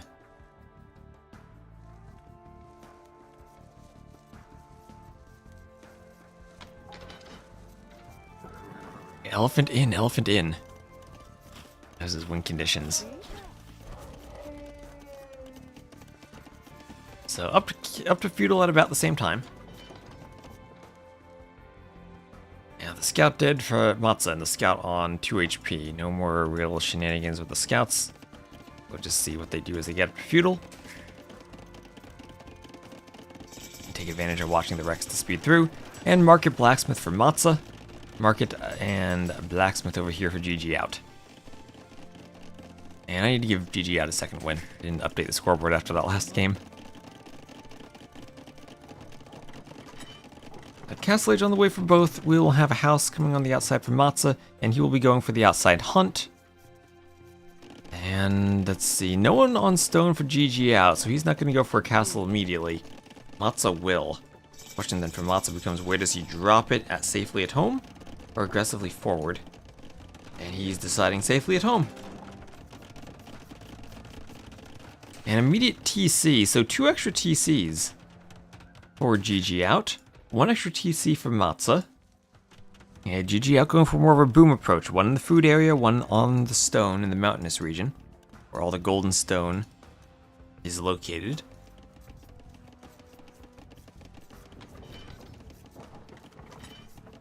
Hello, Paradox. And it's Camel Archer time. Camel Archers.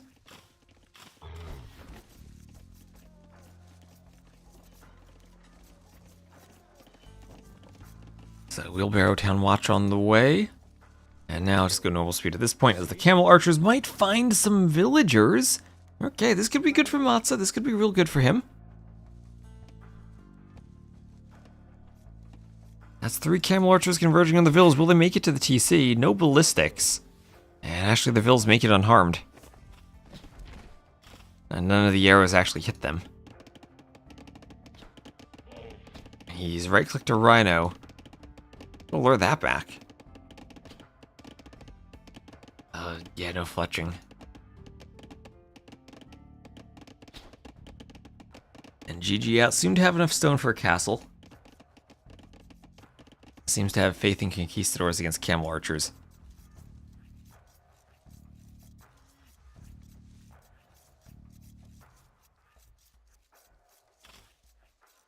to lure the Rhino over to the TC with the Camel Archers. I like the Realm Scout. And then throw down a workshop. Look to pressure in the south. We'll have a defensive castle in the middle from GGOut. Protecting some gold and stone reserves.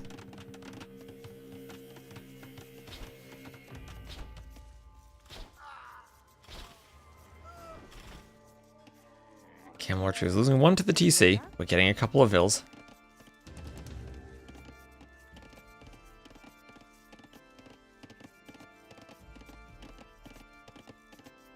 Oh, thank you also, Wolfblood Knight, 2 minutes ago for the follow.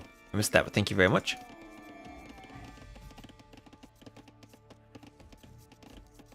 Glad to have you all around here. GGOut buying food. Mangonel rolls forward and hasn't hit the TC yet, but will be attacking it. Have to be careful adding in farms when you know that Mangonel's out there. Not a safe spot for farms, and he realizes that and deletes them immediately. He is farming on the inside of his walls. It will be much safer over by the upper TC. Not underneath the siege workshop.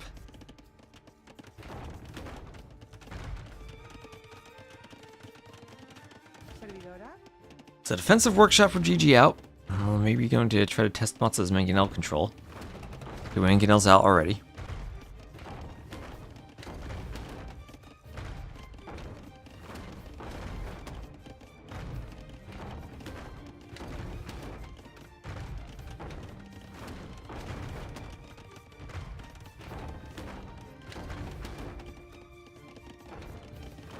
And continuing to besiege the TC. So, good Vil lead now for GGOut versus the 2 TC play for Matze. Mangonel comes out. What can it clear? 1 for 1.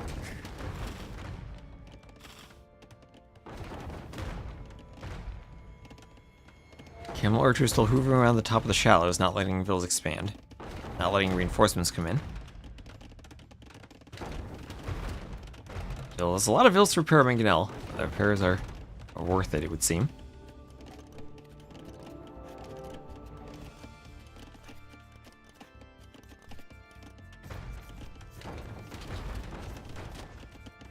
Unchecked growth. I don't know if you can say unchecked these days. Just giving technologies to a lot of units is kind of unchecked their growths. And forward University to complement the workshop. Matze nowhere near going up, but wants the University, probably for ballistics for the Camel Archers against Conks.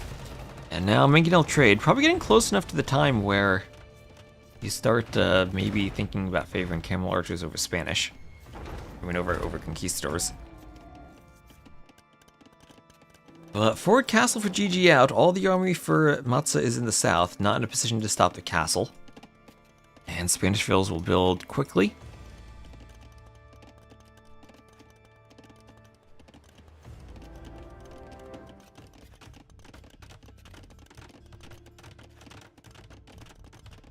Yes, they do get an attack bonus against conquistadors. But the conquistadors have such a high attack that they're good against Camel Archers in low numbers anyway. High numbers when ballistics is in. I think that's a different story, and ballistics is in now. But maybe the Conks will still dominate. Or maybe GGOut has another plan other than Conk that'll work.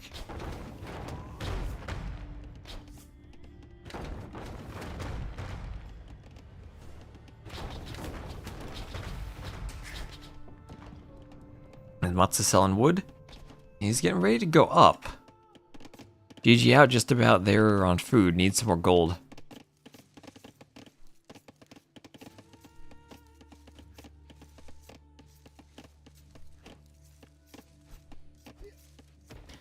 And the TC does go down. Castle drop here though, gonna let Conk start hoovering around in the eco. TC now added in again from GGOut to the northeast. Score is still flipping back and forth, it's a really close game. And the conquistadors need to find some damage sooner rather than later. Otherwise, it's just kind of a waste to make conks. Yeah, Camel Archers require so many upgrades, whereas conks just come out. And when you don't need to spend your TC time on upgrades, you spend your TC time on Imp. Imp on the way for GGOut, okay. Camels, maybe the mobility needed to keep Matze trapped? Here come 3 Mangonels, this'll be some micros, this'll be some micro from GGOut.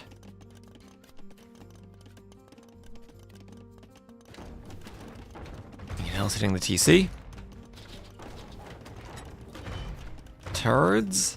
No king snipe though, so petards, they can get you in the base, but they won't give you much value from it.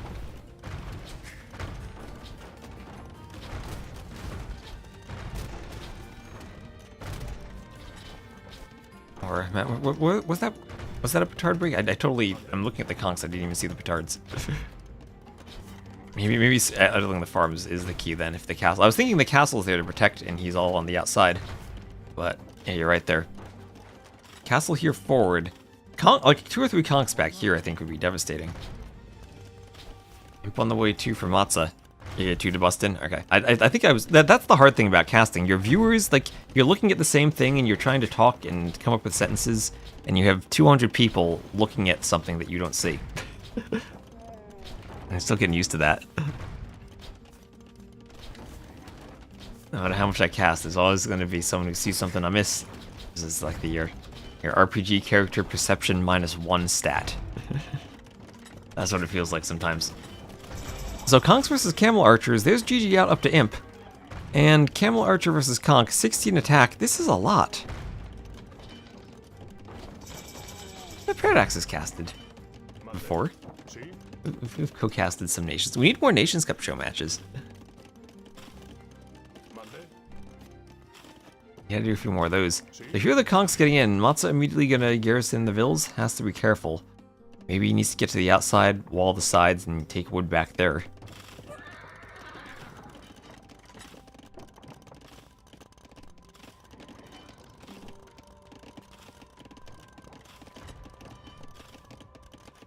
Never a waste to make conks. That is very true. So the trebs are popping.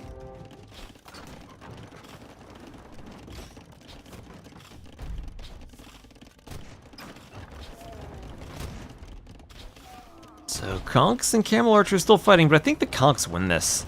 I think conks just win straight up fights against camel archers. Camel archers, they have ballistics, but they still don't have enough upgrades to fight this. Even with it's weird, even with a bracer, they don't have upgrades to fight this.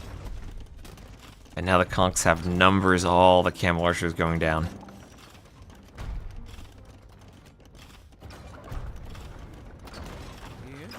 So Treb fight on the way. This will be a downhill castle from GGOut, but he has managed to pull ahead by 10 vills through all the TCs he's been making. And he will keep his Treb alive and pull back. You'll lose this castle, sacrifice that, but bring the Treb back.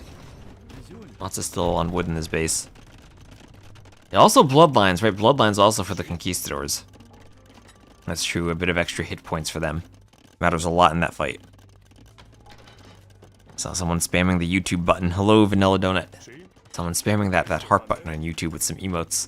I still don't know what that does, if it affects the video performance or anything, or if it's just for you to spam it. TikTok has one of those too. I don't know if it's useful or not from what I've seen. I've seen that on Bean Dip's stream.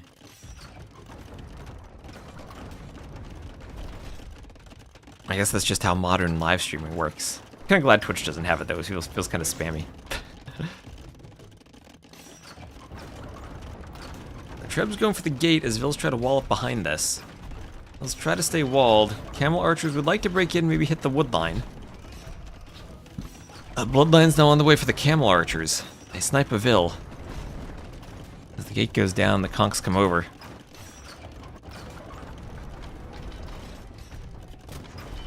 More hearts means more dopamine.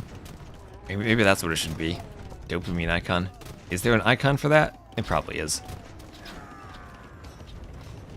I've probably seen it in healthcare software years ago.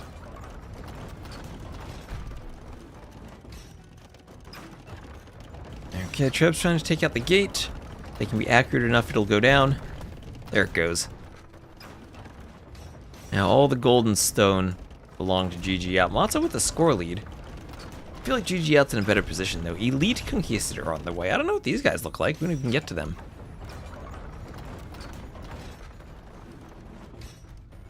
Elite Conquistador.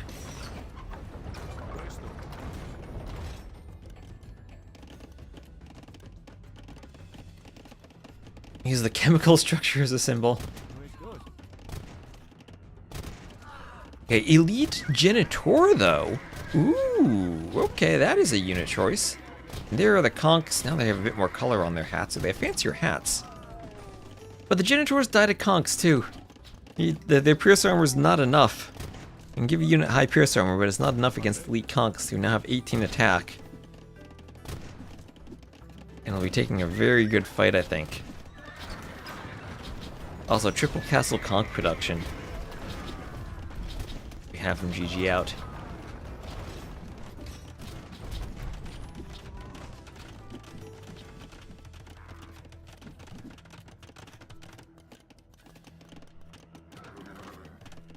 Yeah, at least he has a trash unit that can fight this. Maybe he should have gone pure Genitor instead of Castle and Camel Archer. I guess Genitors are less general purpose and more specialized. Maybe would force GGOut into another unit, but at least that's forcing him into another unit that's not just Conks.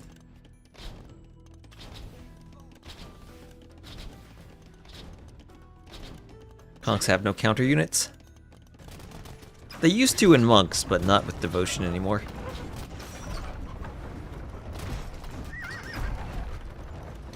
I still think Plumed Archers, if you're the Maya in a fortress situation with one castle, you just spam the unique unit.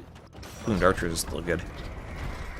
But it's kind of the same situation that you need to stall and get upgrades. So is this a big enough army to push this, or is Matze gonna just lose Trebs again? It looks like he's in the business of losing Trebs. Yeah, I mean, Archers and Skirms can do it, but then you're not really making a powerful raiding unit.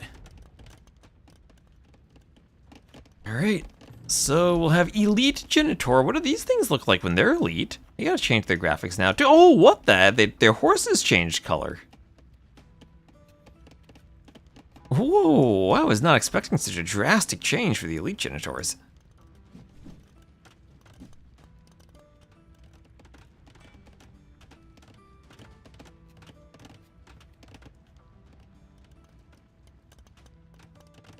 Another castle down on the side for GGOut. He is up by 30 vils, or 25 vils. Elite Kongs can come down here. They are elite, yes. Like a total war upgrade.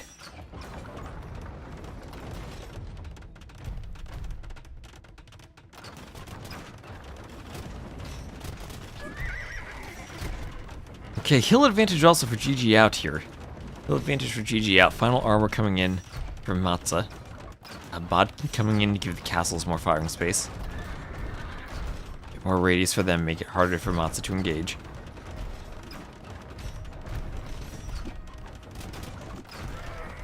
Even if they don't affect the Kongs directly.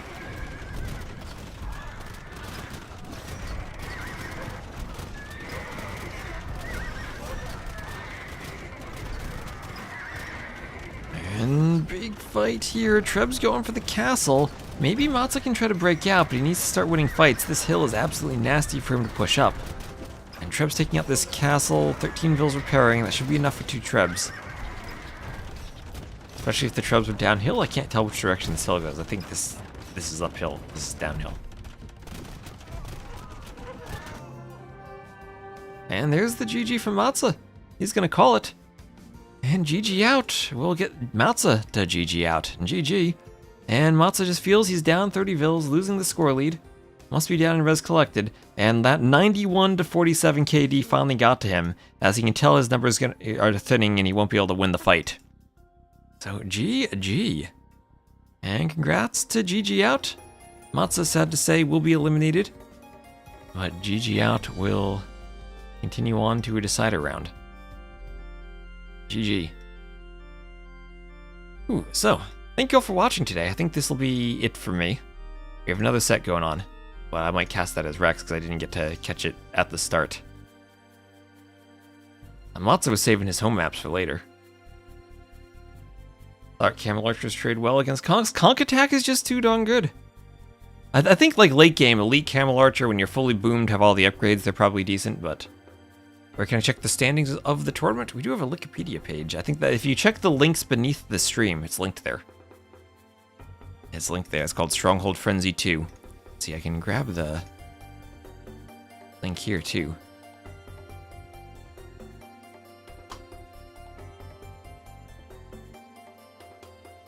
Yep, there we are. Paste it in the chat. So thank you all for watching. I'll end on YouTube and then raid someone on Twitch. So I will see you all later. Does Spain need a small nerf? That's a good question, Tristan, and maybe they do. For conquistadors at least, but conconks have been nerfed in the past. Maybe they just need to lose devotion on them so monks are better? I don't know. Anyway, see you later, YouTube.